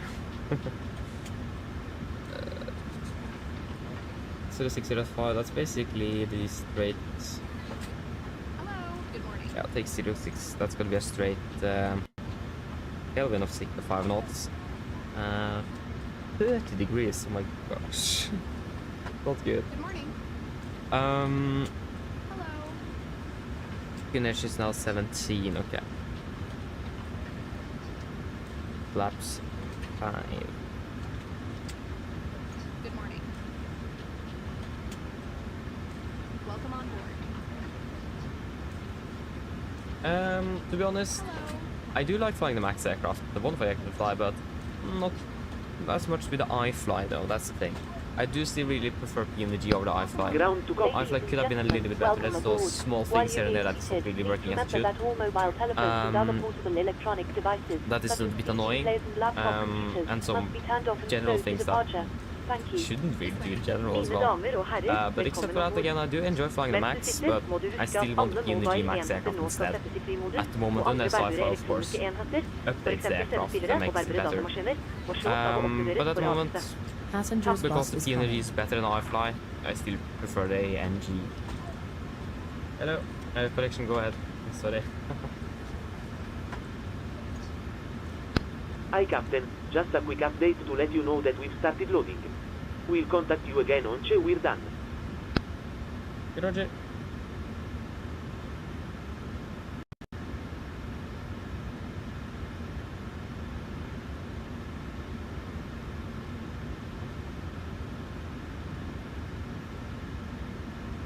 Thomas, yes.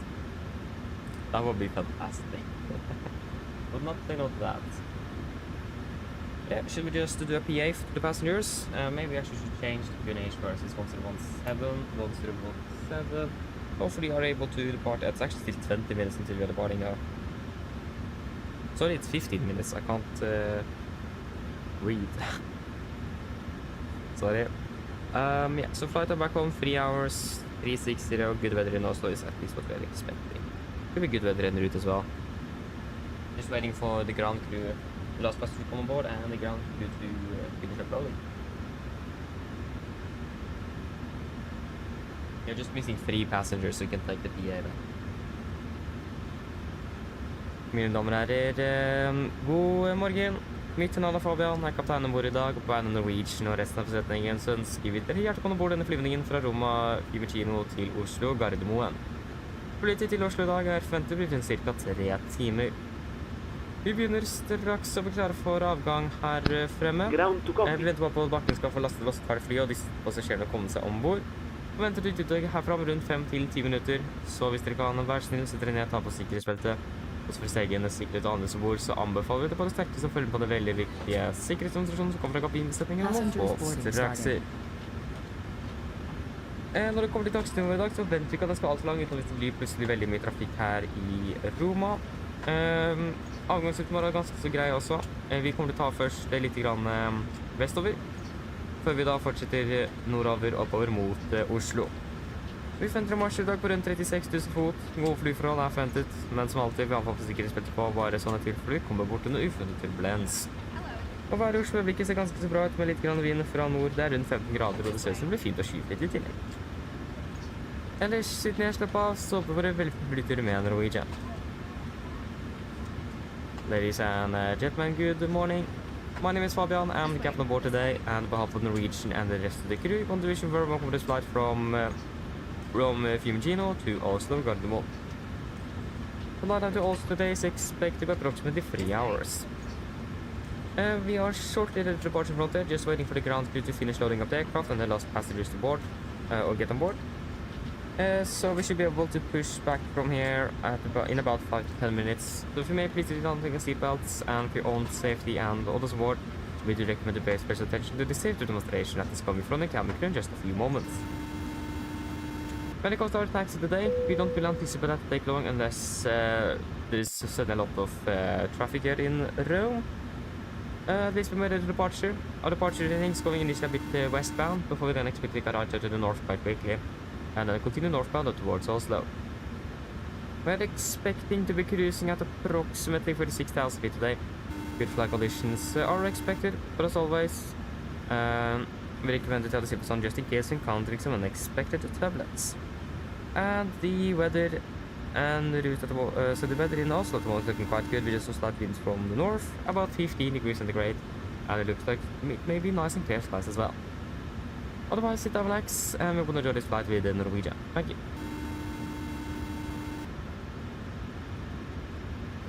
Hello. Hi, Captain. Okay, we've received the load sheet from ground. There's the passenger count, the crew count, and the total souls count, plus yourselves, of course. Thank you. Okay, looks like we're all set to go whenever you're ready. Okay, great. We should be ready for push in about 5 to 10 minutes. Just give us a call once the cabin is secure. No problem. Thank you.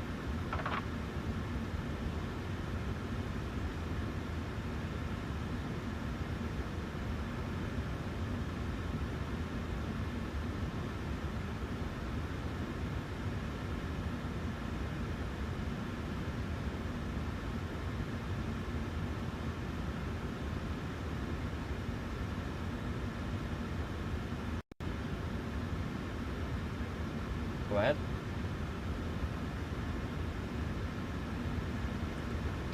Loading has been completed. We're sending the load sheet up to you now. What's up We're here? waiting for you to close up.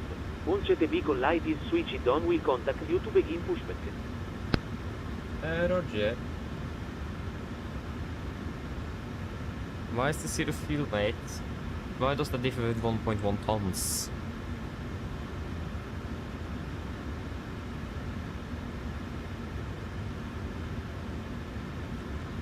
$61.9, 62.6. Actually, it is within limits though. So I mean, that's fine. I don't really care. Actually, what happened here? Strange. I mean, it is within limits nevertheless, so we can just accept it. So we're going to be a little bit lighter than forecasted, but that is also fine. 52.3, 9.6, and 61.9. Rather than 16. Yeah, that's 100 and how many do we have? 116 plus 6, 170. No. Yes. Yeah, 122. Wonderful, then we can finish up the performance tool. Takeoff weight is going to be 61.9 tons, 61.9, and it's going to be 20.5%, 20.5, calculate.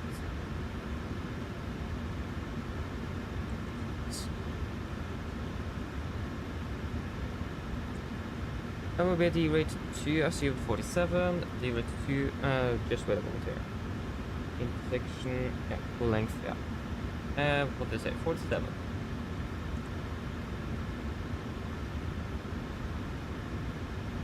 $88.5, 89. That's because it packs off. And then it's gonna be 35, 36, 40. 35, 36, 41. Yep, and we can power it. Wait, it's not there. Marcus, hi, good morning. Hope you're doing well. Welcome.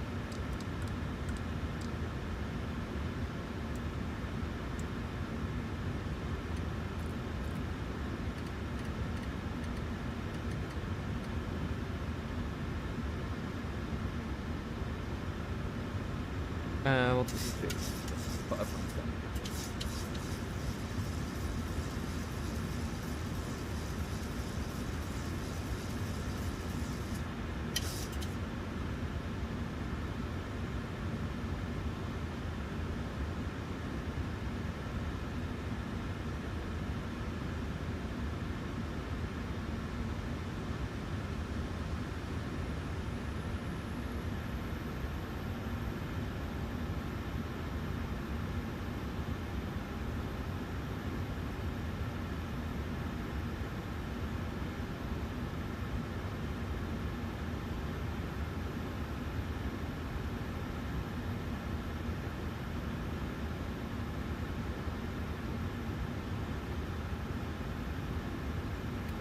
is available.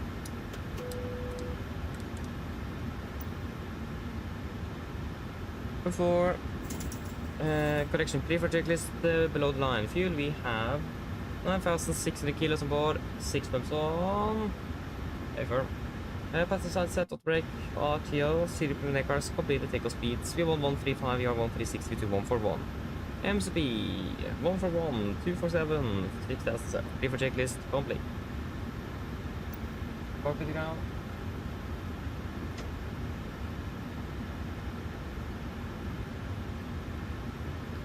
Go ahead. Can you please disconnect the ground equipment? Oh man, come on. Why does the Wi-Fi Roger. crash now? Stand by.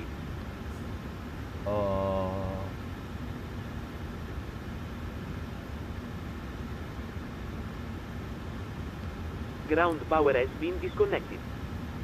Thank you. We have a push and start.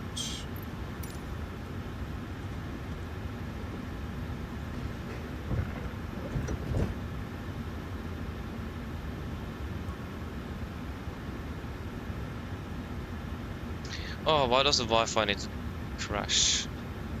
The word is happening here. Ciao, Captain. We are ready for pushback. Ciao, ciao. There you go, Wi-Fi is back.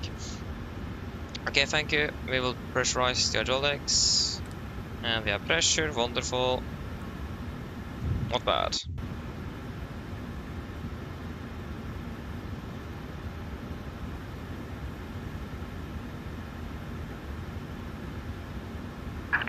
Departure checks completed. Bypass is inserted.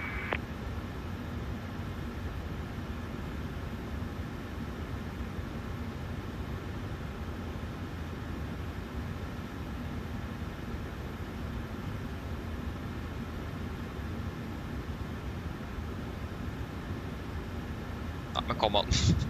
Thank you. Still waiting to see online. Rome traffic, Delta 215, starting up at the stand, 901. Rome. Imagino. Okay, are we ready? I think we are.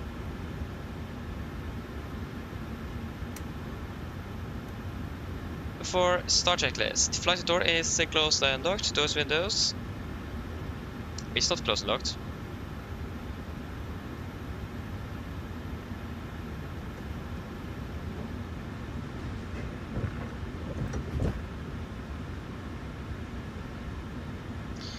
And doors windows. Closed locked. Anti-collision light on. Transponder altitude off. Oh, sorry. Redder L3 free and 0 before start complete. We are ready to go.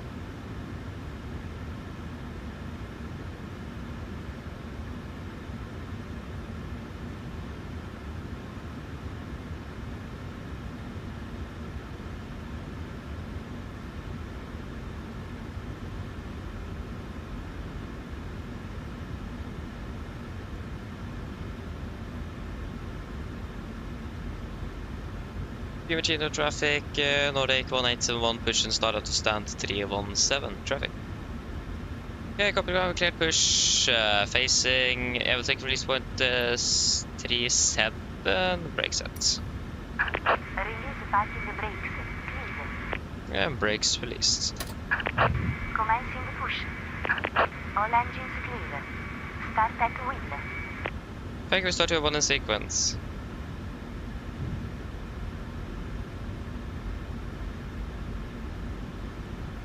Yep, that's exactly what we wanted on the rating.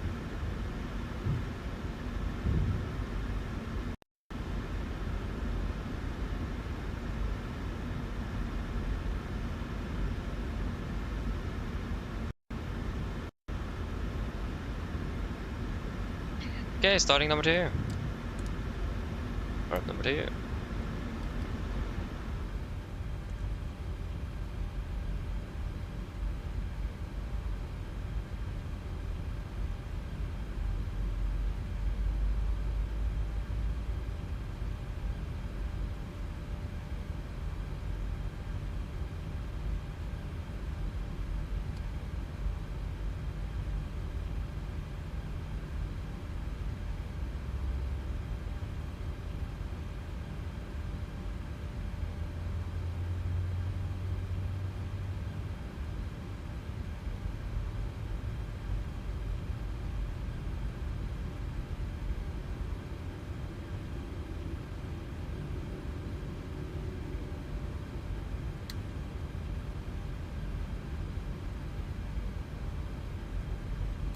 Start it out.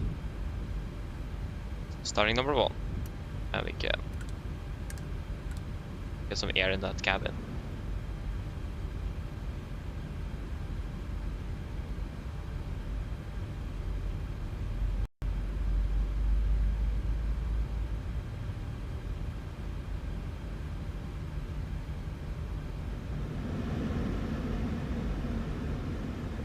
Why in the world do we have air conditioning in the cockpit? That was a bit strange. Actually, right bike should actually be able to supply the cockpit as well, if I'm correct.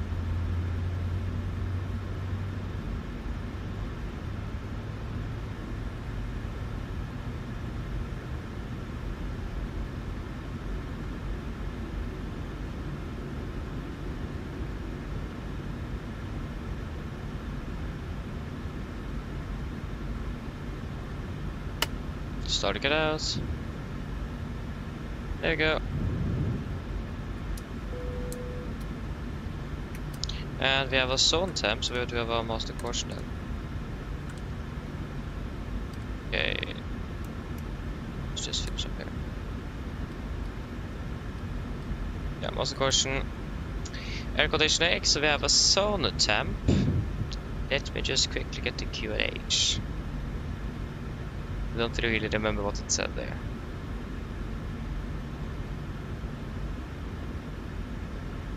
Zone temp, that's on the last here, on set. Zone temp. So, condition one or more of these occur, a zone duct overheat. Yeah, park brake set. Waiting your confirmation for a good engine start. Roger, standby. Or flight deck temperature control is failed. So either it's a overheat or it's a failure. Okay. The temperature selector, affected cabin, select the cooler temperature, in this case the cockpit. Select the cooler temperature. This prevents a trim air modulating valve from returning to an overheat condition. And then trip reset switch. Push. The zone temp light extinguishes if the duct temperature has cooled below limits. If temperature increases rapidly, trim air switch off.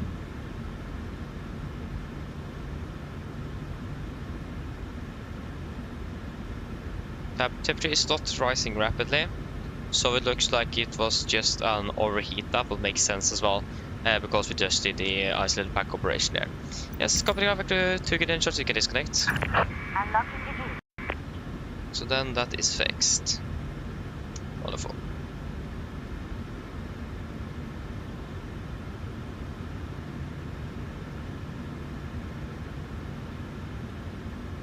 Just need to monitor that a little bit.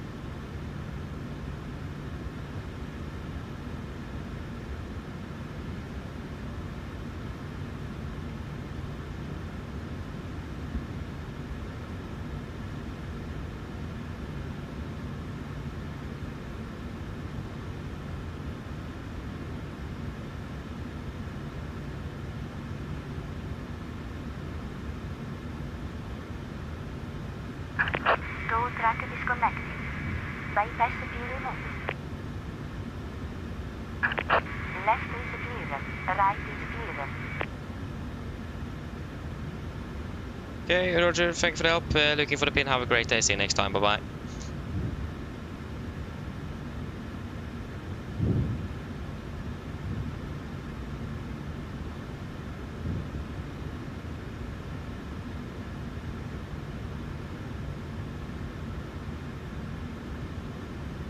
Here go to gear pin. Flaps 5. Flight control check.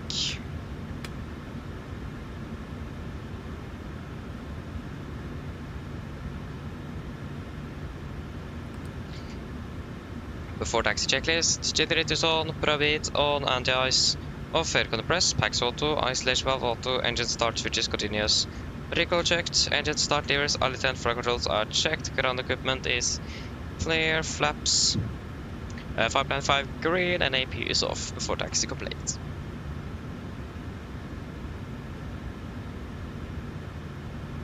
Yes, we'll taxi via November Echo, Hotel, November Golf, then November and Bravo. Chino traffic, Nordic 1871 taxiing by November Echo, Hotel, November Golf, November Bravo to Bravo Bravo for runway 25 traffic. Ready, right clear, left clear. Brakes are released. For my traffic, Delta 295, rolling out of stand 901, taxiing via Alpha 34 left.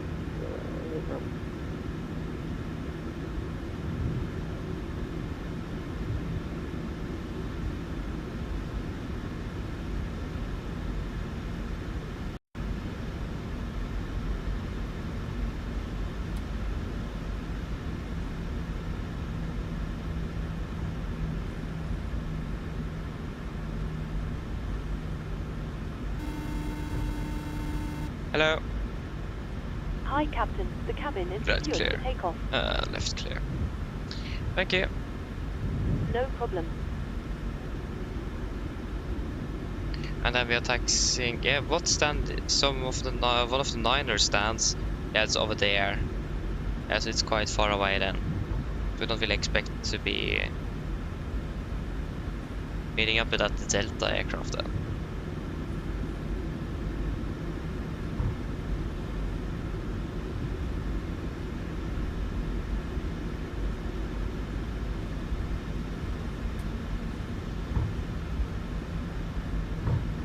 Traffic is clear, 57, enough, and we can move 5 for traffic.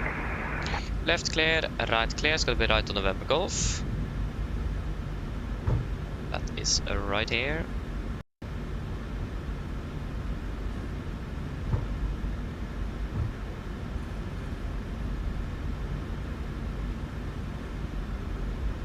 Left clear and right clear.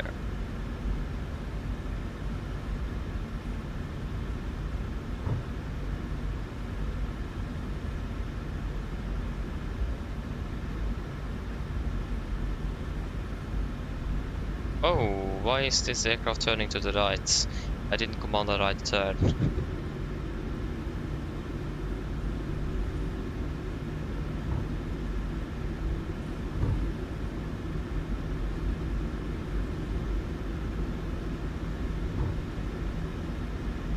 Oh, it does it again. What?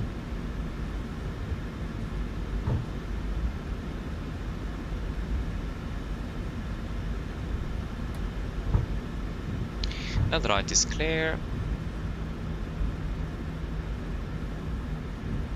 You're going to be very careful on Delta. We do have little few buildings here that can block our sight. And again, we also do have arriving aircraft taxiing in via Delta. Right looks clear to me, and the left as well looks clear. Good. And then it's going to be up onto Bravo.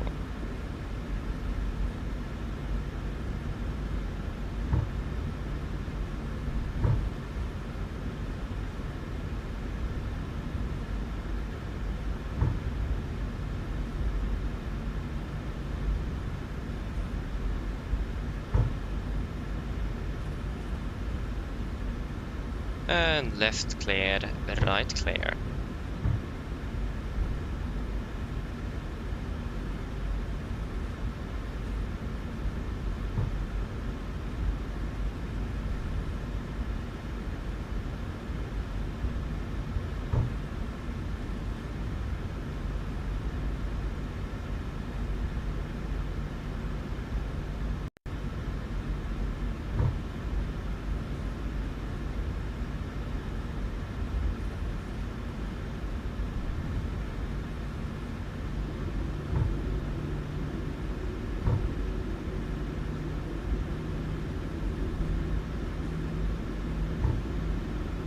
Okay, we can go weather radar on my side, we can go terrain on yours, we can see the cabin.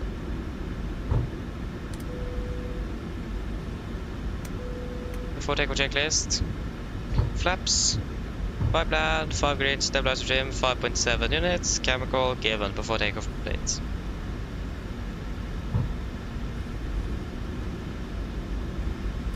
Okay, are we ready?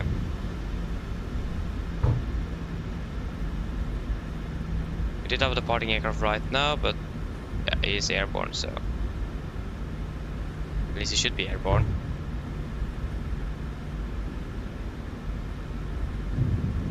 Right clear, left clear. Would it be Radeon Bravo Bravo?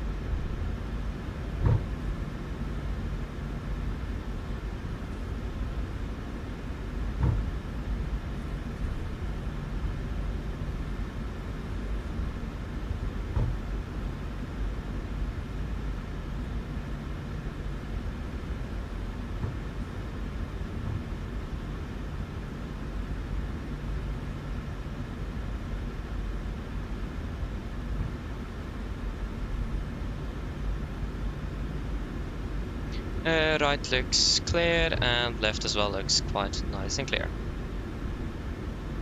Chino traffic, Nordic 1871, letting departing 25 via Bravo Bravo traffic.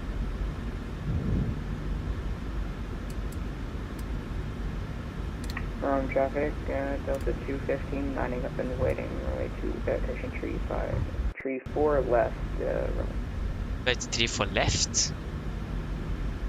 I hope he's not departing, otherwise we'll be colliding with each other. Delta on 3 for left, just to confirm, are you lining up or are you departing as well? We'll just be lining up for now. Okay, thank you. Okay, are we ready? And ready. Take off. Come on, I'm a calm off. There we go.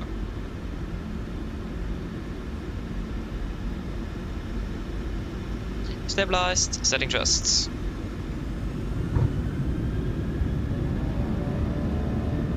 Take over and set.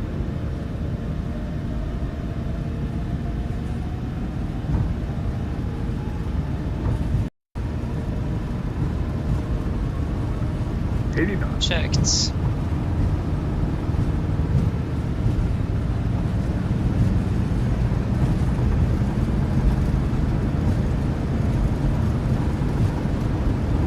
V1, rotate.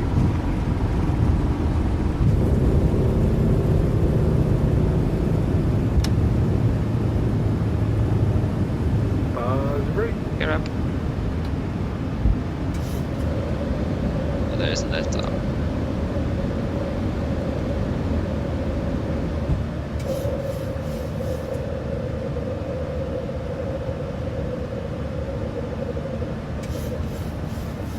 Engine traffic, Nordic 1871, airborne, passing 1000 feet.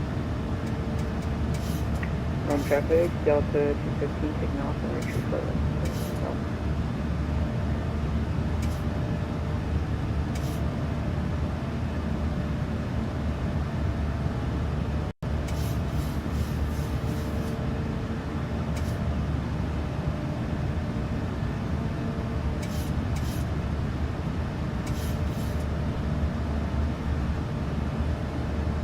Flaps 1, speed checked.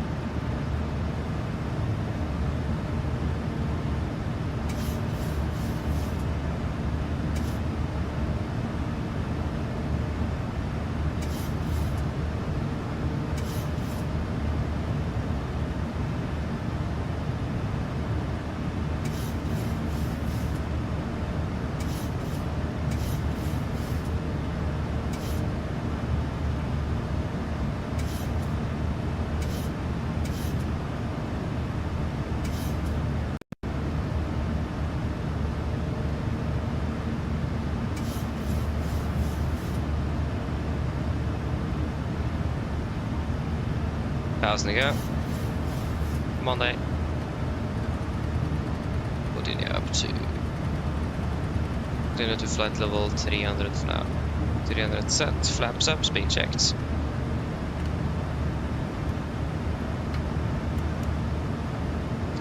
And after take checklist, connection as always standard.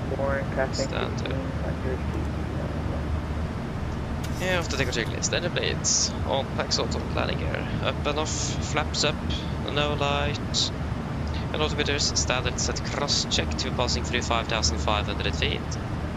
No. Plus minus 0 after takeoff complete.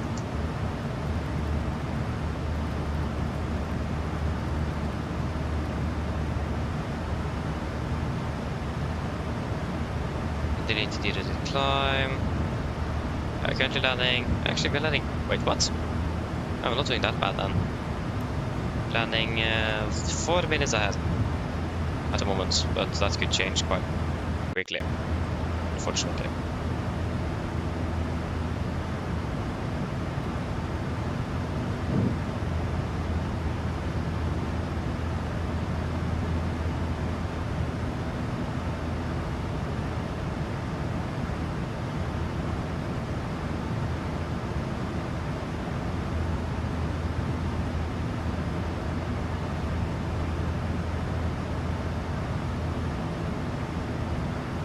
Having a rocket, not bad. Almost 4,000 feet a minute. Not really complain. So our maximum is out at that moment. Yeah, I can actually climb all the way to flight level 400 if needed. I think that is definitely going to be needed later on. Okay, we're passing through flight level 100.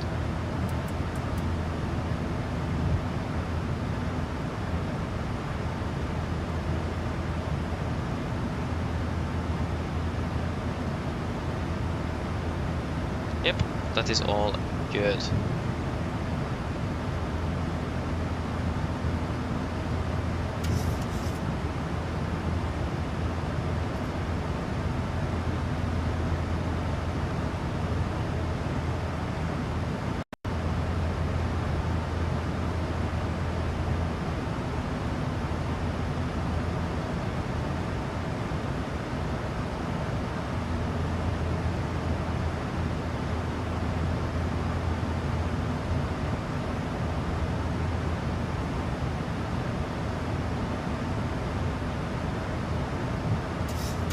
There's the seatbelts. And we can continue up to flight level 36. 36%.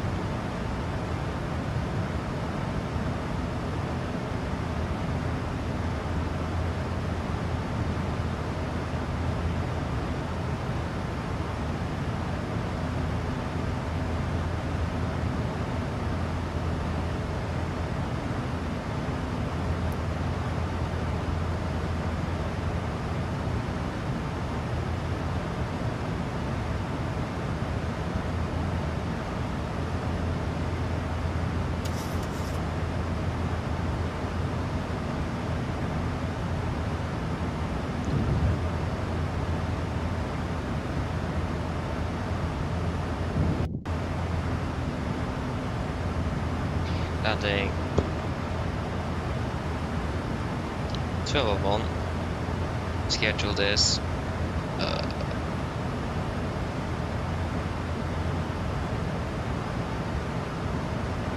12:05. We're landing 4 minutes early.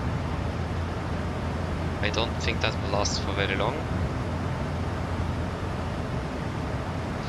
Okay, we'll be climbing to flight level 38 at GCAB. Where is GCAB? GCAB is right there. We are at GCAB at 9:45. Clock is 9:12. So in about half an hour then.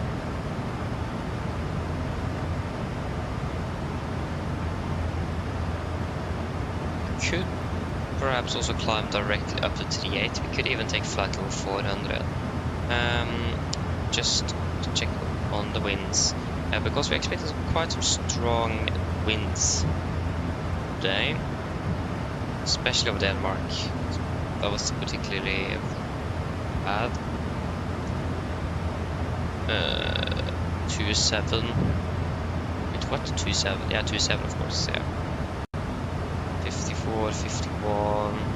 63, 69, 98, 86, 62, 56.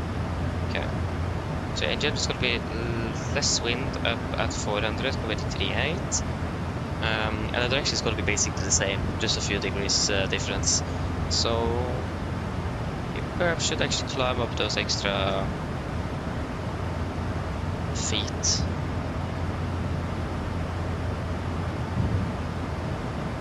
I don't think that would be a bad idea. I go passing to it.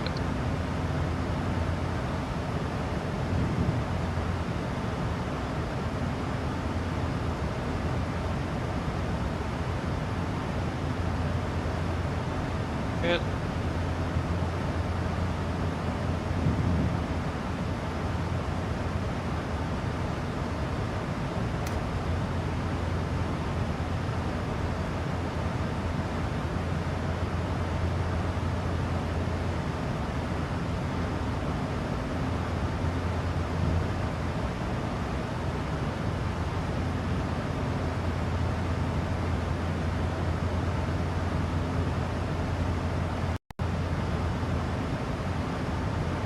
Oh nice, that's wonderful to hear, Jens. That's great to have enjoyed the first flight. Okay, we were able to actually check in at least, yeah. That is good. So, okay, you're flying up to Leknes. Not bad. You can enjoy it. Yeah, Norwegian doesn't fly there directly today.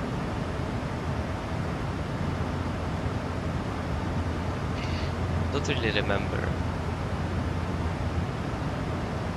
I mean, Norwegians have flown directly up to Leknes, but if they do it now, that's another question that I don't really have the answer on.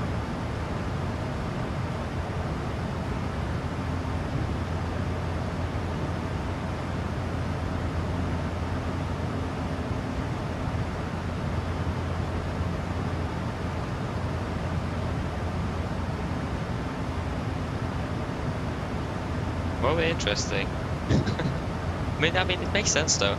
If you think about it, due to the different pressure and the humidity in the cabin.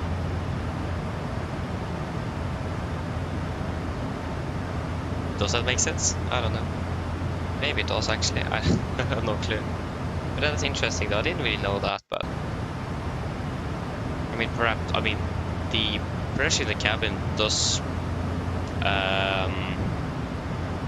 It does affect your tastes, that's the thing. So generally the airplane food is quite salty because of that. And so I mean, not really surprised if you get like they call a cold or something when they're flying. But I've never heard of that before.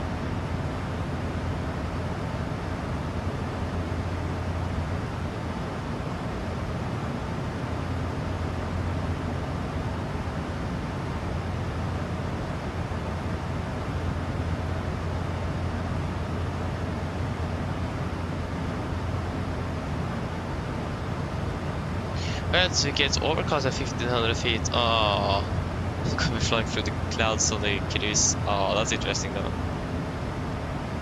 Oh yeah, the Leknes is too short. Oh, maybe I'm thinking about Lakselv. At least Norwegian will fly to Lakselv, but maybe that is not Leknes. I don't know. I don't remember.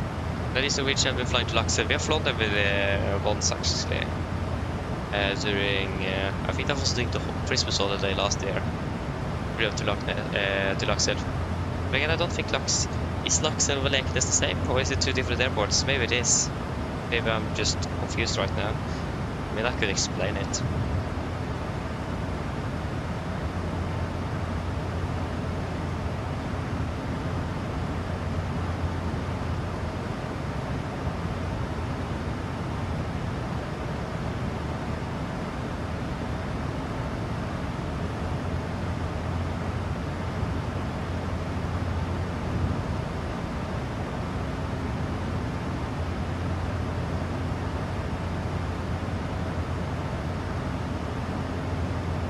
Okay, it's just me that's confused, okay.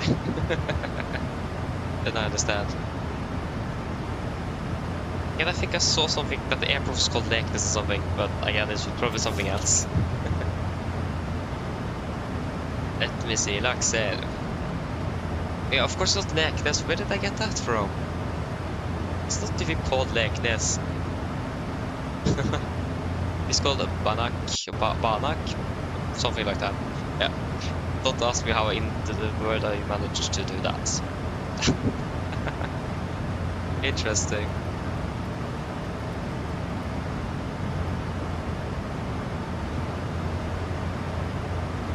Yeah, but jag fuel checkar down till.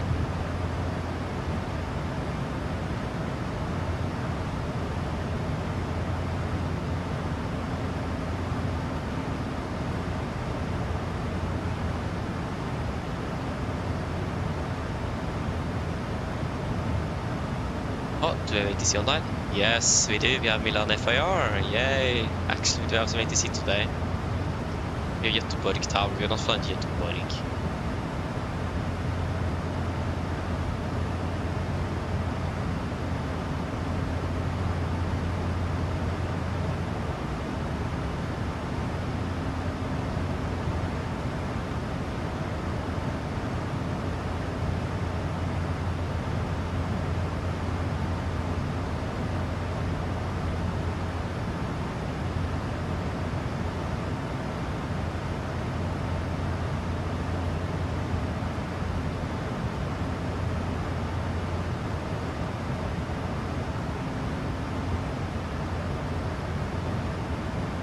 Jag passade till 300.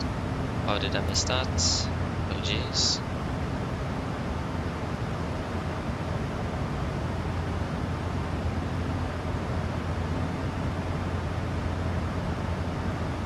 What? No, Milan just went offline again. What? Oh, why? Why?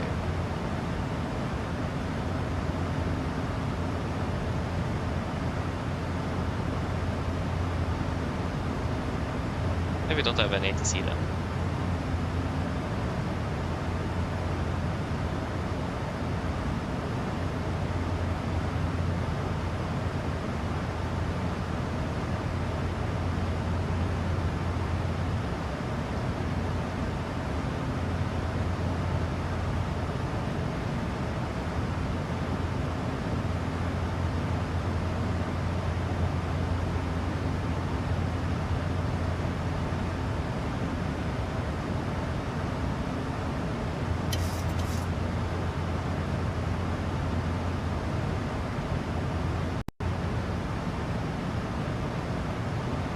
Yes, fuel check out tail. 7.8, we have 7.8. 1.6, we have burn rate, what 1.6 already? We have burned 1.6. And flight time 21, we were flying for 16 minutes. But about the amount of fuel we want, but we have saved about 5 minutes. Yeah, we did change our starter. Oh, sorry, said. Fuel master caution, that's the left center pump. A for. What's the temperature like in the cockpit now? Okay, it isn't that bad. Yeah, we need to say turn down the temperature a little bit because of the zone temp warning we got. It's a long time since we actually got that warning, so it doesn't appear that often. Thankfully. It's quite rare that we actually use that QLH. Yeah.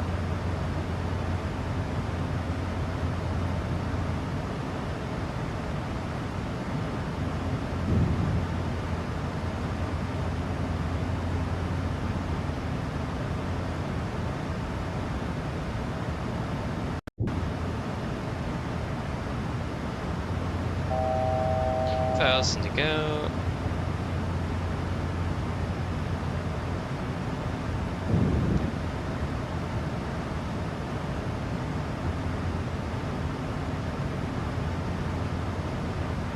Why did Milan just go offline?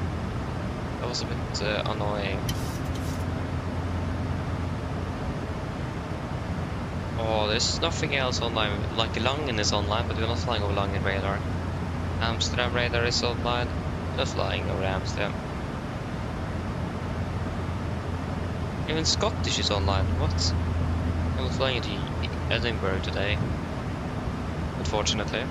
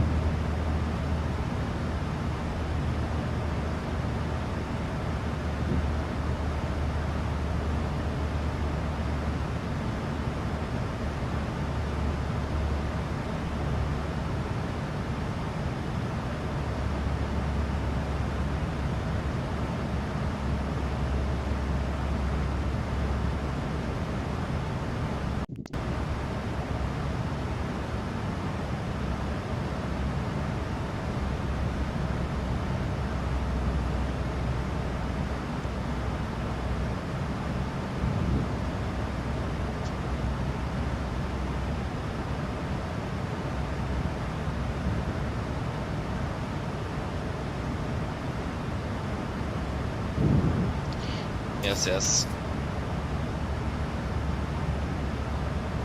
Okay, excuse me for a moment, I will just get some lunch, so back shortly.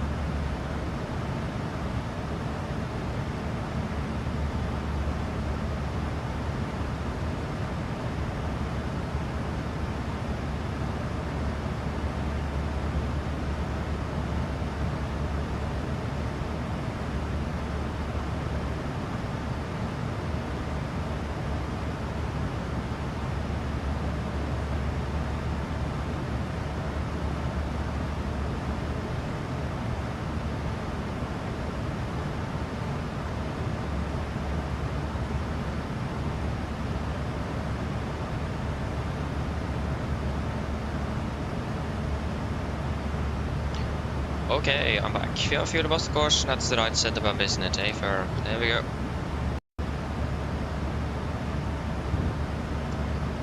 Yes.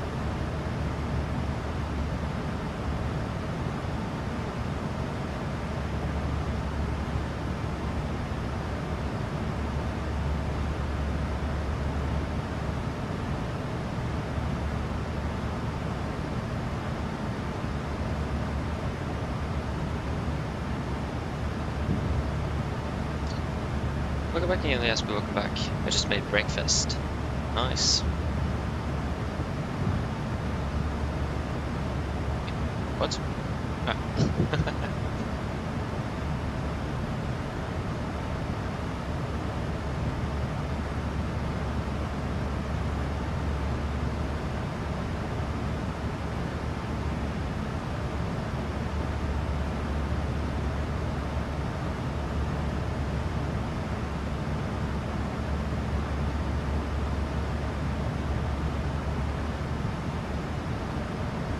Oh, nice. Yeah, that sounds good. Enjoy that. Sounds good indeed.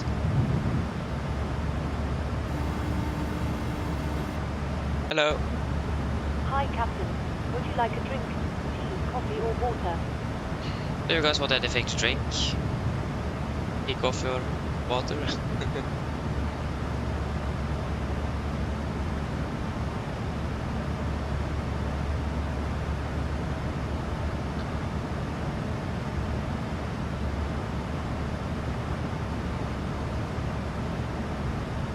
Yeah, you can probably get a juice. That will work, perhaps. But which one do you want? That is the question. Which juice? Do you want Tropicana orange juice? That's actually the only juice we have. Okay.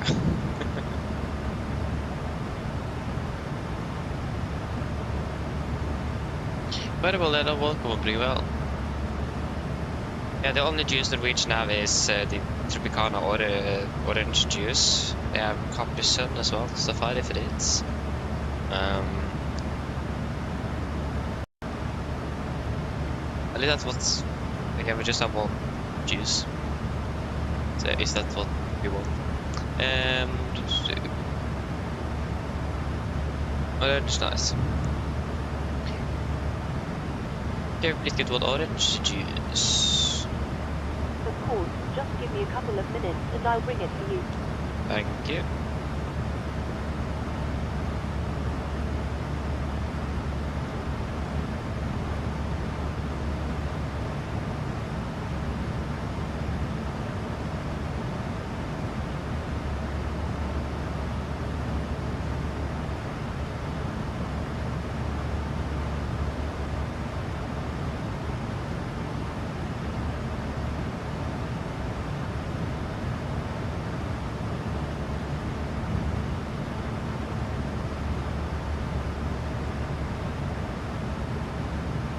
Wait, Verbal, have you been... Wait, what? Have I missed something? Or have I forgotten something? Interesting. What, which simulator did you attend? But that's cool though.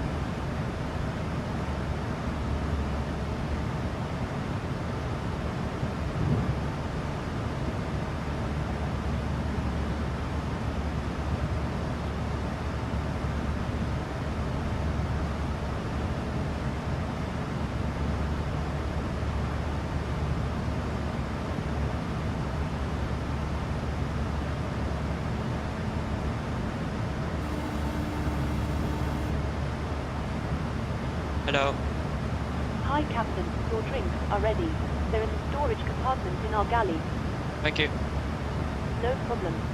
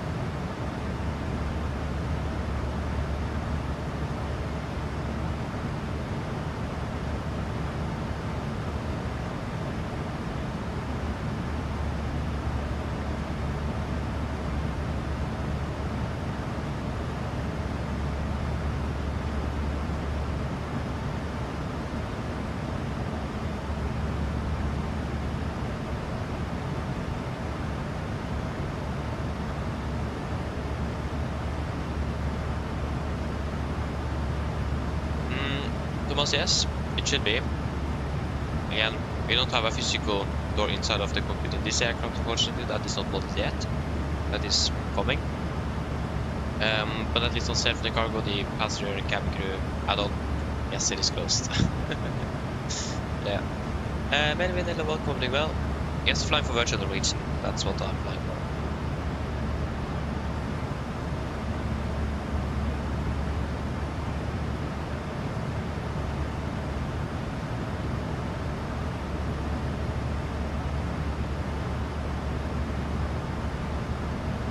Oh, nice, cool. Where is that simulator located?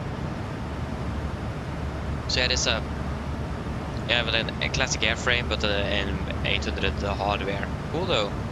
Nice.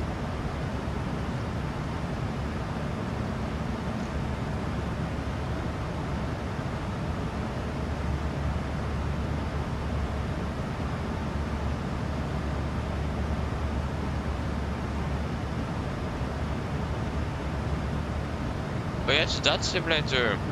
Ah, I actually heard of that one before.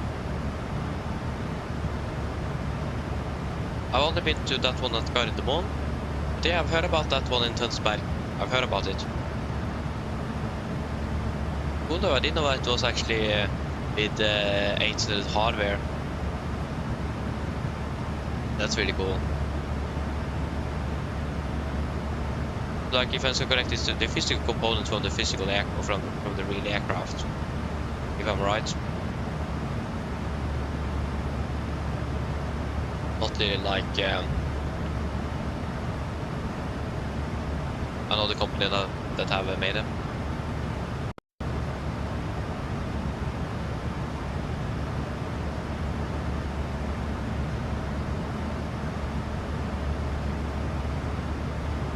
But, oh, did you have so much workload? Yeah, I mean, it can be quite a bit, especially if you are, of course, single pilot, but it's something you get used to, that's the thing. I mean, I haven't really thought about it, because I haven't really thought it was that much, but if you haven't really done it that way in the sim or anything before, yeah, it can be quite overwhelming, so I understand that. But yeah, again, I'm just quite used to it. That's probably why.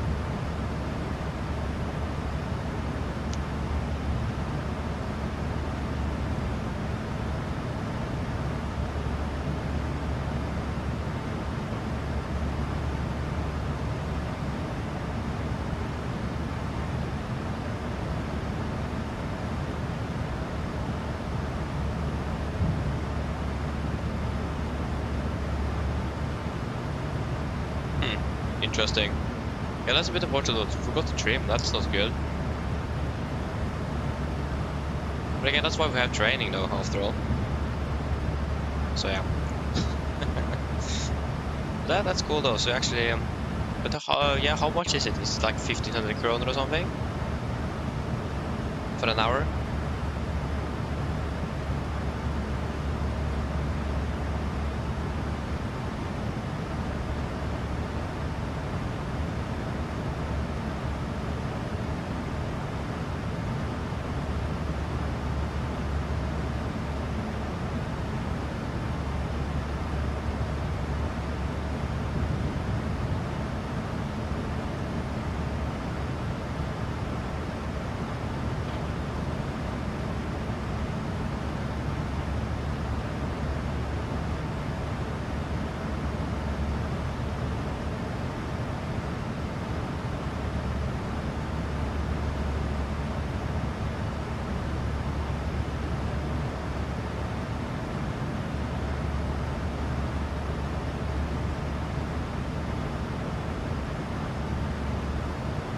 Yeah, that's really cool though that it's made out of hardware from the real aircraft.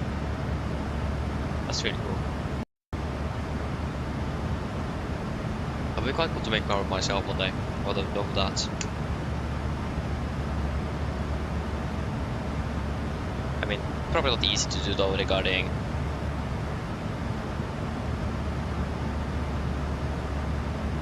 so yeah. Probably not easy to get hardware like that. It's quite expensive.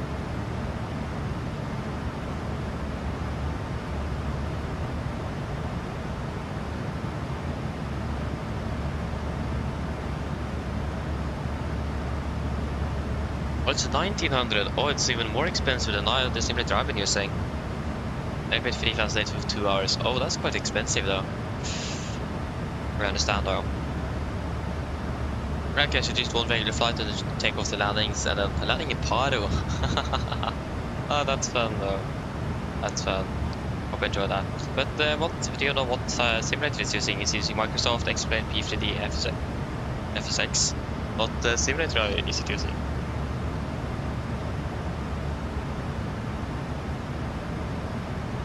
If you know that.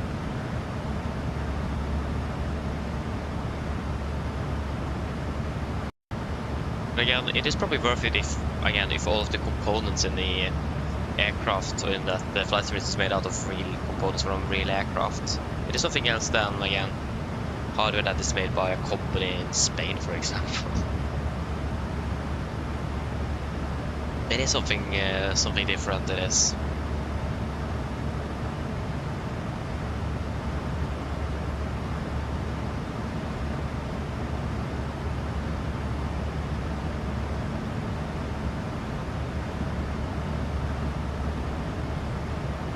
Jag får försöka kicka.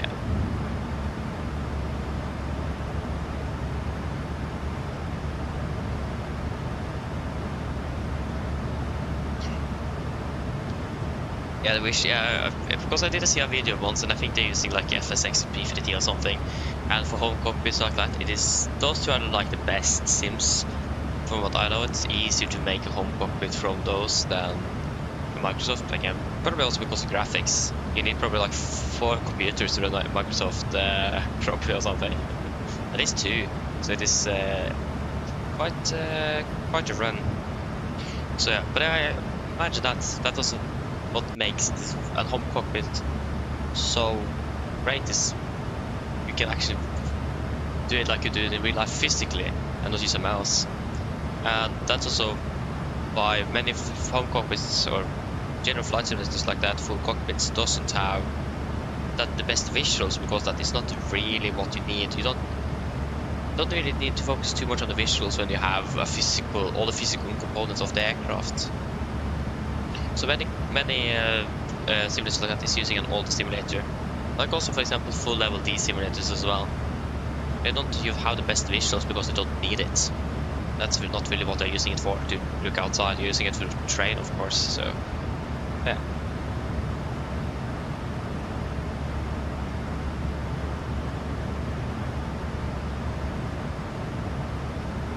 Yeah, I was built over a decade ago, so it's that old already. Yeah.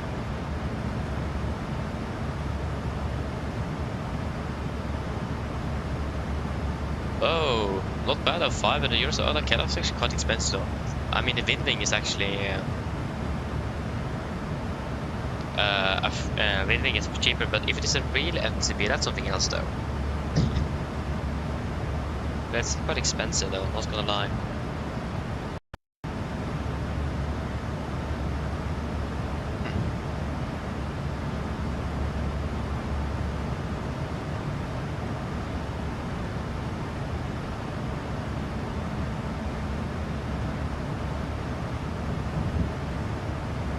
But it is variable. If you have the time one day, I recommend you to try out the simulated guided one as well. It is probably a little bit different, and it is going to be a little bit cheaper. So if you want to try it again and try somewhere else as well, it is not hardware from a real aircraft, unfortunately, but it is quite good, and the instructor is great. So I also recommend you that if you want to try that out one day as well. Okay, if you'll check out the Gigab, so 6.6 we have 7 tons. 2.8 we have burned. 2.6. And 45 minutes we put up for 41 minutes. Is that Winchen FIR that just come online, or is it that is Winchen, I think. 132 555. 132 555.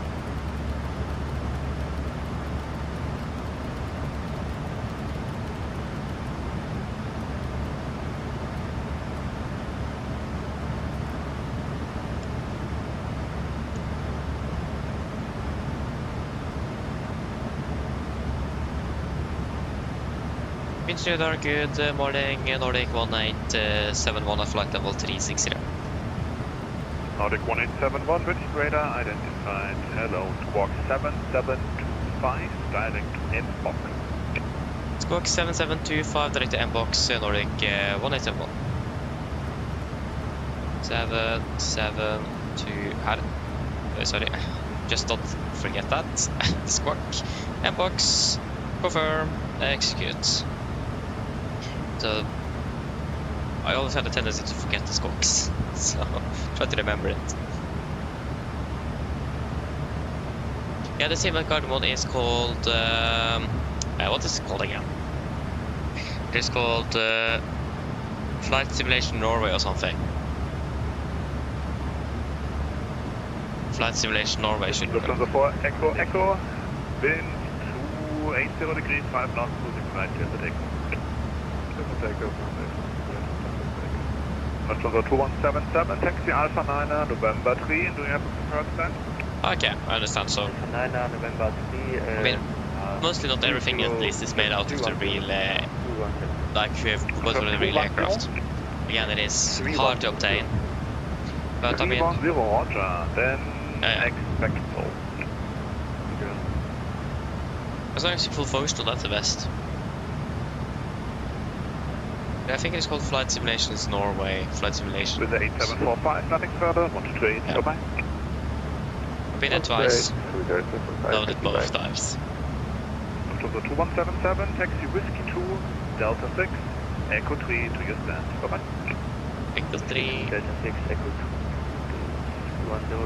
Was Echo 3, Echo 3...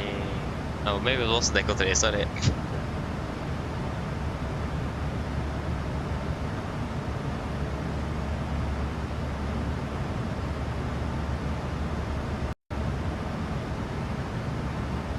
Yeah, no variable. Boeing upgraded the cutoff switches. We have that on this airframe as well.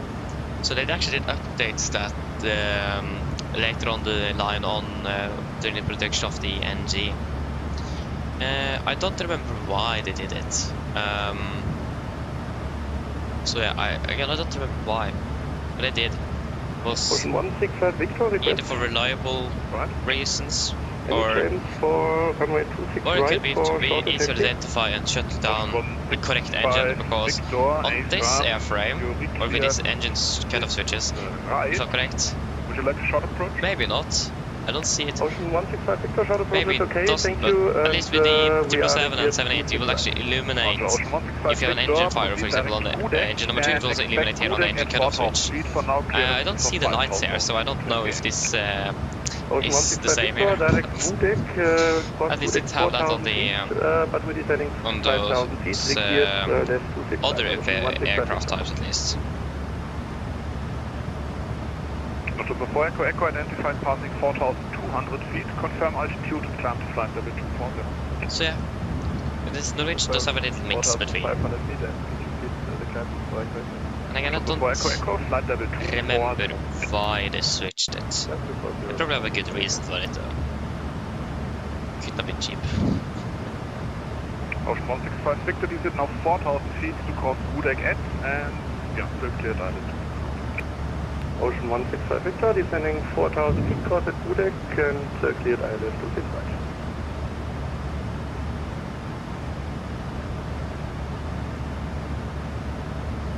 Yeah, maybe that's also it.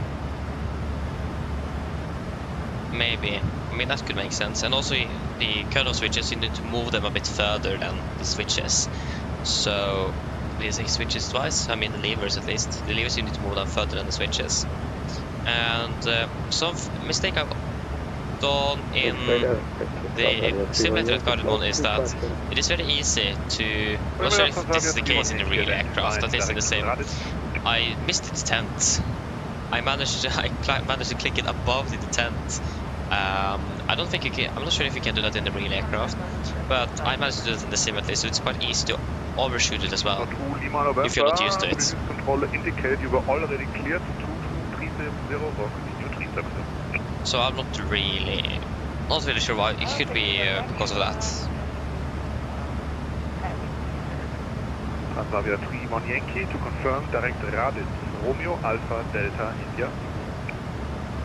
Yeah, exactly. Almost hit the fire switches. Yeah, it's quite easy to do, especially if you're new to the aircraft.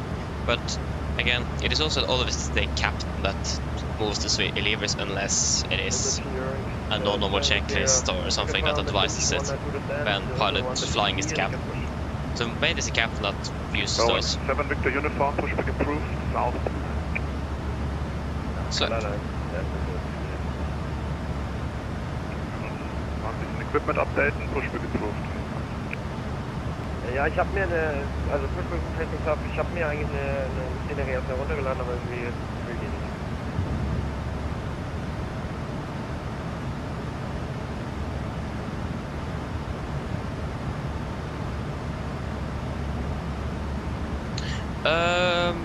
Yeah, it should have guarded switches where it's supposed to have it. Because when the second time I was there, I was back here. I was going to sit down and I hit the battery switch with my head. So that guard closed and boom, right on with the battery. So I actually managed to turn on the aircraft by accident with my head. It was a bit more cramped than I remembered from last time, but it was 2 years between those two visits I had. So yeah, it is all the switches that should be guarded is guarded, if I remember correctly. Echo direct DB.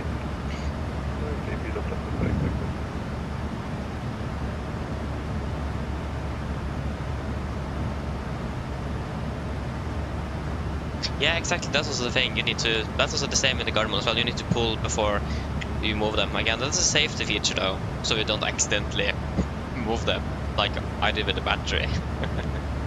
So yeah, but it does that on the. It does. I didn't really flip too many of the switches because I was pilot flying and the instructor was pilot monitoring. But I did, for example, move the the recycling fans switches, and I need to pull them out. And so that was actually probably the trim air, I don't remember, but I need to pull it out before I could move it, so... And I don't think I touched the fuel pump switches. I don't remember. Ocean 165 Victor, wind 280 degrees 5 knots. But it should be there as well, very cool. The only thing it doesn't really have at the moment is functioning tiller, because the tiller broke. He bought a new one, but I think he haven't actually replaced it yet. So we need to use the pedals. We will try to locate Alpha 9er and also one other thing about the Tønsberg sim. How is the angle of living out? Is it like a round projector? Because in Garmin it's a round projector and the angle is a little bit off.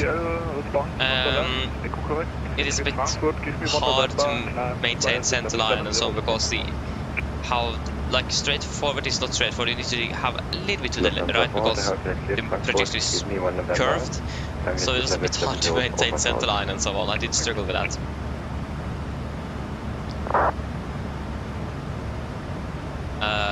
So that's one of the downsides as well with the Garmin sim, unfortunately. But I mean, the more you fly in that one, of course you will get used to it. But I imagine crosswind landings might not be easy at all.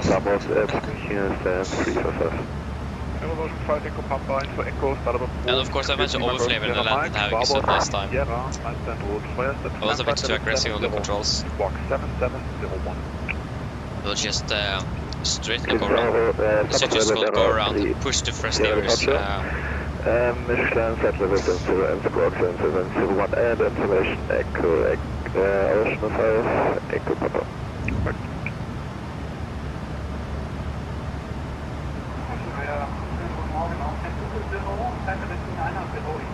Yeah, okay, exactly. So I imagine it might be a little bit more angled on the Garmin sim perhaps. But the visuals should probably be about the same. The problem again, I think he have talked about switching over to 2020. He has a YouTube channel as well. If you want to take a look. But yeah, at least he wants to switch over to 2020, but he can't because he needs two new computers to be able to handle that simulator. I also did notice that when we were close to ending our session, the instruments started to be a bit slow to respond, a little bit more laggy, because they were quite heated. So that simulator is getting a bit old, I think. But I also think I'm talked about building another sim, an A320 as well. You want Charlie 5 for Yeah. Yeah, again, I imagine it's like P3D or something. I don't remember which version of P3D the simulator cardamom is using, but it's using something.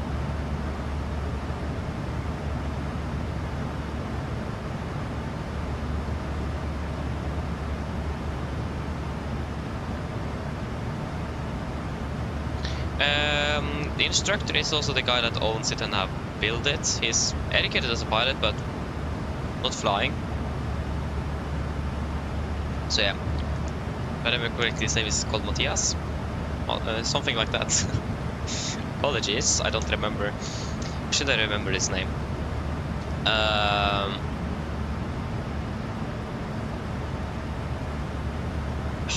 don't remember, something like that. Matthias. I think it is Matthias.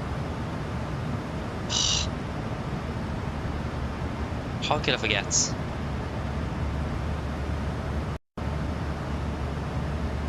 Echo Echo con Lange 12328, ciao. 12328. So yeah,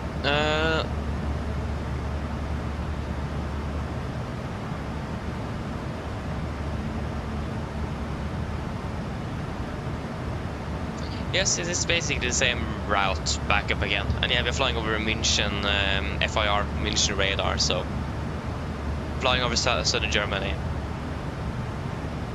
Rolling 7 Victor uniform, continues Sierra, Bravo 13, holding point 2 Oh yeah, so you, yes, this part an instructor, that's really cool though. That's really cool. How old is, I'm actually not sure, probably about late 40s perhaps? I actually don't know, 40s, late 30s, early 40s perhaps? Not sure. I don't remember. Ocean 165, Victor, any first time? He was also named Matthias. Nice, I can actually check what his name is. So outside stand apron G, confirm? Confirm. Roger, Ocean 165, Victor, initially Alpha 9 2 November 3. I can't even write Norway correctly. Alpha 9 2 November 3, Ocean 165, Victor.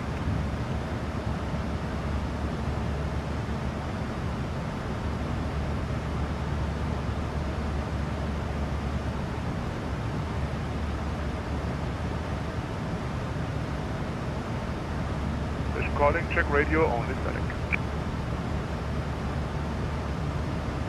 Ocean 165 Victor, stand 322 via Whiskey 2, Delta 6, Echo 3. Ocean 165 Victor, stand 322 via Whiskey 2, Delta 6, Echo 3.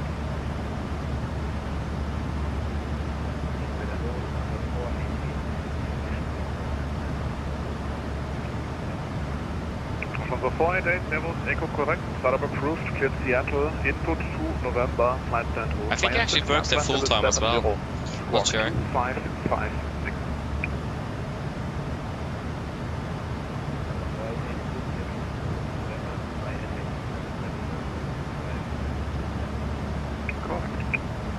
It is, Mid 20 degrees 5 knots. Wait.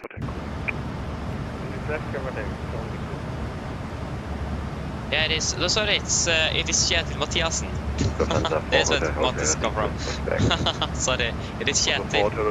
Oh, how can I forget that? Oh, that's so embarrassing. Sorry. Hope he's not watching. Yeah, I've actually been watching it a few times before. That's a bit funny. But yeah.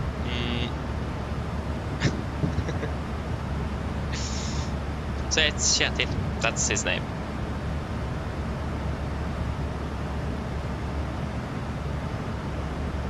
Kjetil Mathisen. Oh, how can I forget that?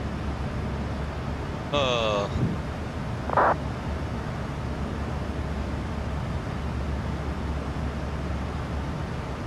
Wait, he's an instructor and he's just 27? That's impressive. If you had an instructor pilot and you're just 27. What? But is he a captain as well?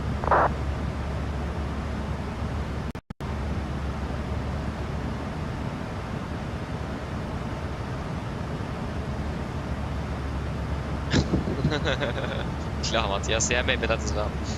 But yeah. It's a bit annoying. Oh, how could I forget his name?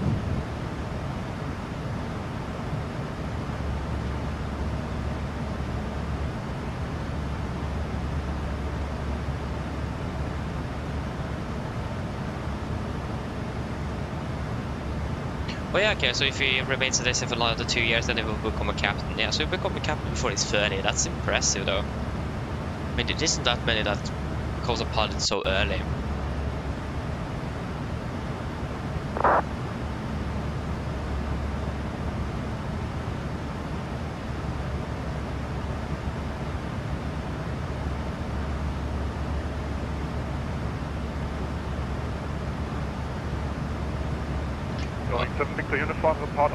Yeah, okay, so he would only consider Norwegian if he gets stationed in Alicante. 2800 and we are climbing 200. I mean, that's probably not impossible to do, but I don't think, I'm not really sure if they have a staff shortage in Alicante for a place there. I mean, they probably have more people in Riga.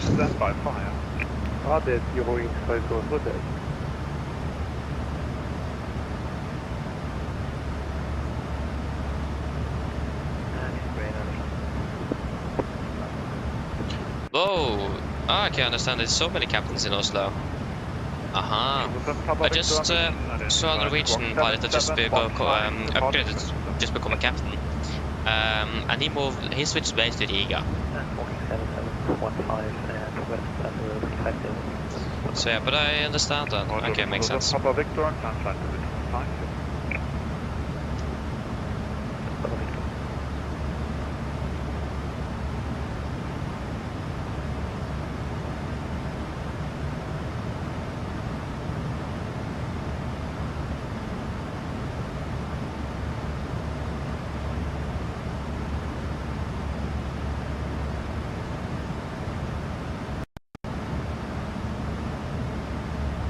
During 5 Golf Hotel, climb to flight level 310, report request.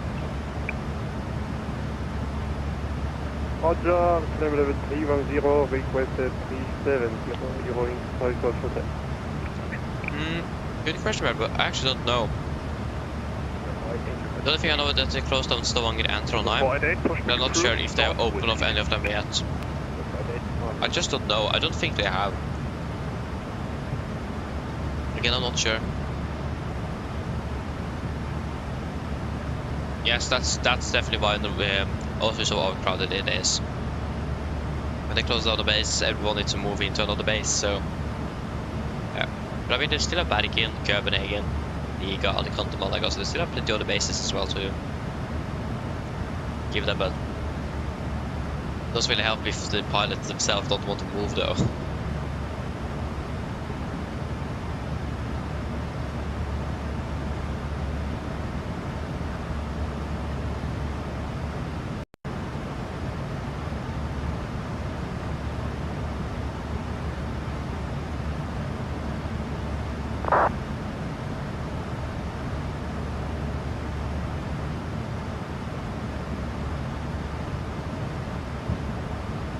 Yeah, Malaga as well, they do have a base there. I think they also have a Barcelona.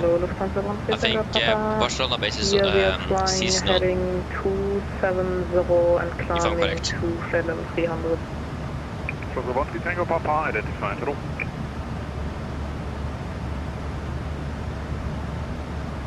From the 4 hotel request taxi.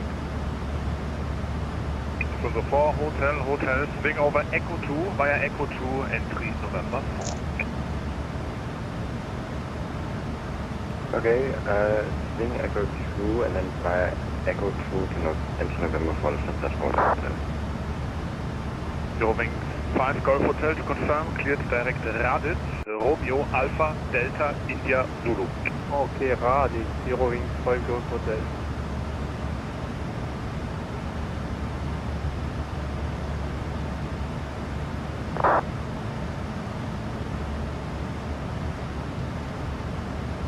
And München radar, just for your information, Lufthansa 13 Tango Papa is now inbound Mokti.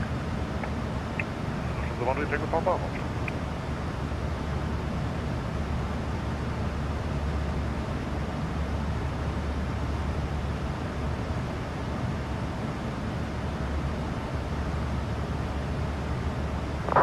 Lufthansa, we are 3 Yankee, on advisory, bye-bye. Oh. They got the real wheel there. I actually don't remember.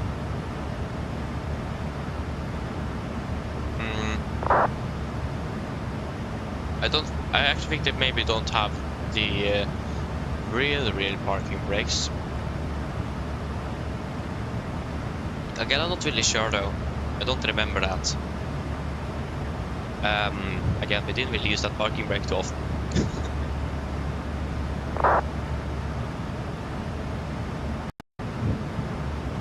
Yeah, that's cool though. They actually have got the real deal. It isn't very similar to actually have that. Yeah, I actually don't know.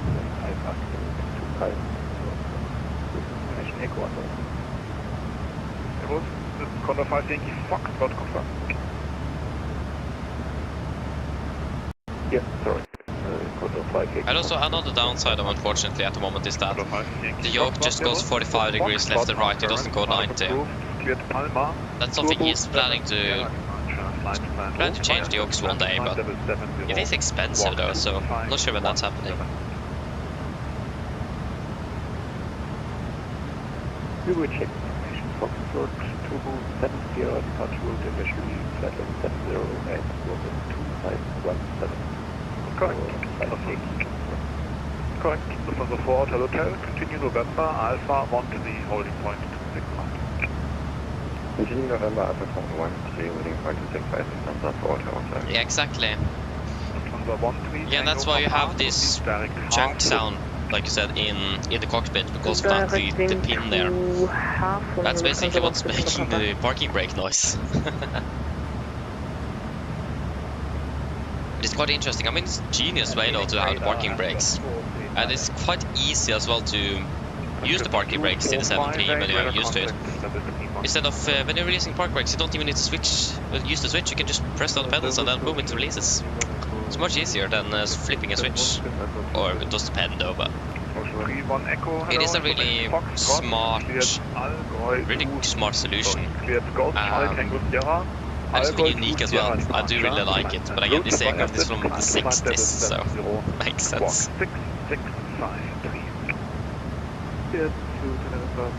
Exactly, 1960s at the finest, I agree with you. That's why I love the 7.3. It is, especially the engine, the Max is quite modern, but they still have some systems from the 60s that makes it a little bit older, a bit more hands-on than an Airbus, for example. It makes it much more fun to fly. I love it. Hello. Lufthansa 1 3 Tango Papa, you're cleared level 300, you may continue. Yes, everything is fine here, thank you. Ja, ich versuche ein bisschen Speed zu bekommen, weil ich sehr langsam war, halt den Gebirgen sehr schnell hochzugehen. That's best. I mean, the 737 is a wonderful aircraft. I love this aircraft. Probably not really surprising though. So yeah. But again, it's something completely different than flying an Airbus that is mostly automated. I mean, yeah, of course the Airbuses have its benefits as well, or pros from the 7.3. But even though, for example, the Airbus have so many protections, doesn't mean that 787 is any less safe than the Airbus. The A320 have had many accidents as well, and hull losses. Station in München on the ground, contact tower 118.705, talk to you. So yeah, I mean. So yeah, and also Airbus aircraft have actually crashed because it is so much automation that the pilots haven't really understood what's happening. And that's like the worst thing when there's so much automation on board and when they don't know everything on what it's supposed to do. That is the downside. So that's why good training is important. And also in a more manual aircraft like the 7.3, how to actually be able to recover from a stall, for example, an upset recovery procedure, for example. This is why you're training, to make sure that you're able to actually do this. So yeah. Again, I love this aircraft. It is. I don't think there is any other aircraft that is as much fun to fly than this one. I mean, I like this 777, the 78, but the 77 is just a bit more unique.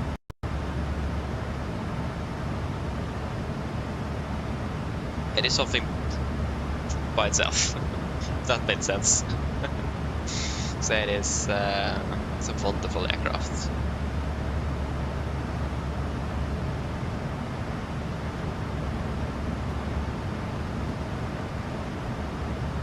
Eurowings 5 Golf Hotel, climb to flight level 370. Level 370, Eurowings 5 Golf Hotel. What would we have done without the Boeing? Oh, sorry, the 77. I mean Boeing as well, though, but yeah.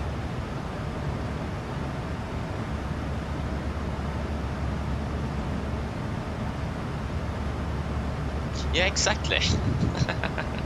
Exactly. Again, I remember I heard that an A330 pilot, that when he started his career, flew on the 737 as a first officer, and then he switched over to the A330 a bit later on after a few years. And he said that he loved flying the 737 in gusty conditions, because the flight controls are directly linked with cables. So when a gust hit the aircraft, you will instantly feel it in the control column, so it's much easier to correct, and you have a better feel of the aircraft and how it handles in gusty conditions. On an Airbus, we don't feel that at all. So it is that. It is something else flying. You have a bit more better hands-on experience on the 70, because you feel what the flight controls actually are doing. And that's also why when you're testing the flight controls for taxi on the 70, you don't use the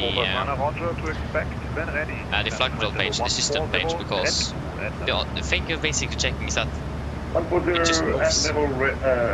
It is direct cable after all. If a cable has snapped or is not working as it should, then it will definitely feel it.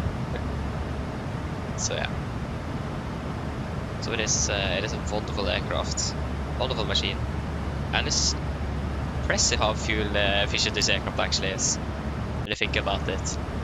For example, between the Classic and the NG, it's minor changes. They didn't even change the engines. Like, that's the one thing that mainly saves fuel is an engine change. But they didn't change the engine, they just changed the wing and some, for example, the exhaust from the APU, things like that, and they made the NG quite a bit more efficient than the Classic, and on par with the A320 was a brand new aircraft at the time. That's quite impressive to do. It's yeah, it's really a feat, to be honest. And again, just between the engine and the Max is like 15% more efficient than the NG, and that's with new engines as well. It's quite a lot of fuel we are talking about there. So that's impressive.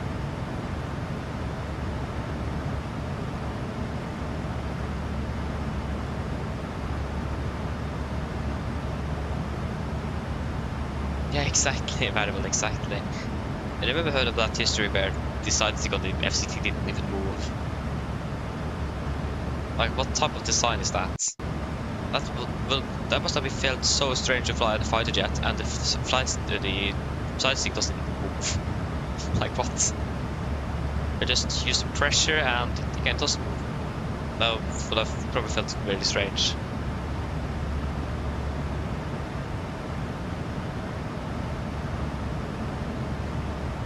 Lufthansa 13 Tango Papa, your final cruise level today is level 260, stop climb 260 and expect 220 at half. We are stopping at 260 exactly. And it was quite early in the development, wasn't it, that they changed that philosophy? You can expect flight level 220 why did they even think about that? And expecting 220 at half on 130 Papa. Again, that was so strange to fly an aircraft with a flight control that doesn't even move. It is a bit like you miss a little bit of response. And one thing that you really is great to have is tactile feeling. That's also one thing that's really great with Boeing. The ultimate moves the yoke what's the level moves. of sensor It is for linked to the autopilot's yoke, so you Flight level can 2, 400. see and feel what the autopilot is actually doing. Sensor for the hotel. And in a stressful situation, that will help a 7 Papa lot. Victor, monitor. Bye-bye. Especially if both pilots try to do two completely opposite things. Like on an Airbus, that doesn't really go very well. On a Boeing, I can actually snap the control column though, or the linking system. That have happened. I think that happened on the 777 Air France or something, where the pilots they used opposite force and they actually broke the linking mechanic for the yokes. Yeah, that's in a stressful situation. Able to feel where the engines are and feel what the aircraft is doing through the control column makes it easier because you don't have time. That's the thing. You have so limited time. That means you necessarily don't really have much time to actually properly scan all the instruments. So that's also why Boeing is better in that regard. If you actually have it tactily. When Airbus have a good point, you should really feel what the aircraft is doing. You should look at the instruments, yes, but the tactile feel as well will help you significantly in a stressful situation. So yeah.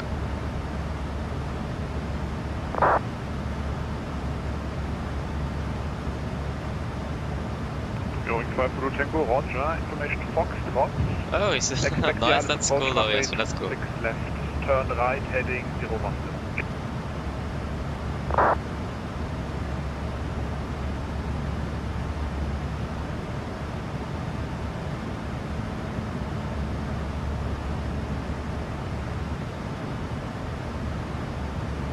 Yeah, I know, that's also what many Boeing pilots in general does criticize Airbus of, is again the lack of tactile feeling on the side stick. Or like the lead side sticks, active side sticks, that's what it is called. So yeah, that's one thing they have been criticized for, and I mean, I understand it again. Like for example Air France 447, it probably wouldn't have happened if the pilots could have known what the other pilot did. The other real warning you have is the dual input warning, and the first thing you lose when you are in a stressful situation is your sound. It will be much easier to see. I don't know, but I remember if Airbus have a visual warning as well, if there is a dual input going on. I know that if you're pressing the priority button, you will also get a flashing light with the aura warning, but I'm not sure about the dual input. So yeah.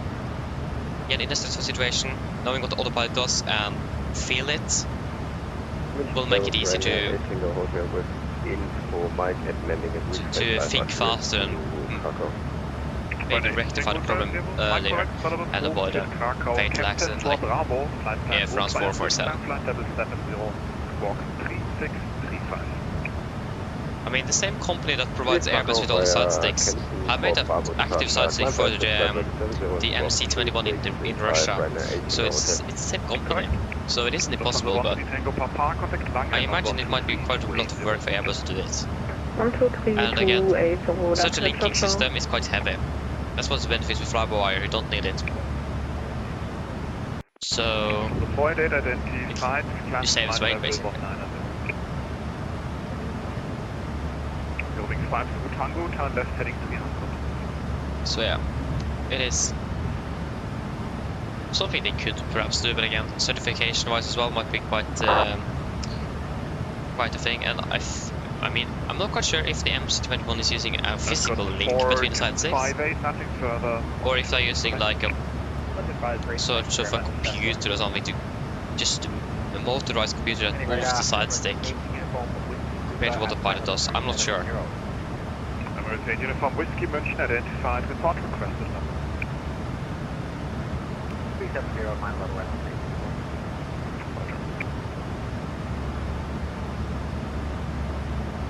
Yielding 5 Zulu Tango, further left by 10, clear dial is. Yielding 5 Golf Hotel, monitor 1228. 1228, danke dir, Yielding 5 Golf Hotel, ciao. The 459er, are you interested in a short approach on a mile fine? That would be fantastic. After the 459er, Roger, inbound, Gudek. Wait, what? Inbound Gudek, 459er.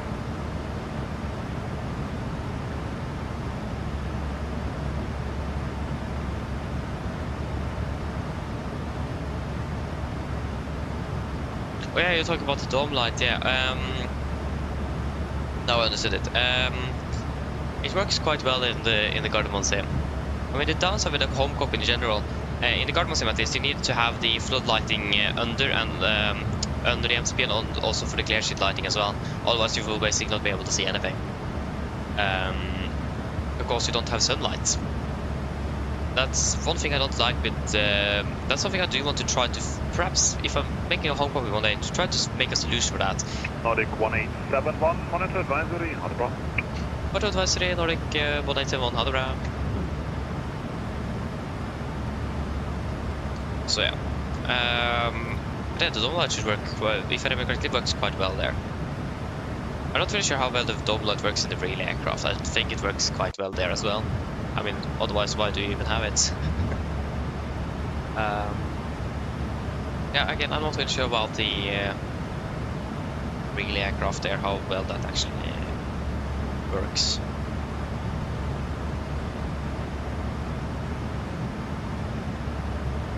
I don't really be flying or jump seating on the 737 during night time.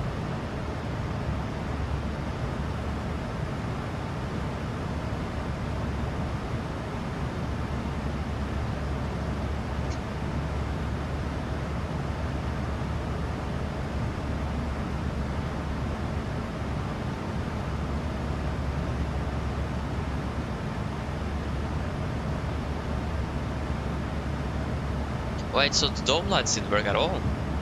What? Interesting.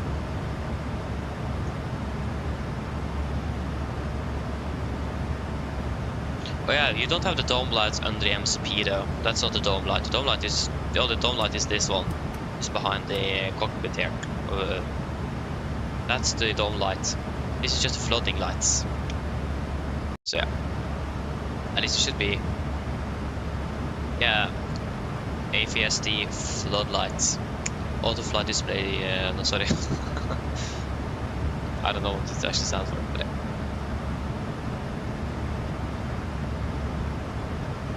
No, actually, you don't really need dome lights, no you don't. I mean, I've seen on the ground that, I saw that on, I think it was just planes actually, when I flew with Norwegian to Svalbard. They used just the flood lighting on the MCP and on the MCP, that's basically the only thing they used. But I'll try to do that, but it is getting quite dark in the cockpit in general, so yeah. But I did find it a bit dark nevertheless, especially back here. But again, you also do have the lighting down here though, for the central pedestals, so I haven't actually not really used it. Yeah, power saving, yeah, so does the dome light actually use that much power? Interesting. But I mean, the positive thing with the dome light is one switch, it lights up everything. It's much easier though.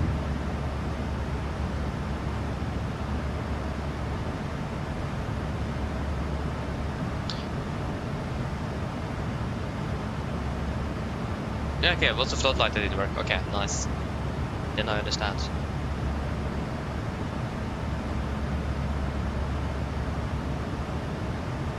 Yeah, exactly. I also use perhaps in the sim at least, like the first intent, or second intent, or when you are scrolling at least, 1 or 2 scrolls on the floodlight and on the MCP. That's basically what I'm using for cruise, just to have a little bit of light at least. But on the ground, I'm normally using the dome light, but I have tried to use also the floodlight, but it just looked a bit weird. I'm not used to it, that's the thing. And it's also quite nice to have the entire cockpit lit up as well.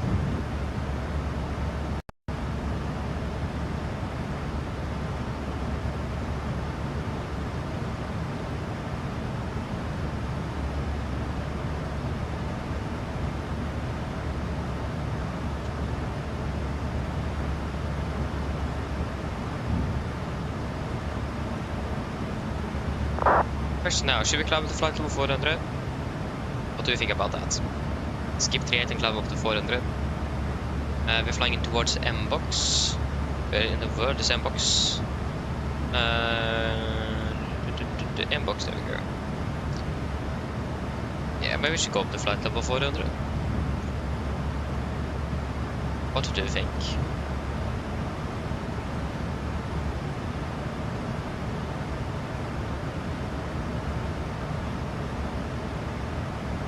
Whoa! Almost 4.5% of savings. Wow, that's quite a bit. Whoa. Yeah, maybe we should just do it. I mean, we are expecting quite a bit of quite a strong headwinds in not too long over Denmark, so I think we'll just do it now. So climb to flight level 400. 400 set, alt intervent. We now speed N1. 400 set 1, 2, and 3. And target speed is Mach 0.777. Not bad.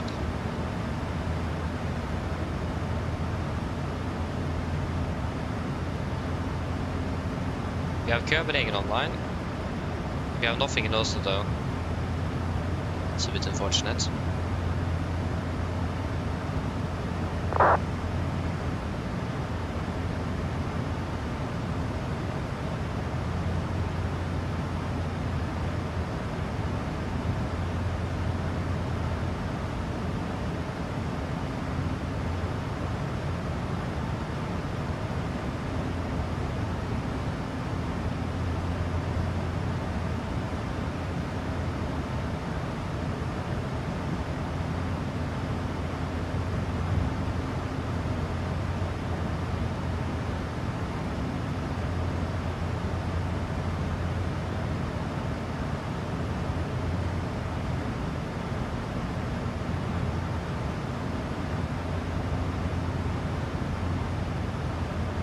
What's our gross weight? Should be less than 60 tons, shouldn't it?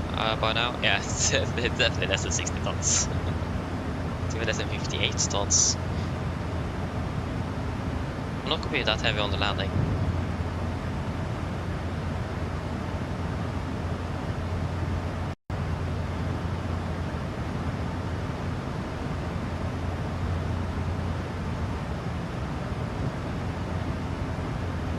At least we are a little bit more than halfway through the flight, so it isn't too long until we're in Oslo. Starting our descent at 11:26-ish. Clock is 10:20, that's less than an hour already. Not bad at all.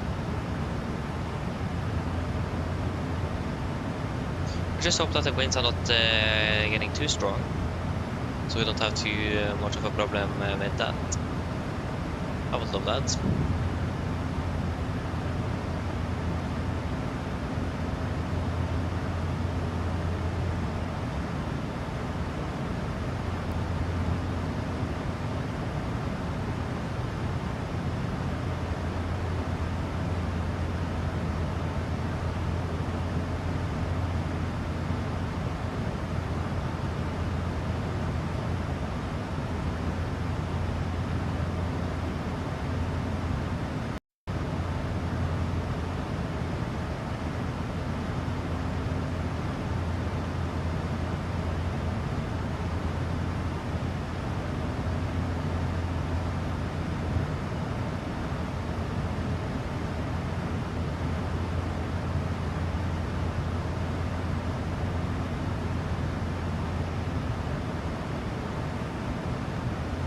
Yeah, well, that does really depend. I don't remember what we took or what we used, but 1,000 ago.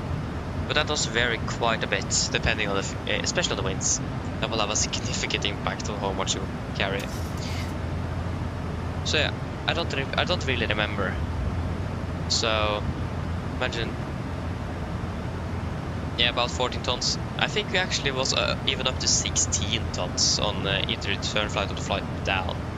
Quite a lot.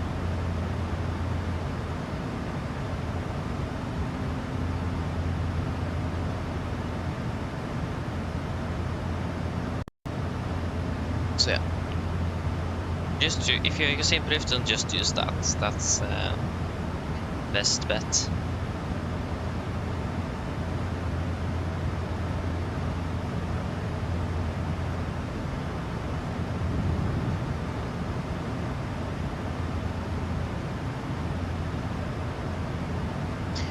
From what I remember, no, I don't think you have actually been using that much fuel. I mean, the maximum fuel capacity of this aircraft is about that, isn't it?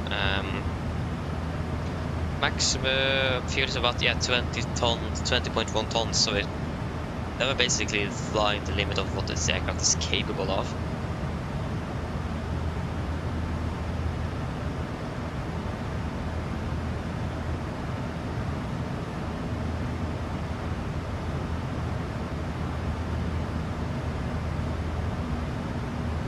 So yeah, at least I haven't loaded up that aircraft with so much fuel. No.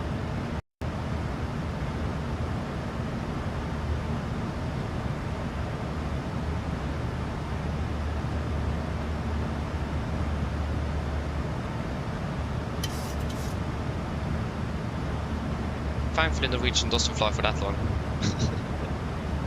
Well, that would be a pain to fly for like 7 hours in this aircraft. I mean, maybe not. Yeah, I don't actually know what the max. Again, it does really depend on the winds. How long you can fly. The maximum fuel load.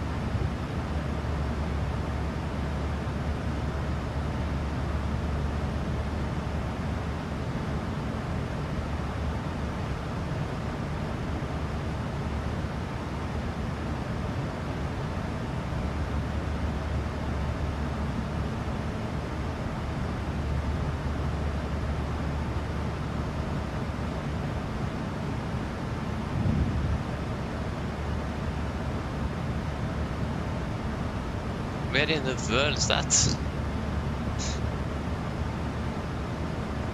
Espargos? Where is that located, Joris?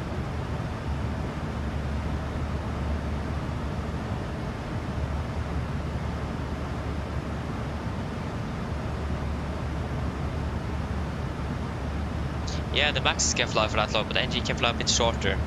Again, because the Maxes is a bit more fuel efficient. They can fly for a bit longer, yeah. And that's also when they're empty, of course, yeah. So yeah. I mean, I think also you could actually do that trip in the 737 NG as well. I'm not very sure. I think we have done that. I don't know. I don't remember. Yeah, that's depending on the winds. Yeah, guys, I'm actually not sure. It's such a type of leaderboard thing. I think if you just click on the crown, yeah, and then you should have like this question mark. I can read what it is. I actually have no clue. Guess some sort of a leaderboard thing-ish. That's Cape Verde. Ah, of course. Then I see.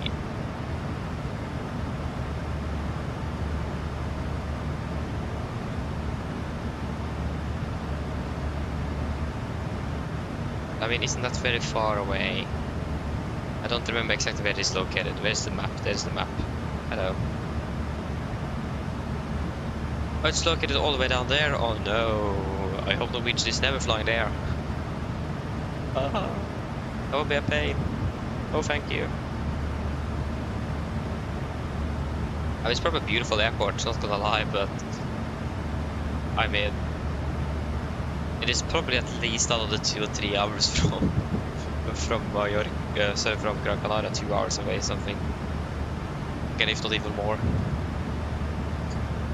I don't really like flying for like 7 hours to some islands.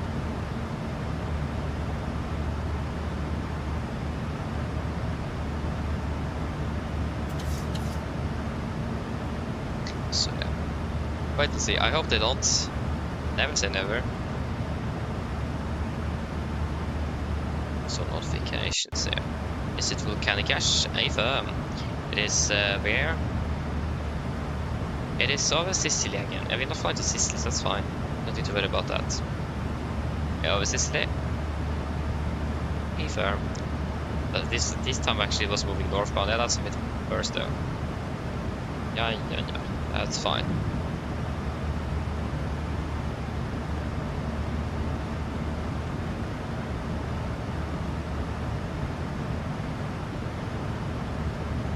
Click on the full check at inbox. For per date, we have 5.3. 4.6. We have burned 4.4. 1 hour 35, we're flying for 1 hour 32.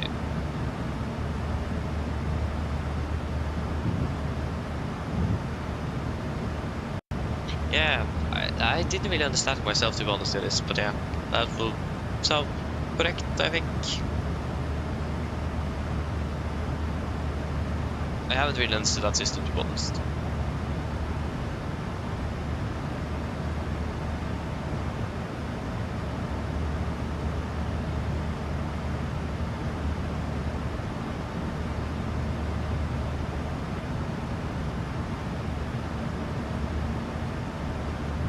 Oi! Yeah, it's probably bad weather in Nuke then. Oh, interesting. Probably a snowstorm.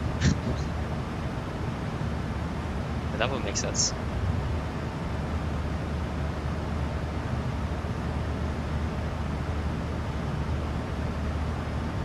Oh, no way, 45, not 65 on gusts. Oh.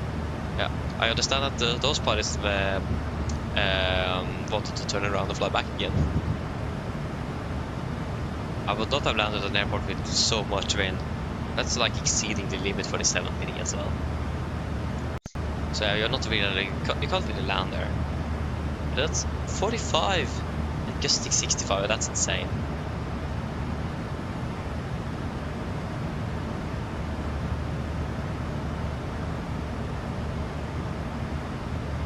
Yeah, okay, just rain. Nice. Yep, Iceland as well turned home. I mean, fair enough. I do understand. I will do exactly the same.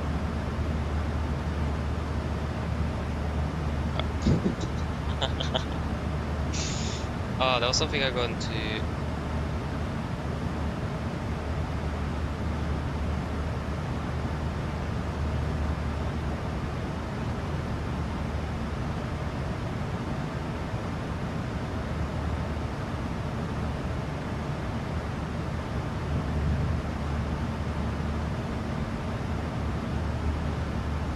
Yeah, that's, but I mean, sometimes it's actually just good to depart, and because the weather could of course be better, that's the thing. It could change. I'm not sure what it says on the TAF. If it was saying that it was going to be like that for like 6 hours, then yeah, then I can understand the question. But if it said on the TAF that it was going to be improving and it just didn't, I don't know. Yeah, many pilots, many airlines still opt to depart the aircraft in case you actually are able to land at your destination. But of course, if you can't, then yeah, that's better to just not have departed at all. But at least I don't try. That's the thing. Yeah.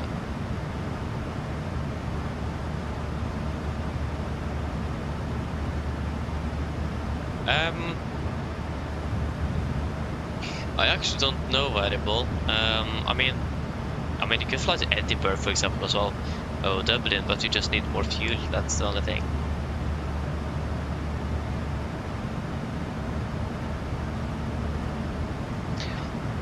Oh, okay. Yeah, where did you fly from? Malaga or something? But again, it might also depend from airline to airline and flight crew to flight crew. For example, if you have a technical fault with the aircraft and the technician said, yeah, it works, you can fly, and like it is dispatchable, but the captain is not happy, for example, then of course he will not allow to fly the aircraft or allow the aircraft to fly. So it is, after all, the commander's discretion, but also company procedures, I imagine. Going from Alicante, yeah, that's a bit interesting because that is not really, I mean, it's not the longest flight, but it's not the shortest either. Yeah, that's interesting.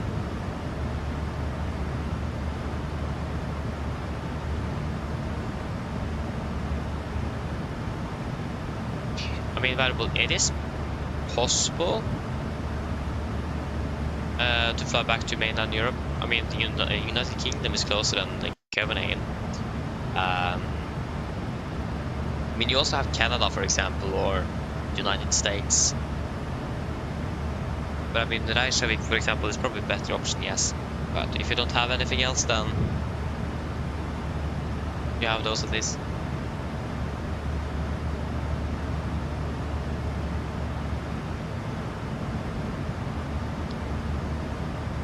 Okay, interesting. Yeah, again, might be company procedure, might be captain that just didn't want to fly the aircraft in there when he wasn't guaranteed to be able to land.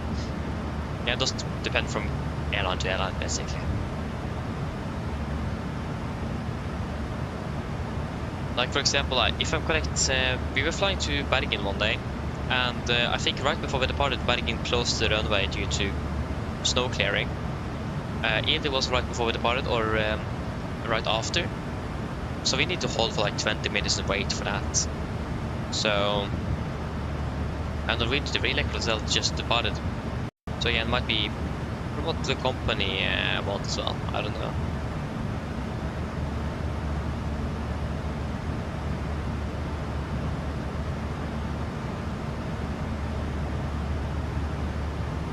Yeah, you had to hold before the localizer. Oh, that's so annoying though. And I imagine if there was a lot of traffic as well, they probably was, maybe they weren't even allowed to depart because of that, I don't know. Yeah, Goose Bay, for example, also works by the rule.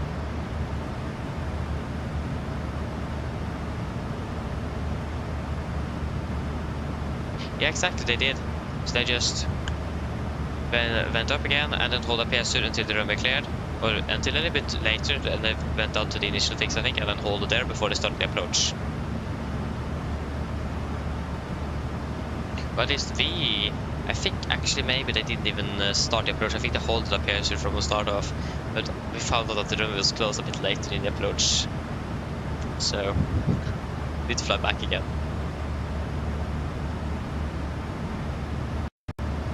Yeah, exactly. So you have a bit more other alternates here and there as well. Again, it doesn't really matter how far away the alternate is, as long as you have the fuel to reach it.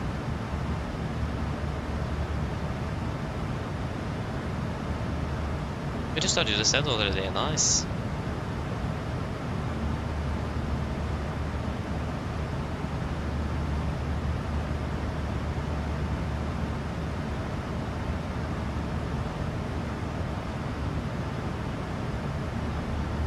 I mean, do this, I fair enough. I understand it though. It is definitely something else flying during the winter and the summer, I agree. But also, especially delays is so annoying. Because the de-icing takes so long, especially if there's a lot of, especially in the rush hours. So yeah, but I agree with you. It is much more fun to fly in the winter. It is. Oh, arriving 15 minutes early. That's good though. That's good. Yeah, that's also another thing I can agree with you. Is it mainly flies far away during the summer. That's a bit annoying as well. I mean, fair enough though. Which people want to get to Southern Europe, or Sweden like we call it. They don't want to fly to Trondheim.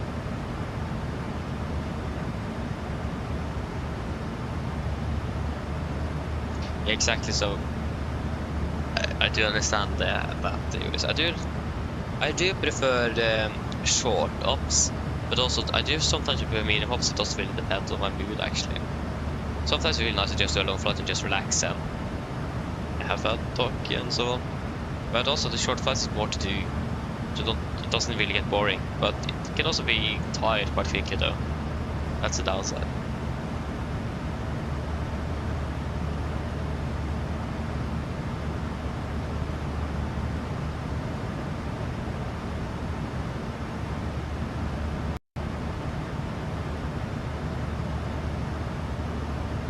I mean, I also see a point on that, Jasper. But again, it's a bit more challenging flying during the winter, though. That's the main thing. It's a bit more to do as well. Joris, from what I remember, the performance was better on the Airsoft Sidri than the Orbex.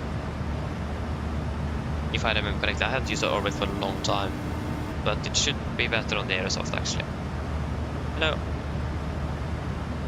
Hello. Hello. Hi, Captain. Just checking to see if everything is okay. Yes, everything is fine here, thank you. Give me a call if you need anything else. Of course.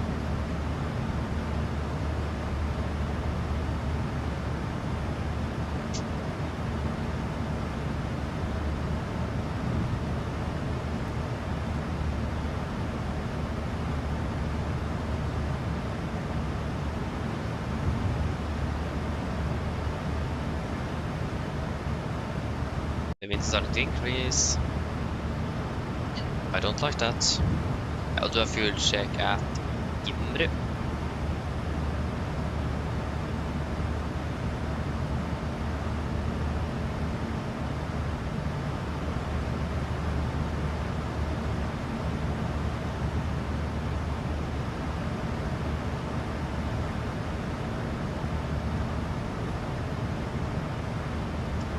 Do a 30-minute call at 58, so in about 11 minutes.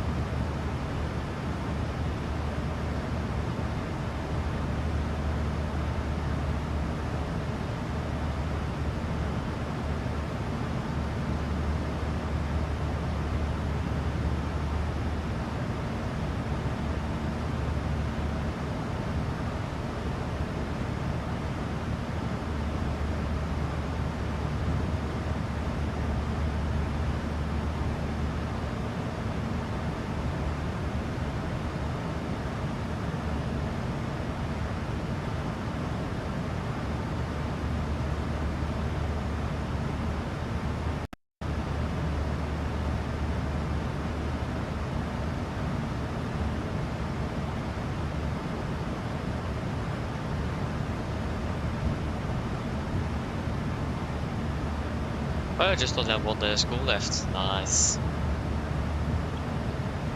Not long until summer vacation.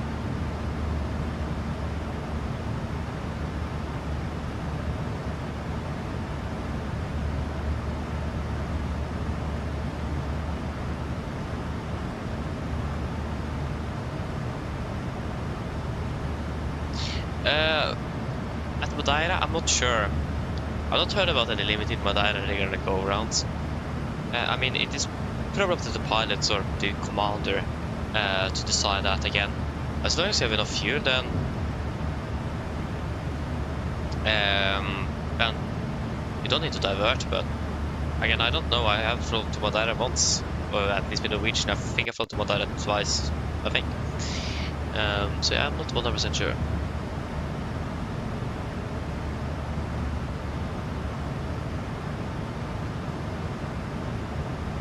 Exactly, yes, but exactly. Yeah.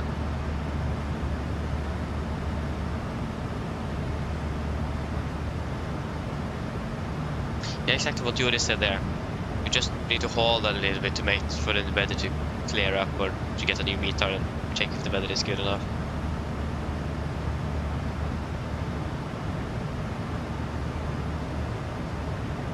I mean, fair enough though. If you go around 2 times, then you're getting so close to your diversion field that it is better to just divert. So yeah.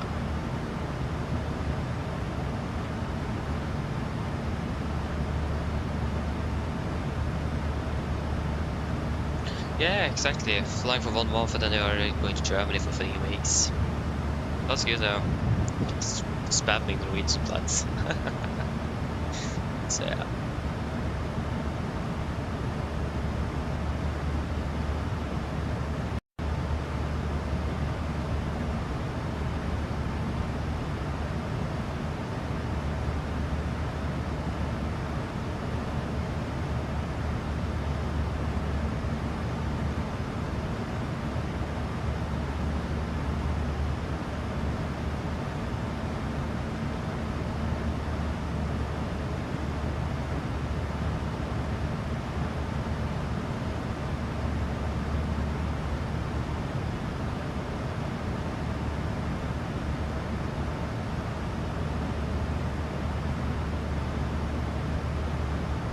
I thought we should fly to Burfjord one day. That's cool though.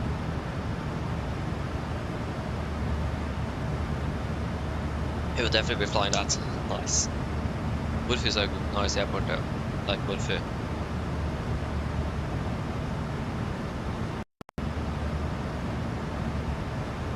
I just got your Norwegian account back again, so starting flights out of Oslo again.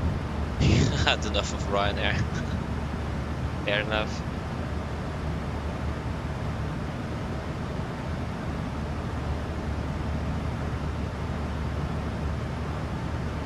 I can understand that though.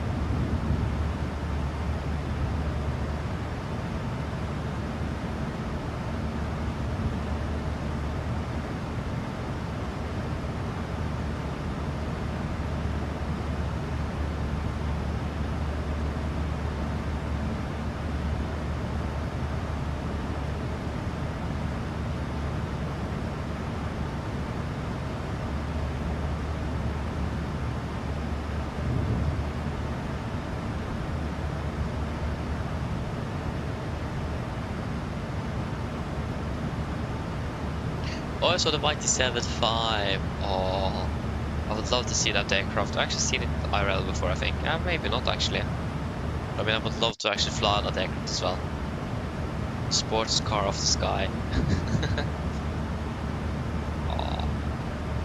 It's sad that they're going in the production, but I mean, fair enough. I understand why though. Basically, no orders. So yeah.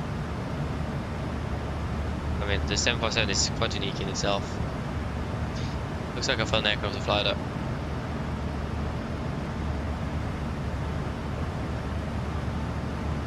Yeah, same here as well, yes, but I just can't fly anything else. It doesn't work. If I'm going to be flying with anything else, then I need to switch completely over.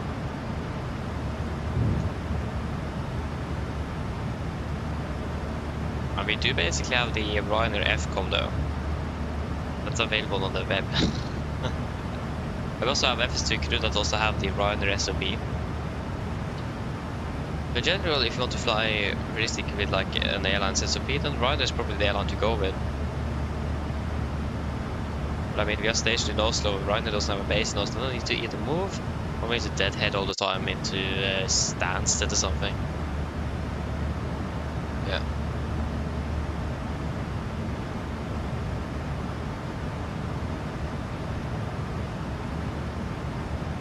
Okay, it's public SOP, okay, nice. I mean, it would be great if all airlines could have that available. I mean, for public. I mean, I understand why as well, but it's a bit annoying because, yeah, it's a bit annoying.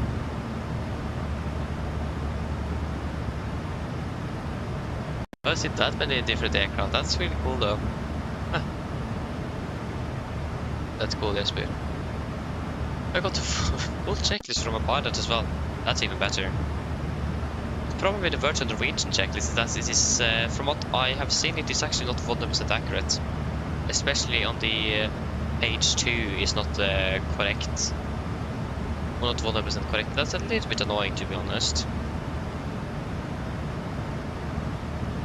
There's a few things, like we are missing the red box around the single engine landing checklist and a blue box around the de-icing checklist, and we're also missing a few items on both of them. So, yeah. I'm not sure why though.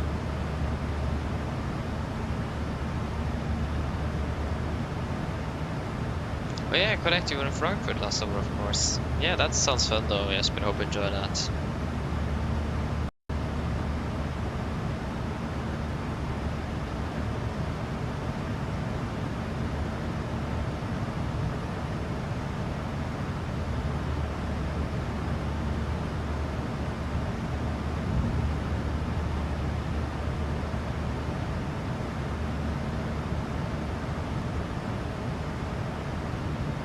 Landing now. Nice. Happy landing. We're flying to Malpensa. Ah, okay. I still don't understand why Norwegian flying to both airports. I have a feeling it might be because of slot restrictions at Malpensa. Not sure.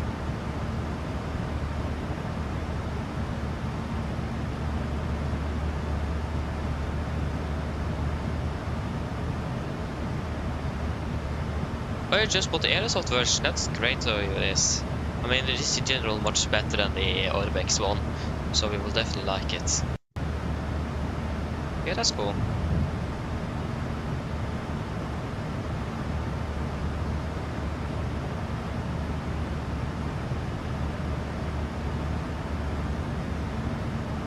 I mean, if Airsoft could have made such good sceneries for all airports in Norway, that would be fantastic.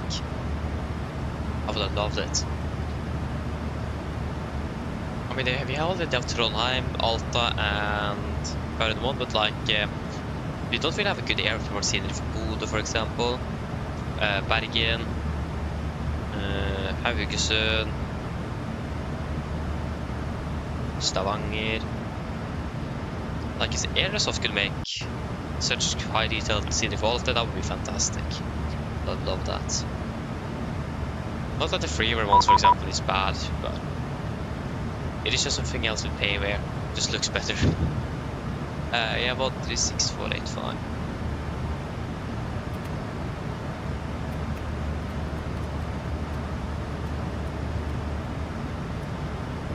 In the direction of Tyndale, you have 2 light aircraft you have 1 light aircraft to the east. The range is approximately 1 passenger. Yeah, now we can join as well. That's cool. Yeah, we'll do a fuel ticket at Gimmerud. And a 95 uniform Foxtrot, 30 clear to land, wind 300 at 15, crossing. Okay, thank you, Thomas. See you later. Have a great day. See you next time. Bye-bye. Process 395, turn right to heading 110, vectoring via left runway 30. Turn right heading 110. Yes, Fredrik Gimmerud, foretatt. Vi har 4.6. Info. 4.6. 5.4. 5 tons. 1 hour 57, 1 hour 54.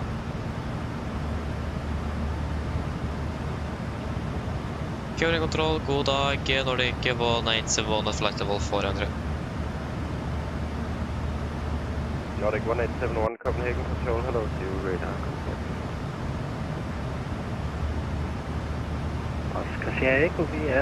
Vi giver det 20, så det følger veldig godt MLS. Ja, det ved jeg, hvor jeg er. Også Vi er en love coming well. Sorry. Yeah, just a little descending about 30 minutes. No problem. I can't hear the cabin crew from headset. But yeah, this was going well. Yes, Rome today again. This is the 8th time we've been flying from Oslo to Rome. This is the 16th flight we've done. It's 2 flights all the time, or every flight. Every round trip, 2 flights, so 8 times 2, 16. Alpine 79 at 36, land level 340. Center 1106, heading 040. The winds are not that bad anymore, or at least yet. We currently have about 70 knots of wind. We should actually still be landing at acceptable time. I mean, our block time is about 3 hours 10, so we should be fine actually. And our flight time was about 30. Take a tango, call you back in just a moment. Just see, do you have an estimated gate? Sorry, parking stand? Yeah, parking it. We are just south of the landing, will be leaving the cold service. Take a copy, thank you. Yeah, stand for 3. 1106, taken out and just turning 310 degrees, clear down left, runway 28 left. 4-3 for us. Thank So left, heading 310 degrees, clear to land, runway 28 left, sorry? Oh, cleared for the ILS, runway 28 left. Cleared for ILS approach, runway 28 left, Lufthansa 1106, sorry. Yes, but that's great though. Nice. Congratulations. Units for both of the deliveries, yes, but I don't have access to any of the Norwegian's aircraft. The only thing from what I've seen is some configs have doesn't have the total fuel display, and from what I've heard, Norwegian just using the total fuel display, so that's the only thing you might need to change. But in general, it should be correct, yes. I had to change them all. Yeah, again, I'm not 100% sure, because all of the Norwegian's aircraft is a little bit different here and there. Well, not all of them, but there is some aircraft that have that type of configuration, some aircraft that have that type of configuration. Even one aircraft have the heads-up display. Thank you, runway 28 left, So, clear to land, winds out 290 degrees, 15 knots. I'm not sure about like radio callouts. Runway 28 left, clear For to land, example, Lufthansa 106. wait, you know what? That's actually something I can write down, because if I'm correct, callouts is just a software update. So I imagine all the aircraft would have the same callouts, but that's not the case with deliveries. Some deliveries doesn't have those callouts and so on and so on, but it probably costs a bit of money as well to update that. So I'm not sure actually. I will check. So if they use them all, I think they do, but I don't know.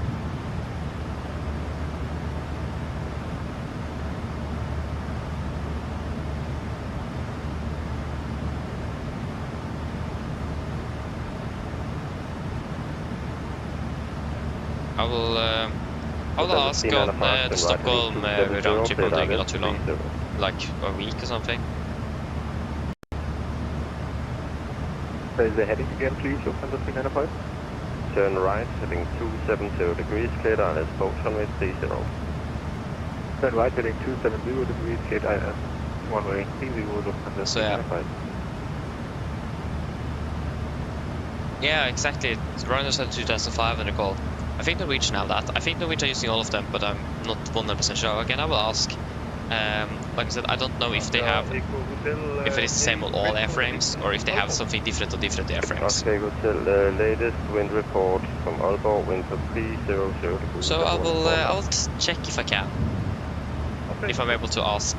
I have so many questions now to Copenhagen radar. To them, so hello, probably about 20 plus. We are at flight level 380. But yeah, I'll see if I can ask on the when I'm flying to Copenhagen in 2 weeks.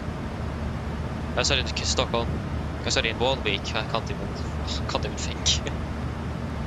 So yeah, I know. I would love to know that myself actually. So I have so many different questions, but I don't think I'm going to be able to ask everything on like a 40-minute flight. Okay, Hotel, that is copied. If I'm even able to jump seats, that's also the thing. I don't think I'm going to be able to ask so many questions, any questions. Or maybe a few of them if just by visiting, I don't know. But I will try to see if I can get some info. If not, I will probably have an answer to you in about 2 years. Lufthansa 395, runway 30, hopefully. to land, wind for 300 degrees, 18 knots. Clear to land, runway 30, Lufthansa 395.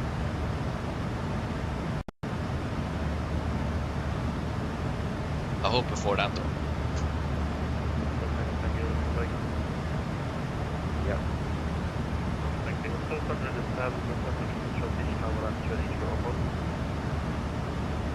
Oscar Tango Tango, that is copied. You have hot brakes, that's not good. Level in Aalborg is Did you use that?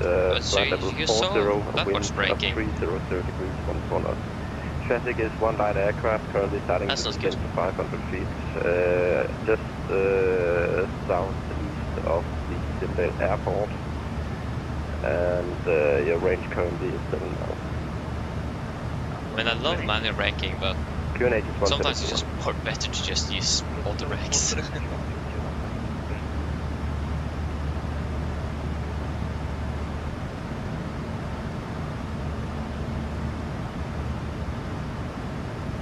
Okay, Hotel, we will do a circle around the airport and then probably join the line of the Oscar Echo Hotel, that is 702 Papa Nova ATC, continue 122, decimal 8, bye. 1, 2, 3. There is 3 aircraft at least landing before us in Oslo. Charlie Alpha Nova ATC, continue 122, decimal 8, bye. Exactly, let's go. Actually, maybe not. Wait and see. At least there is a lot of aircraft landing before us.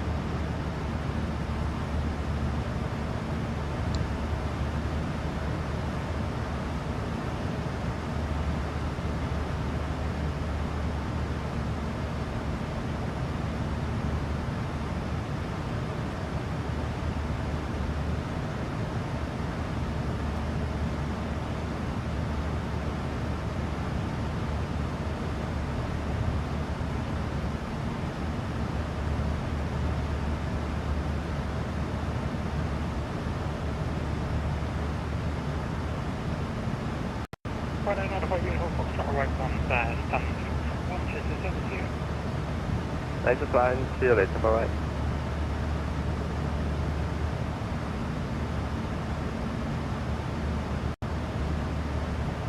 Alpine 736, I have no further ATC, continue with 122, Delta Wait, bye-bye. No further than bye-bye, Alpine 7. Yeah. We're joining a left-bound in 1 Oscar Hotel, as copied. No traffic at the airport reported. There you go, finally got the Kirkenes flight here on What Simulator. I mean, the flight that's supposed to be landing before the Kirkenes one haven't even departed to Stockholm yet. So I don't really think that's happening anytime soon.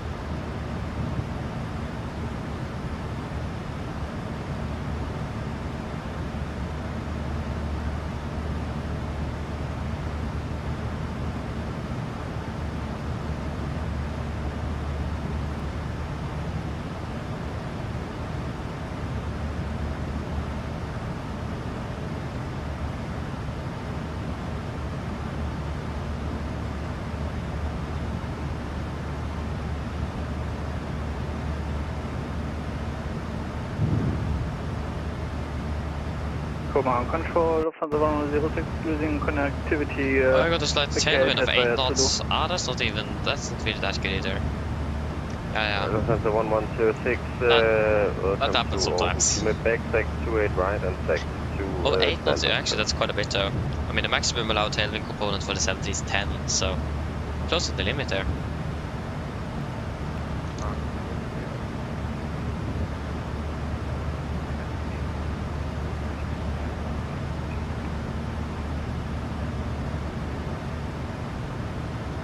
Lufthansa 106, instructions again. I'll call you back. Austrian 2220, Copenhagen Control, hello to you. You're cleared to Gothenburg, runway 29er in use. Follow standard noise abatement procedure and thereafter direct to aircraft. Climb initially to altitude 5,000 feet at 460. I got it down at least. I mean, that's the most important thing, isn't it?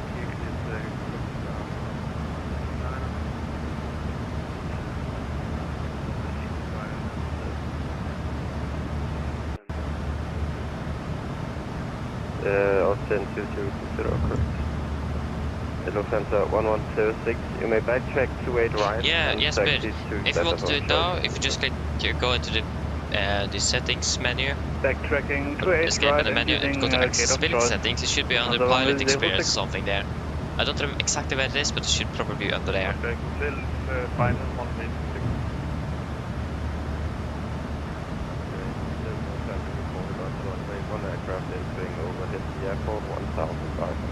And it should be at the bottom as well, if I'm correct. I think it should be on the pilot experience or something.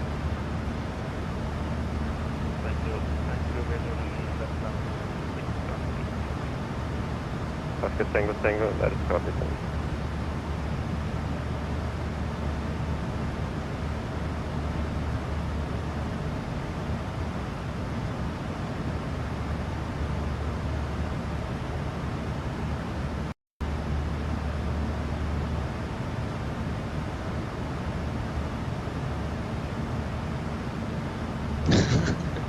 Nice unit, so yeah.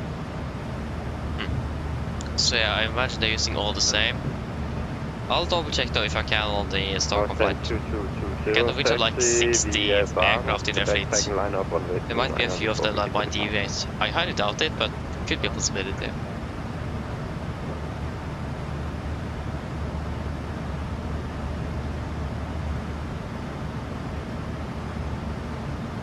Yeah, okay, exactly, as you're welcome though, hope I could help.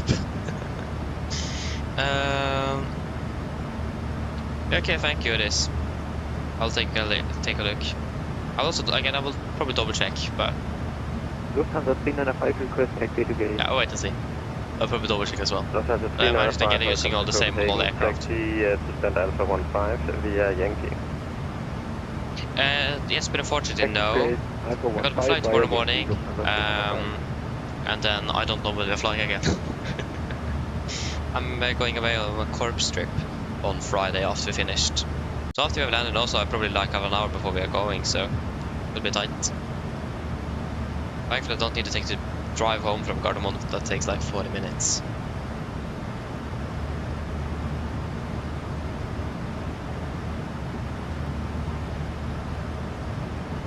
Joris, that's the thing, because I see that they do a bit different.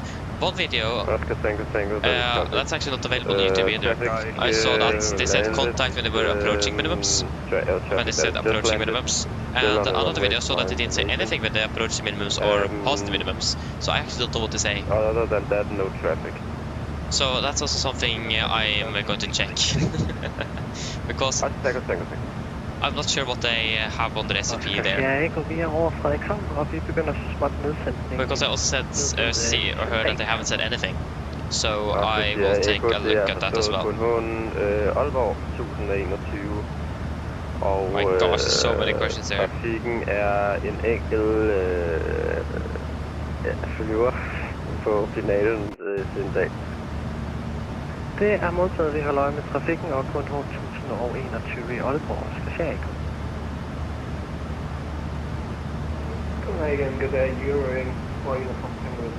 So that made me quite confused. Again, it might be different from what type of minimums you're using, like if it is a corrected or non-corrected, what type of approach it is, type of weather, I don't know. We'll take a look.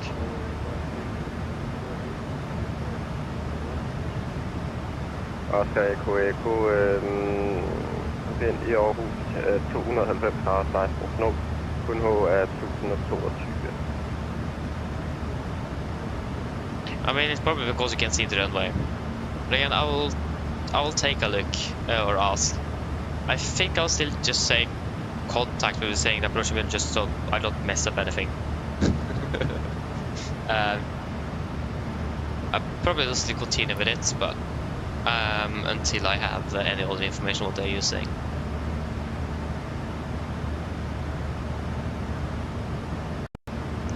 I guess not really, so I don't mess up with anything now. I don't want to do that. Again, I should hopefully have most of this inbox for the next one, if I'm able to ask those questions though.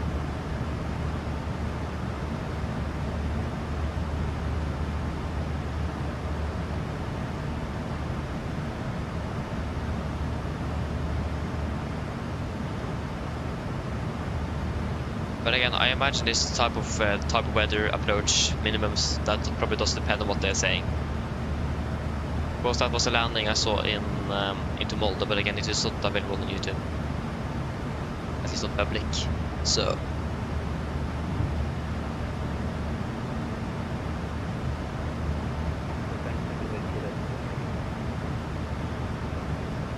But I also see that many other airlines doesn't say anything when the weather is good enough on the minimums. So I will take a look at that. Good 45 to departure then. To departure. Nice. I thought that was the bus. That was not the bus. Yeah. Austin 2220, runway 29, access takeoff. Should we start preparing for our approach?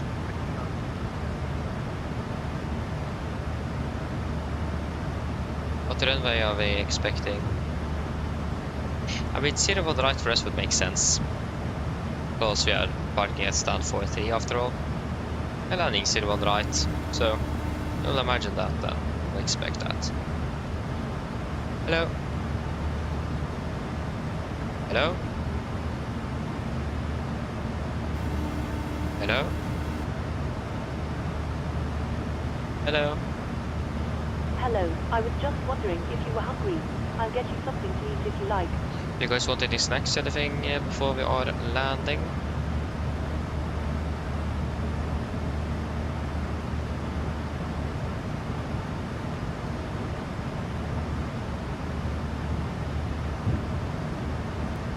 Big lunch, anything else? Sit on right, Colima, and a serve, execute. So nothing, there we go.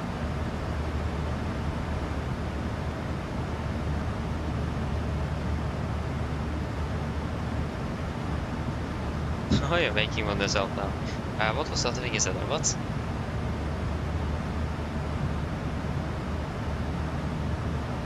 What in the world is that, Joris? Do we even have that? I can't even heard of that before.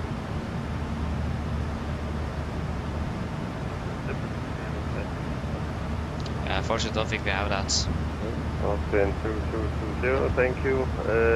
Apologies. There is no further ATC for now. Continue with 122 decimal 8 and Java. Is there anything else then?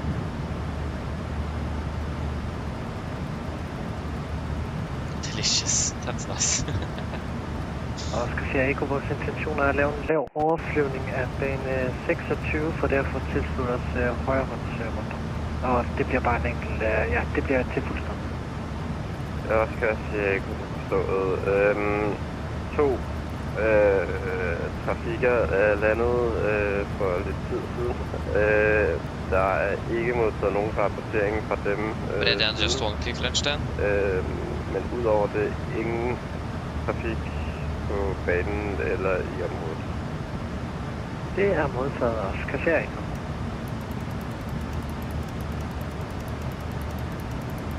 Payment from today, Viking 1184 at Transground 9 with Bravo. No. Viking 1184, Copenhagen. Okay, can we have one quick lunch, please? I'll go and get it for you now, just give me a few minutes. Thank you. Viking 1184. Hello? Hello? Hi, Captain. Would you like a drink? Tea, coffee or water? You guys want anything to drink then? Wait for 1, have no further ATC, continue with 122, decimal 8, bye-bye. Wait for 1 heavy, 122 decimal 8, ATC, have a good day. And Lufthansa 5, uniform Juliet, no further ATC for you either. Variable 3. 122, decimal 8, bye-bye. 122 decimal 8, like 17. Thank you, and Nordic 1871, no further for ATC. No further ATC for you either. Continue with 122 decimal 8, bye-bye. What into 122 decimal 8, Nordic 1871, bye-bye.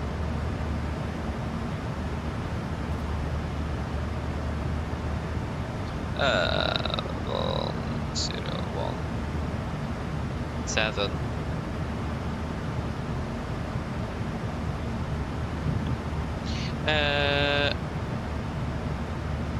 Okay, Pepsi Max. Can we please get one Pepsi Max then?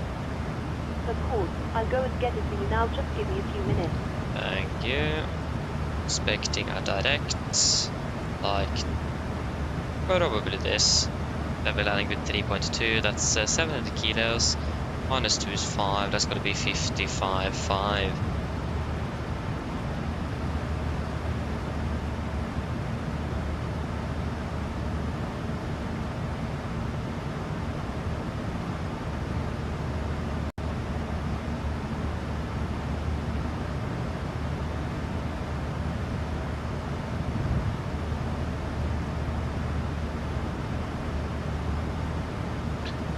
Yeah, 140, this plus 5, 85. 135 then on the VDF. Apps 30, 135. Maybe we should actually erase. There we go.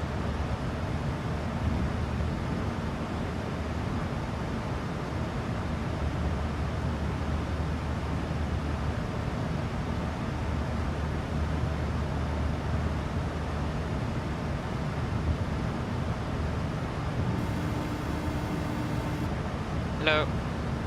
Hi, Captain. I've made your drink. They're waiting for you in the galley area. Thank you. No problem.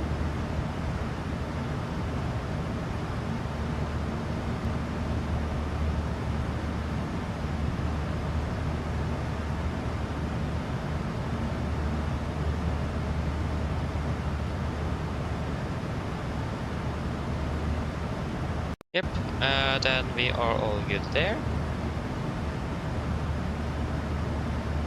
Too much ready for the approach briefing then. Do that. Maybe we should also have the parking stands. Just in case. Go over there, yeah. So I was correct then. Yep. Okay, approach briefing. Wait, whoa. Just want to see the FMA, there we go.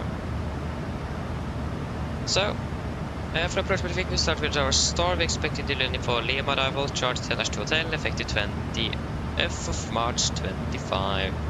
Start over clear dip, maximum 250, continue to dev Q 250 above 120. And then to Golf Mike 416, maximum 220 at 5110, continue active by 417, 415 and 414. Before 20 inserve, initial approach fix, maximum 220 at above 5000. Let's say 3009, maximum 250 below, unless correction. Maximum 250 unless otherwise instructed. And we do not have any threats for our arrival today. For the slower, correction for the approach. Expecting DLS for 01 right, 11-2, effective 20th of March 25. Starboard inserve, initial approach fix, mandatory 220, 5000. Continue initial fix, no slow, maximum 200, 4000. Rødvending 012 degrees, and ILS is 195, Oscar Norwegian 012 is set triple, and 195 is also set triple with Karma VR on standby, radio number 1, standby mode. Hello. Hello. Hello. Hello. Hi, Captain. Your food is ready for me. I put it in the galley so you can grab it whenever you're available. Thank you. No problem. It's gonna be a 3 degree glide, minimum 871. Precision level 80. For the mist, if you need to go around, we're gonna be climbing on track 0 degrees to 2.5 dmi, Oscar Norwegian. Then we'll take a right turn and proceed on track 048 to 4000. Expect vectoring by Oslo approach. So we're also going to maintain a minimum 160 knots until 4 mile final. We're landing with flaps 30, 145 on the VRF in correction 5, final 140 with full reverse and manual braking. For the taxi 10-9, effective 20th March 25. We're landing on 01 right. We want to optimally, if possible, vacate Bravo 6. If not possible, Bravo 7 is also available. Taxi via ED0 Tango, then left on Lima Orange, and then a parking stand for 3 about here. No hotspots, tax restrictions, eller notable notamps for Gardermoen today. Running condition is 666 dry. Weather conditions are good. Yeah, again, there's nothing really outstanding to say about Oslo. Everything should be good. So yes, then are there any questions?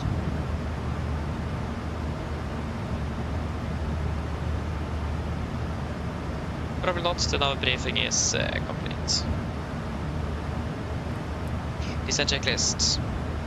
Restore station, landing altitude set to 700 feet. A recall checked. Auto brake off, landing data. VRF 145, minimum 871 feet. And approach briefing completed. Descent checklist is complete. When we're ready, we can send out the flight level 210 initially.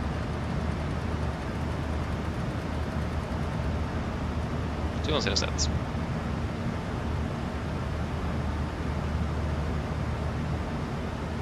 Good.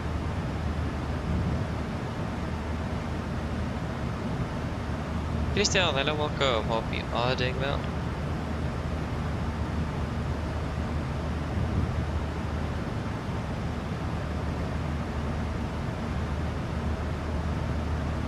And now the Stockholm flight is at least moving. The last flight from Warsaw just landed. The SCS from Kirkenes is on its way. It is. How are you doing? About 33,000 feet. Okay, still quite high then.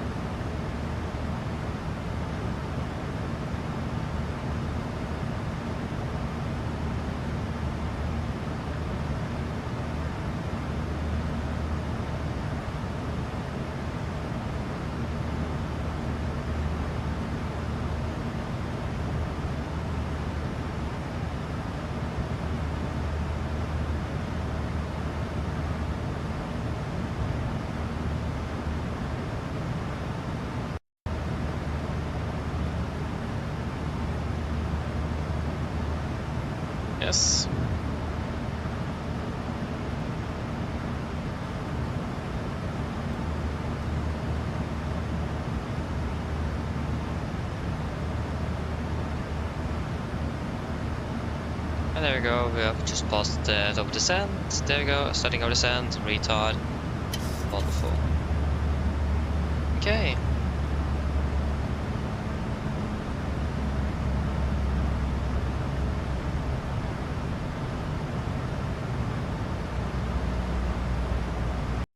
Still getting ahead of schedule, even though we had this nice wind and route, so that's not bad.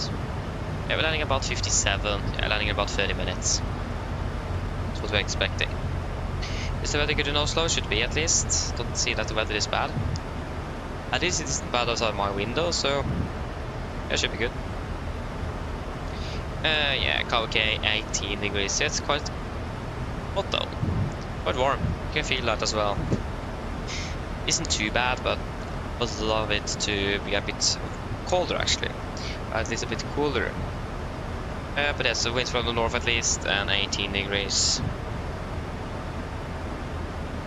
Mine damer og herrer, dette kaptein snakker. Så har dere kanskje lagt merke til, så nå bytter nedstingen vår ned mot Oslo Gardermoen, og vi forventet til å lande om rundt ca. 30 minutter. Været i Oslo øyeblikket ser ganske så bra ut. Vi har litt grann vind fra nord med 18 grader, og så det bare noe lite skydekke i området, men ellers ganske så fint vær for øyeblikket. Ellers rådde det veldig fin flytur med Norwegian. Vi tar godt å fly med oss. Vi håper ser igjen for neste flytur, og så ønsker dere en fin dag videre.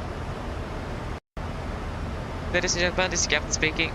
As we all noticed, we now start our descent down towards Oslo Gardermoen, and we're expecting to land in approximately 30 minutes. The weather in Oslo was looking quite good, with just some slight winds from the north, about 18 degrees centigrade, and a little bit of clouds here and there, but in general good weather today. Otherwise, we hope that you enjoyed this flight with Norwegian. We thank you for choosing us. We'll see you again on the next flight, and we wish you a pleasant day. Thank you.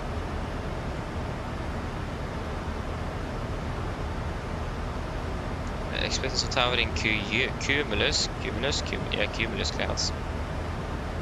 It's a bit interesting.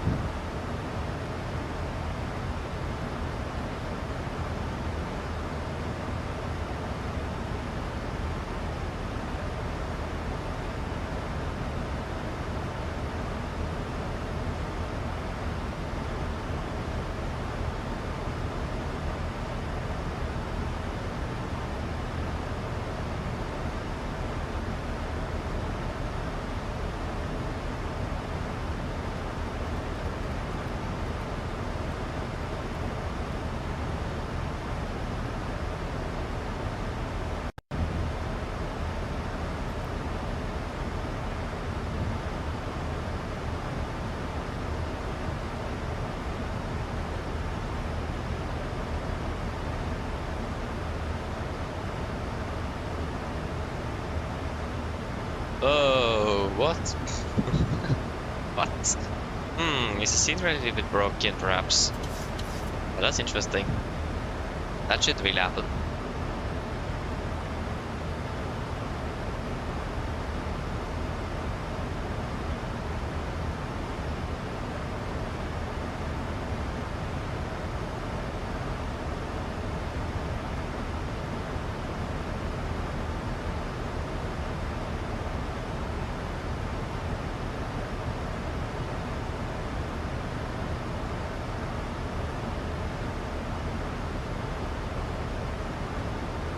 Interesting.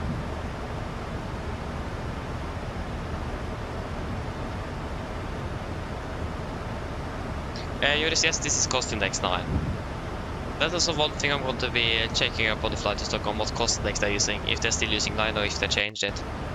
Because it's something else before and then it's changed to 9, but I'm not sure if they changed it any further.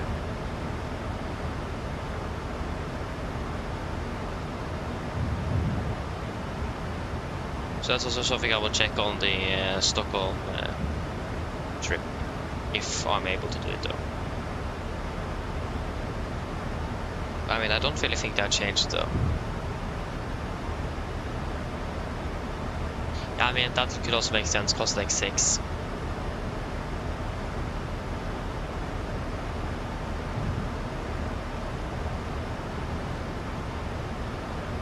Okay, they did. I think I heard about that they're using Costex 9 after the pandemic actually. So again, I will double check on that flight. Yeah, I mean, I understand that though. I do.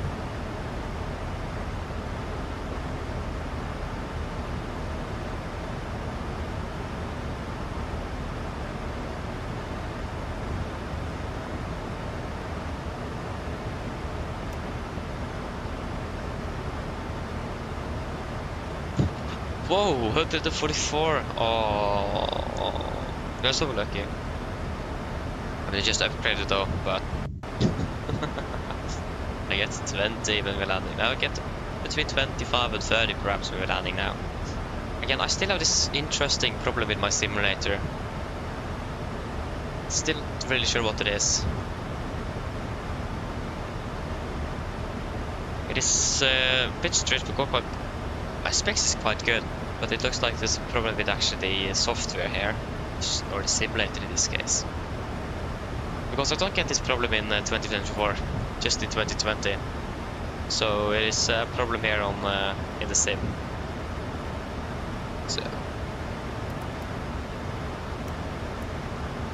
it's a bit annoying. Power of the 5060 Ti, exactly. Yeah, that's also why I really want to move over to the near same performance, and also the visuals as well looks quite a bit better. I'm not really sure if the flight dynamics is very well as better, but I mean, at least we have wake turbulence. That's nice.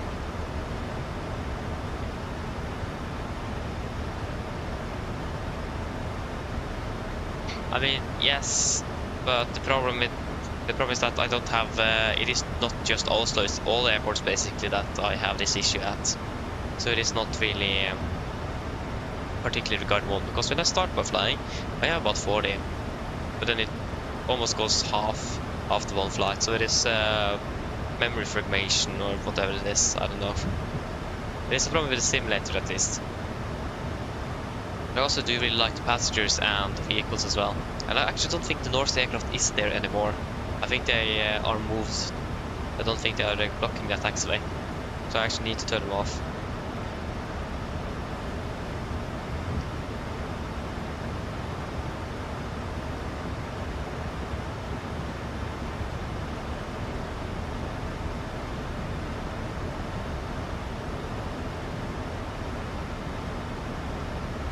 Again, it is not unique to Oslo, that is the main problem.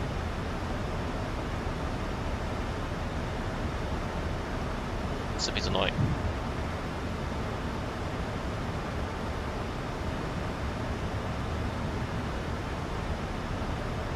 What are you talking about now, Joris? I'm not really sure what you're talking about. Could you explain that a little bit more, perhaps?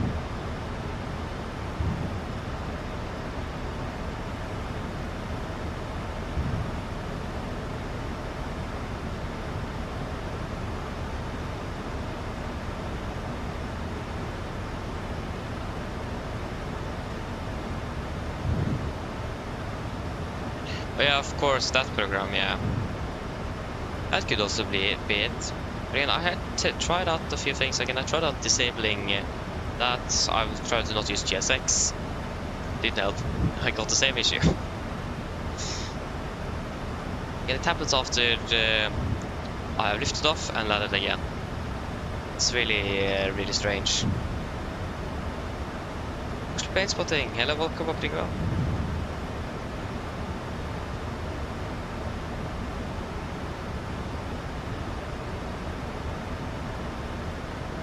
The SS from Kirkenes is still landing ahead of us. And that is what this. Oh, that is what it says here.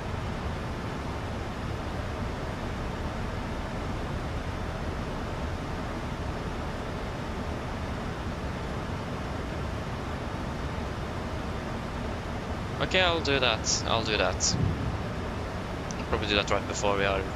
Wait and see.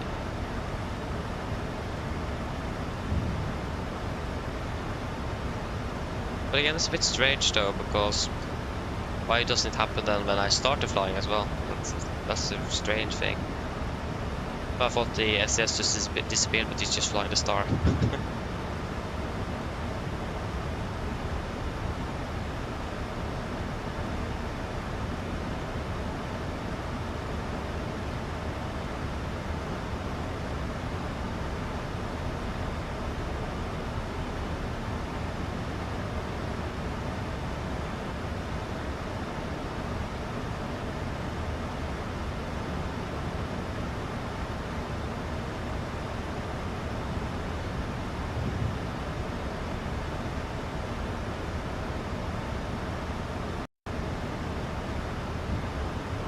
Yeah, I mean, that makes sense, yeah, but still don't understand it. Because always, I always check it after GSX has spawned in all the vehicles. So yeah, that's a bit interesting. Continue on to flight level 120. 120. Set.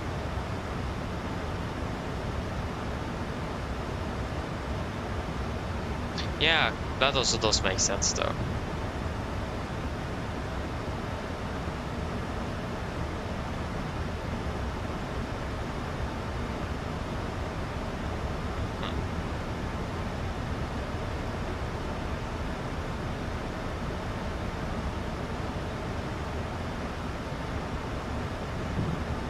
I think about we actually got a new update for GSX. Let us see what it includes.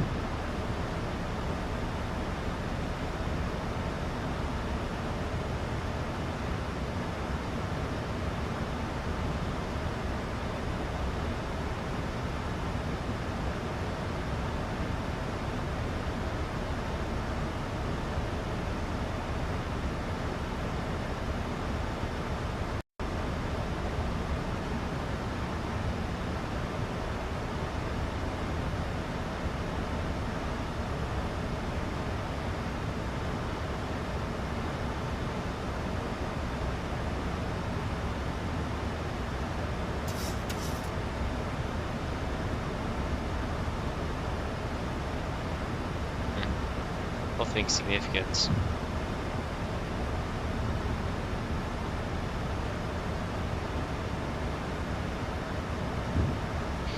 Passing flight level 200.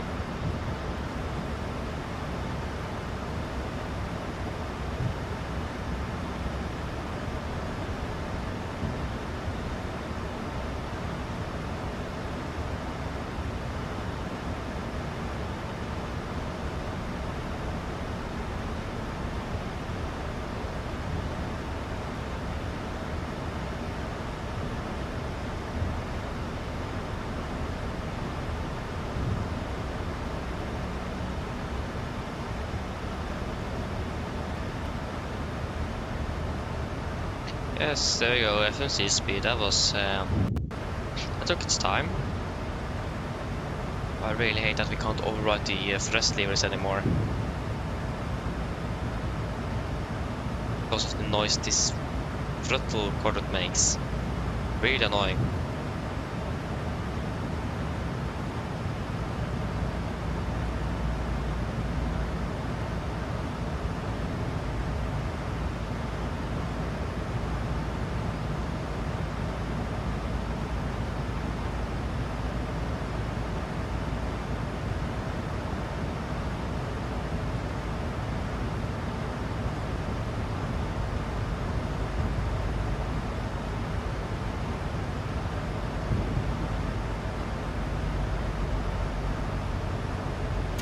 There you go. Retard.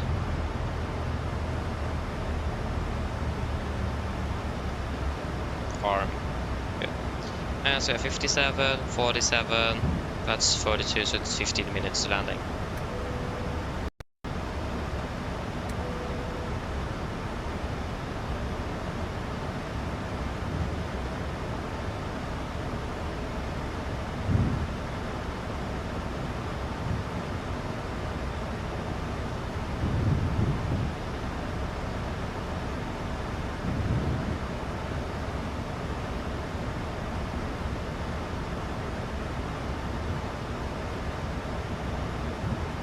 Nice, yes, very nice. Not bad. Starting to be the start out of Malpensa there.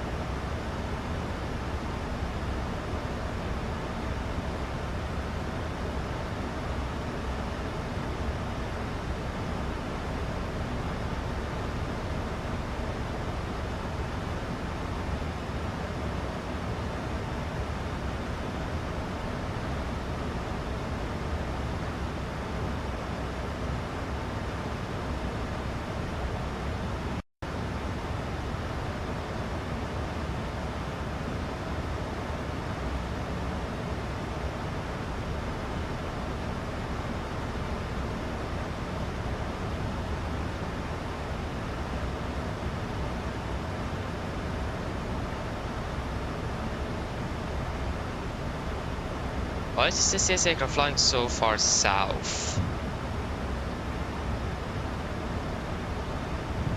I don't really think that star goes so far to the south. Maybe I'm wrong. Maybe I'm not.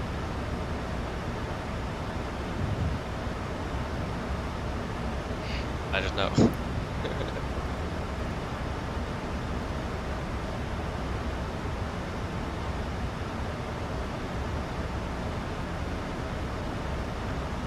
The Norwegian's going on holiday.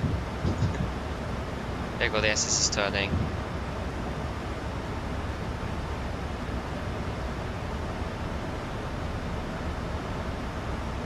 The problem here is that we are so close to each other.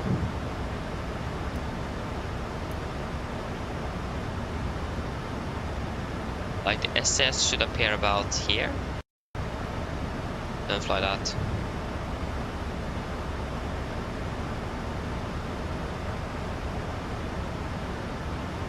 It took a very steep turn indeed.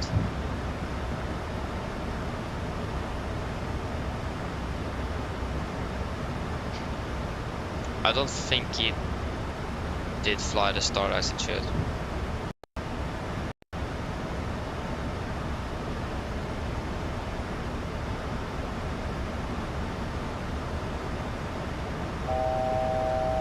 Fast to go, we continue to fly to 100.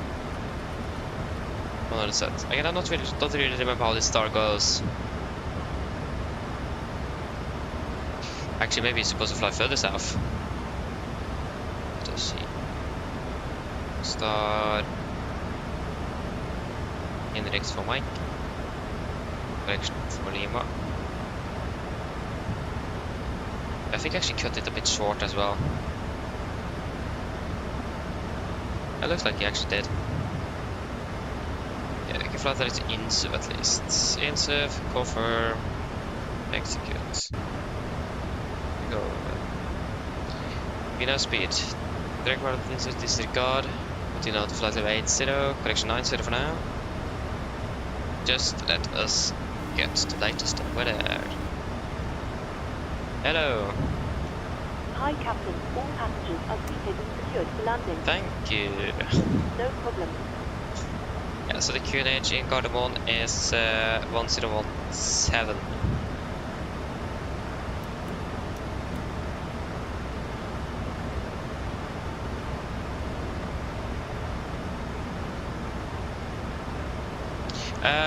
That's also something I don't really know. I mean, do really the 77 from PMDG have SATCOM at all? I haven't really checked up for that. I know that a few Norwegian aircraft does have row 44, but PMDG doesn't simulate row 44. So at least some Norwegian aircraft does have row 44, but that's the only thing I know.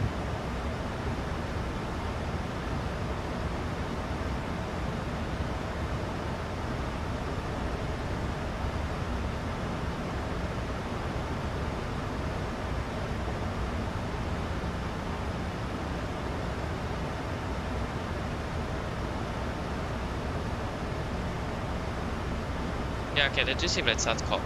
Yeah, I'm not sure. I know they're using like ARAC and so on, but I'm not sure if they're using SATCOM though. Maybe they do.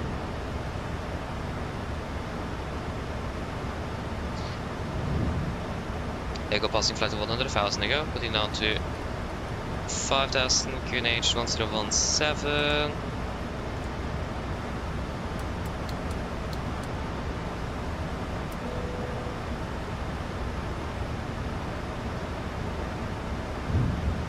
At least one thing I know is that they do have Wi-Fi on most aircraft, so.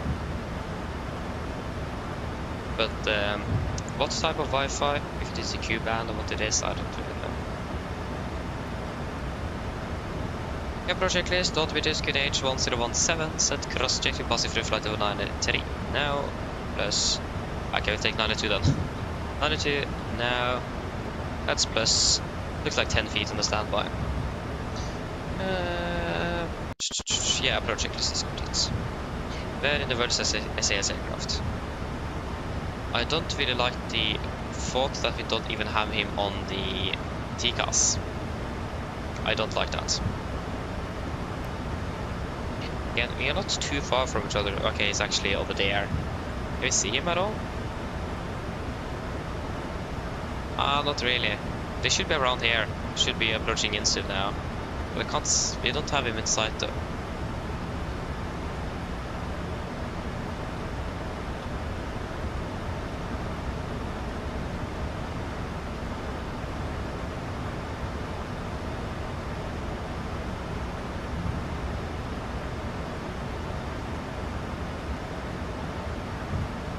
A little bit high, 500. I'll just extend some speed brake and that will solve that.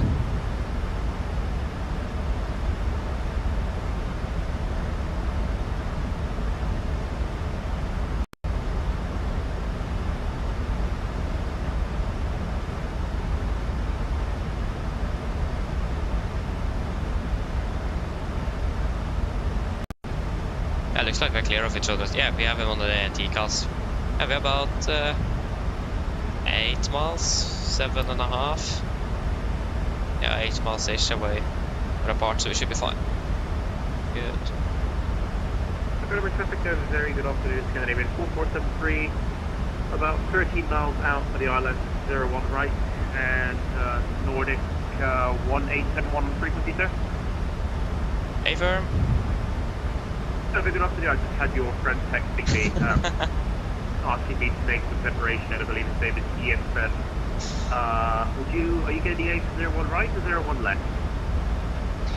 We are going for the still right. We have you on the TCAS here, and it looks like we're about 8 miles-ish apart, so we should be fine.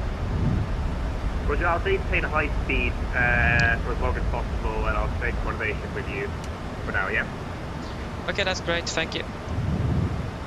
And I'll just send you a message on vPilot quickly. Would appreciate it if you could read it. Okay. Det är något vi får test. Får test sets.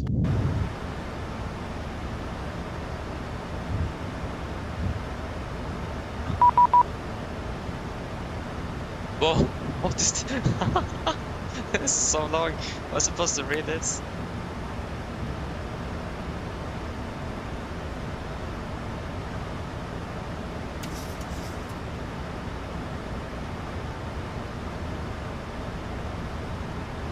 Okay, I will read it after landing. I don't have time before those... traffic, Scandinavian...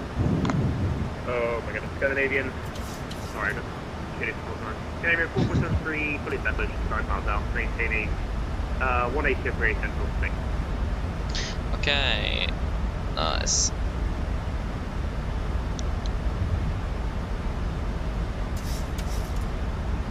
Yeah, go speed intervent. Flaps 5, speed checked.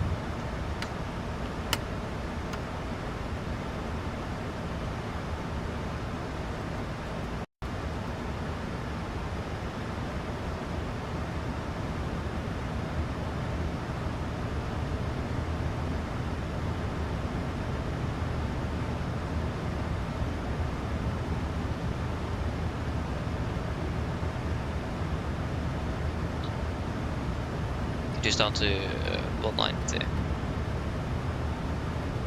Fast to go.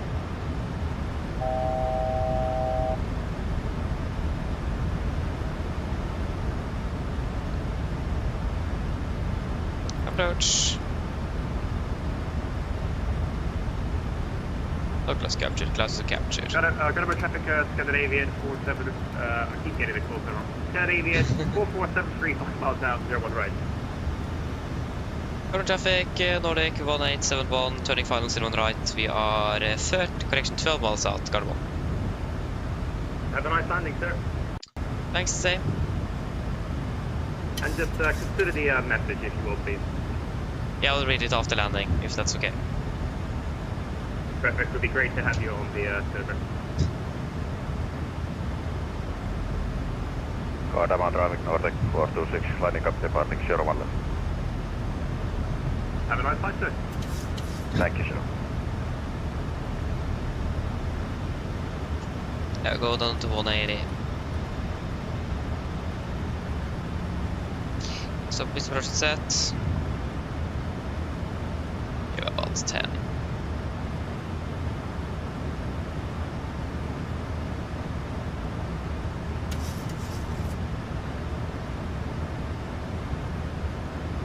Academy traffic notified 8 for pushing back.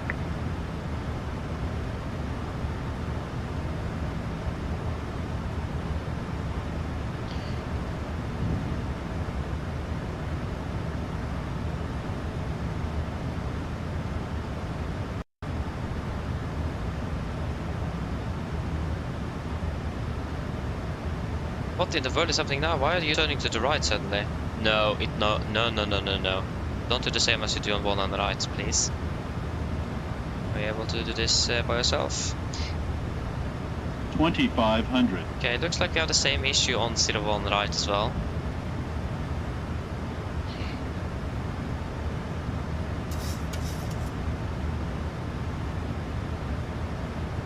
Okay, gear down. Flaps 15, speed.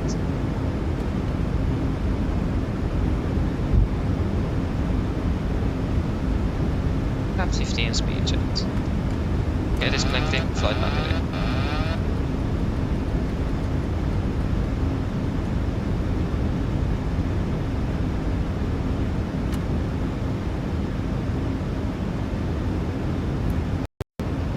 Cabin crew seats for landing, please. Landing checks to flaps. Chemical, given. Engine start switches. Continuous, speed brakes armed, landing down, flaps holding 15. Just configure. No. Gosh. Flaps 30 is speed checked. What's happening with this aircraft?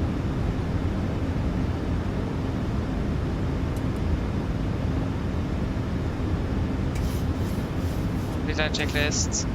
Flaps. Got a bit traffic to Scandinavian 4473. Third plan for the green line checklist. Thanks for the cooperation, Nordic 1781. No worries, thank you, have a great day.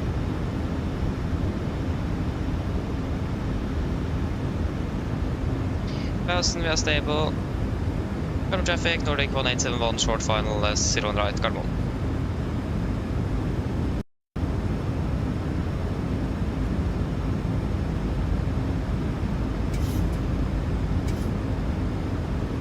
$1,000.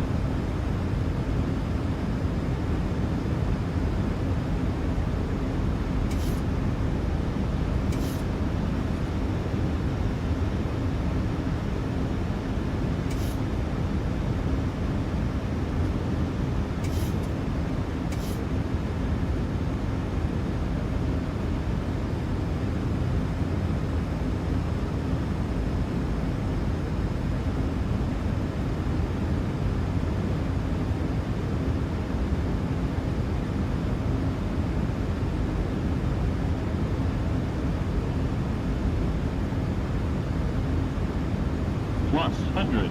Contact. 300. 200 minimums.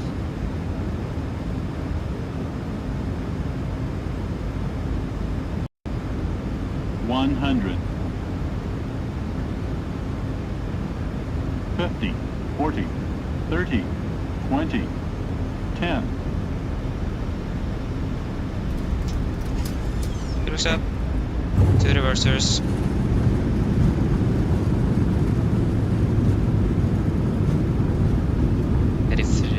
%, 100 knots,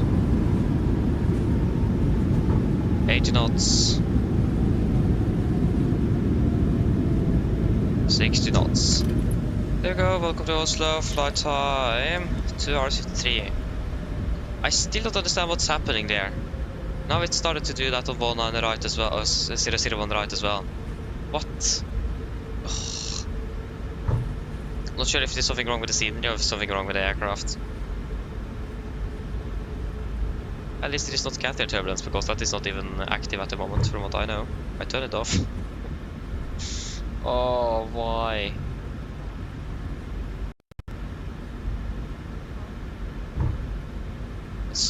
Aircraft was so hard to handle as well. I don't remember I've struggled so much with this aircraft before. What? Current traffic, Nordic 1871 runway 01 right vacated Carbon. Left clear, right clear. We take a left one on Tango.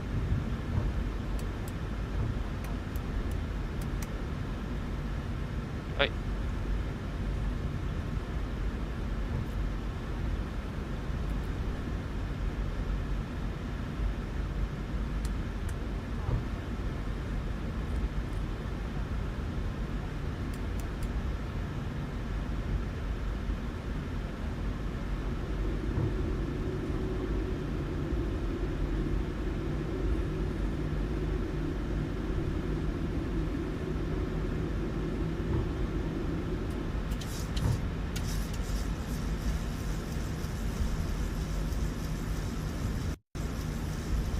Not really sure what the... Cardamom traffic log for right contact 701 left, Cardamom.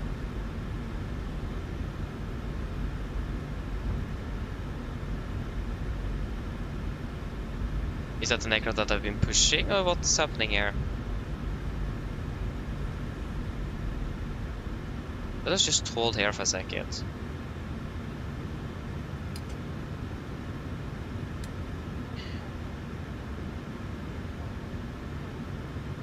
No, that's the SAS from Kirkenes. Yeah, you can just wait a little bit. I'm not able to pass him nevertheless.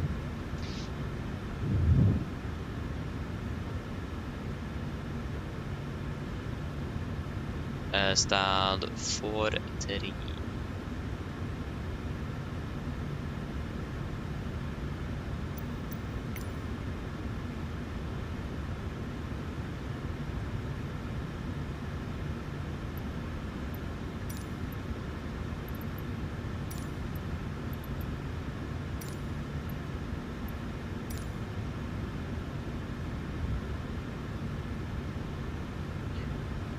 I mean, no worries though, Jesper, we can wait. We don't really have... we just radio him as well. But again, it is... we don't really have any... What's the correct word for that? I don't remember what the word for that is. Not stress at this, you have plenty of time.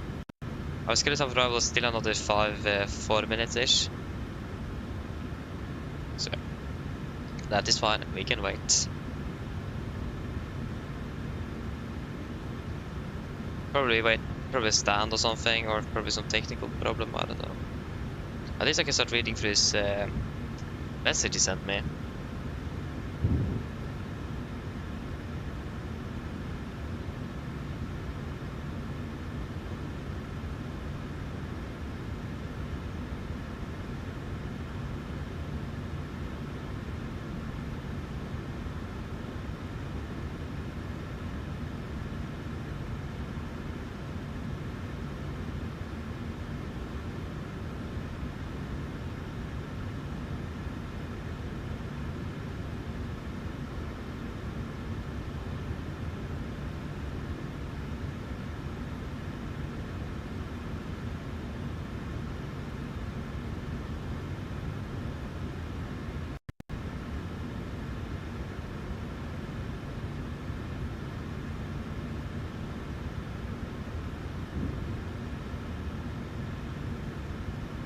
At least, actually, he's not arriving standing here. To be honest, he's not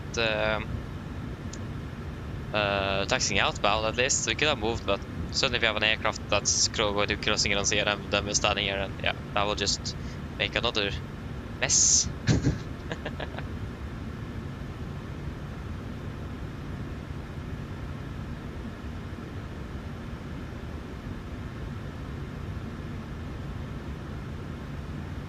Probably not a bad idea that we actually took tongue wear, because we don't really stand in the way.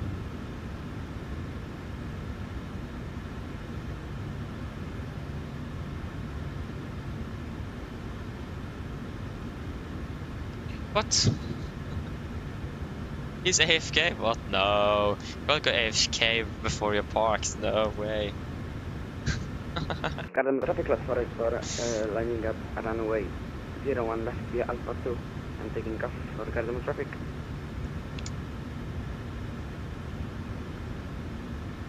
Again, we don't really have... I mean, this aircraft just going to Stockholm and all the crew afterwards. Dette litt noe her fremme fra cockpit. Akkurat for øyeblikket så har det kanskje merket at vi står stille. Grunnen til det er fordi det et SAS-fly som har stoppet opp på vei inn til parkeringen her fremme.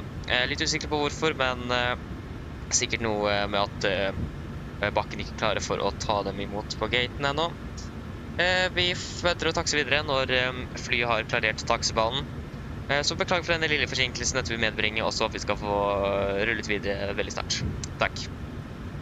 Ladies and gentlemen, quick update from flight deck. Spro notice we are currently standing still. There is currently an SAS aircraft standing on the taxiway at the parkings here.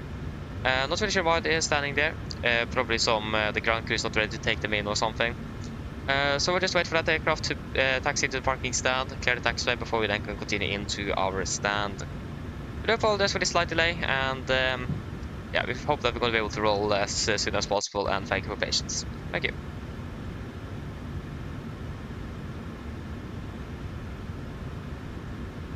I mean, we don't really have any... I got him in traffic, Scandinavian, 4173, apologies for that. That's something. That was on move again. Sorry. No worries.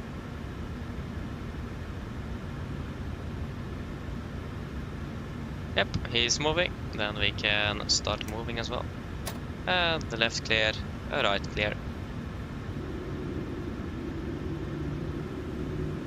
Again, this happens in real life as well, so we don't have any other flight to catch up after this, so I'm happy. We're not happy, but it is fine. I would love more situations like this to actually just stay and wait a little bit because of traffic that didn't be cleared or something. It really happens.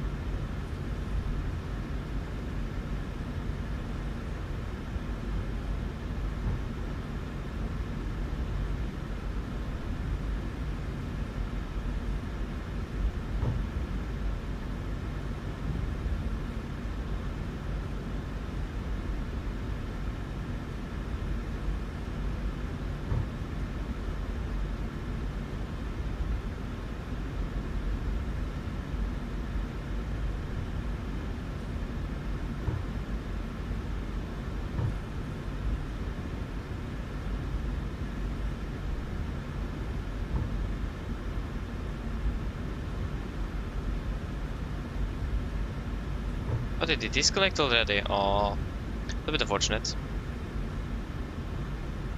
I wasn't really able to send him a message back.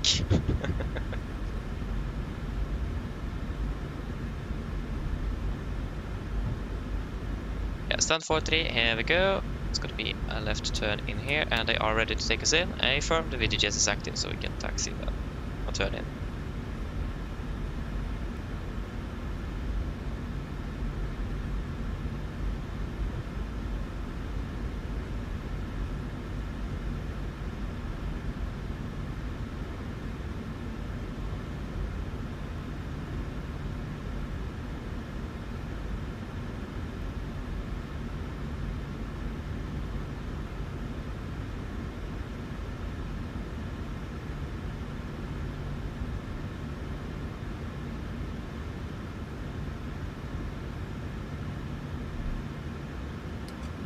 Go park brake set, shut number 2.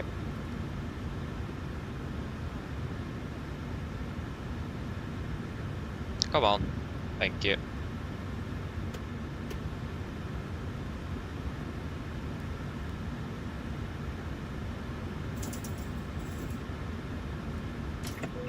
There we go, shut number 1.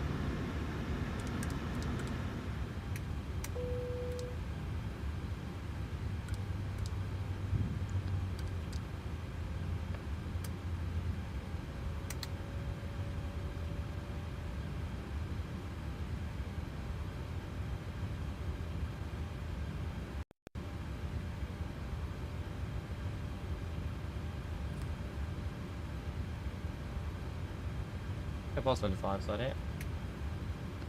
Ground Torstai cockpit. Oh. Why aren't you working? Thank you. 7,000.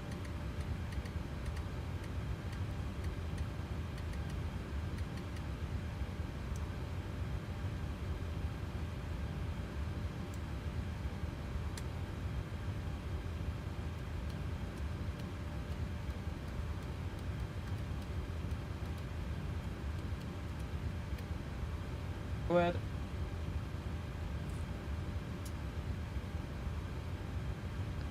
Hi Captain, microphone check please. Read it out and clear. Roger. OK Captain, ground power is available. Stand by, VLL start getting you offloaded in a couple of minutes. Roger.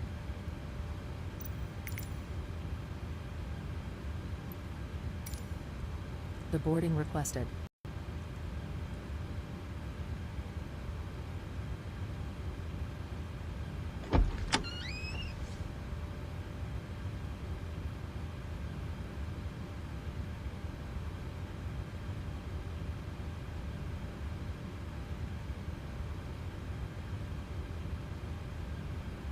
Oh.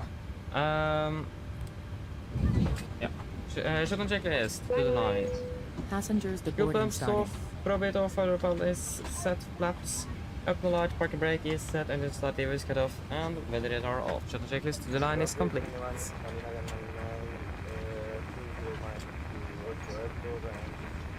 Oh no, I got to check the flight path.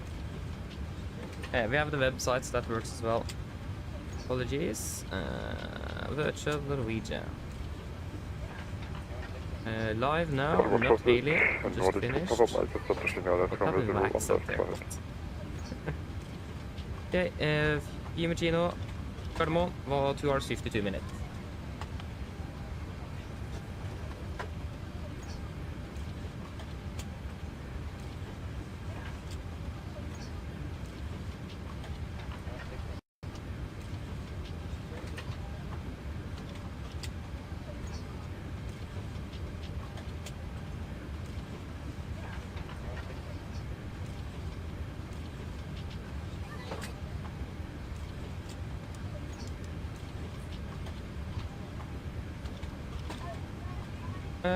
Shuttle checklist bloodline, technical completed, DFB is completed, shuttle checklist complete. Yes, but yes. I'll answer for that is yes. That's my answer.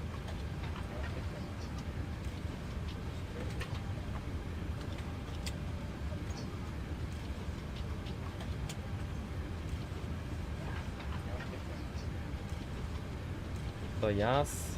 Yes. Yeah, no, pretty much finished then. And nothing really more for us to do. Except for leaving the aircraft.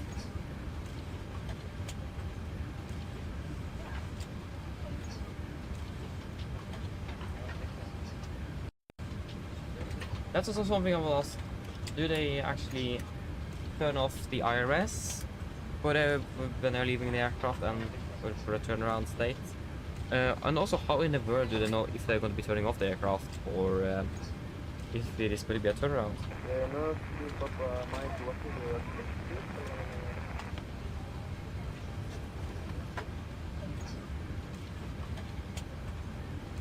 Yeah, so IRS off before crew change. That's something I need to find out. Yeah, we'll check that. You just wait for GSX to finish deboarding the aircraft. We'll just wait for that. I hope this. Hope the next crew is not in a hurry to get this airframe. Otherwise, we do have a problem. Room hotel, flying to Stockholm. Ben. Oh no, they are departing in 47 minutes. Yeah, they have plenty of time now. It doesn't take 15 minutes to deboard. Hopefully.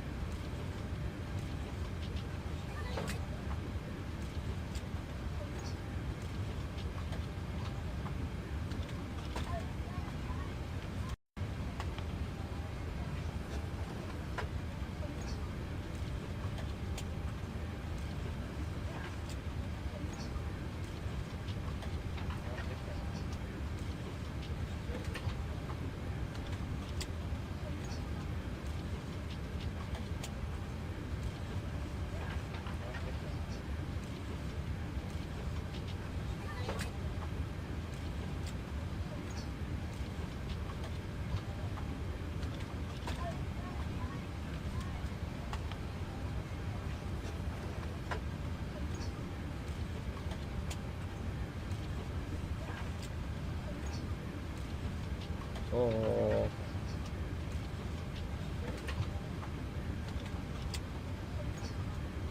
Yeah, we're going to be flying tomorrow as well. We're starting an hour later, flying to Trondheim. Flying five flights between Oslo and Trondheim tomorrow. We're ending the day in Trondheim, and then we're dead heading home back again on the next flight with the same airframe, the aircraft. So we're not staying in Trondheim, unfortunately. We're going to be dead heading home the same day. They're going to be flying tomorrow to and from Trondheim. Again, 5 flights, so it's going to be a bit tomorrow. A little bit more flights than today. And of course, ours is just that online. Thank you for that. Roll Torstai cockpit. And it's finished with baggage. Just waiting for passengers.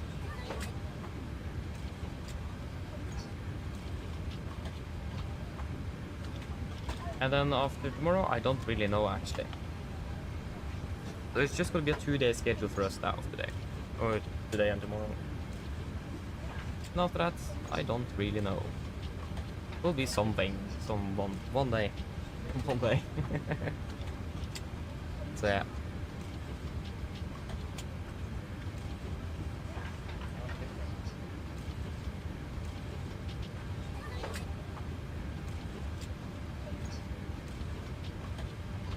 It looks like it might be raining earlier later today. Not really looking promising on that side.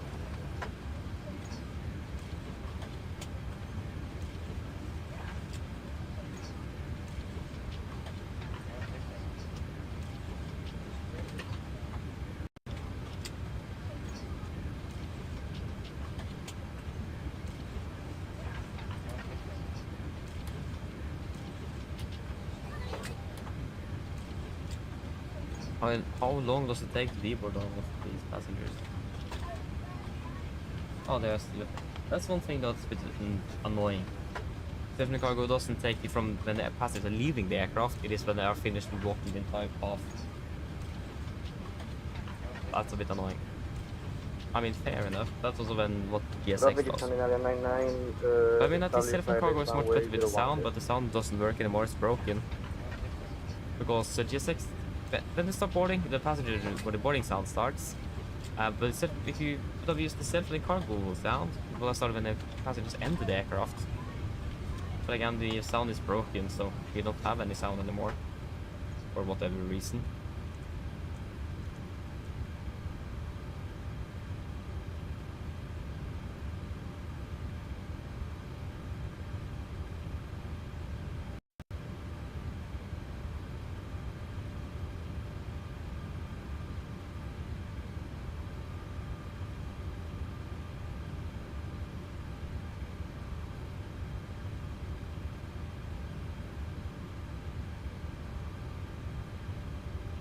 Can we please get the replacement for GSX?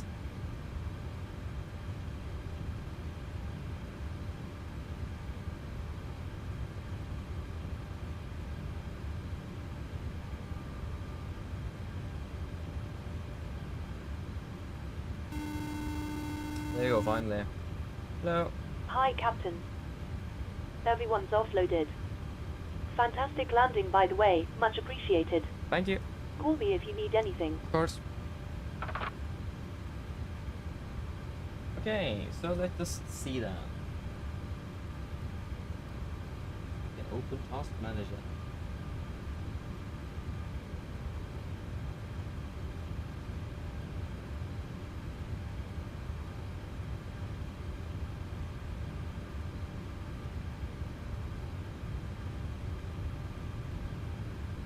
Okay, so we have 22 FPS at the moment, and task.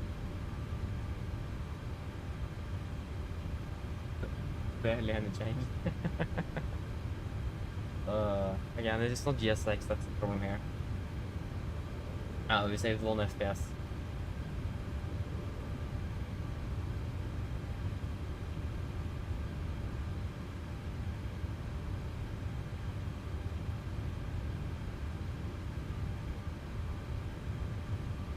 Yeah, again, it is mostly, from what the user that suggested that was some memory fragmentation or something like that.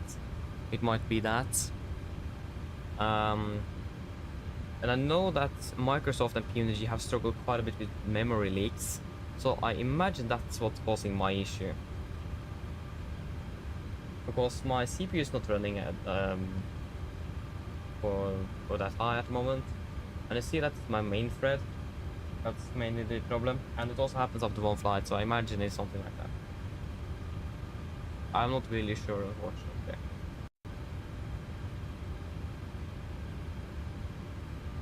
It's quite annoying. Whoa. Guess shall we leave the aircraft then? Take with us you. And oh, yeah.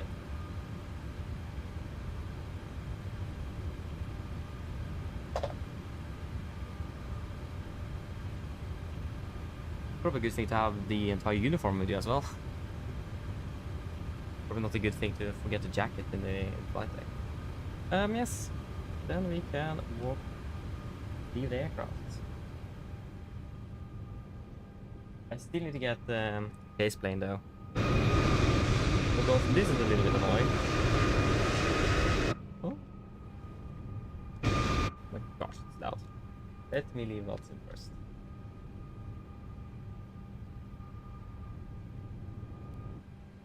Much better.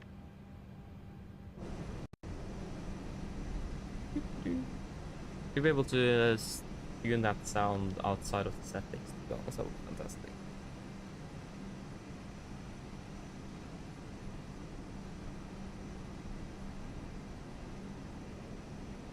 Jag vill bli spitsbyste.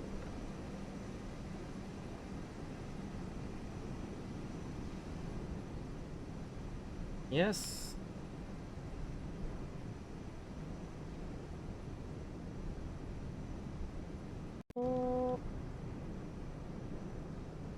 That was a nice escalator there. Yeah, I could just leave here actually. Look at this beautiful aircraft. But yeah, we should be back again tomorrow, flying Trondheim. Unless actually we were actually supposed to fly to Split today, so but we didn't have Econo members yet, so we ended up with Rome instead. So the backup is basically Bergen, so it's the same schedule with the same times. So yeah, should be Trondheim tomorrow hopefully. But yeah, again that was it for today. I hope that you guys have enjoyed this one. Hope to see you all again on the next one. So have a great day. See you all next time. Bye bye.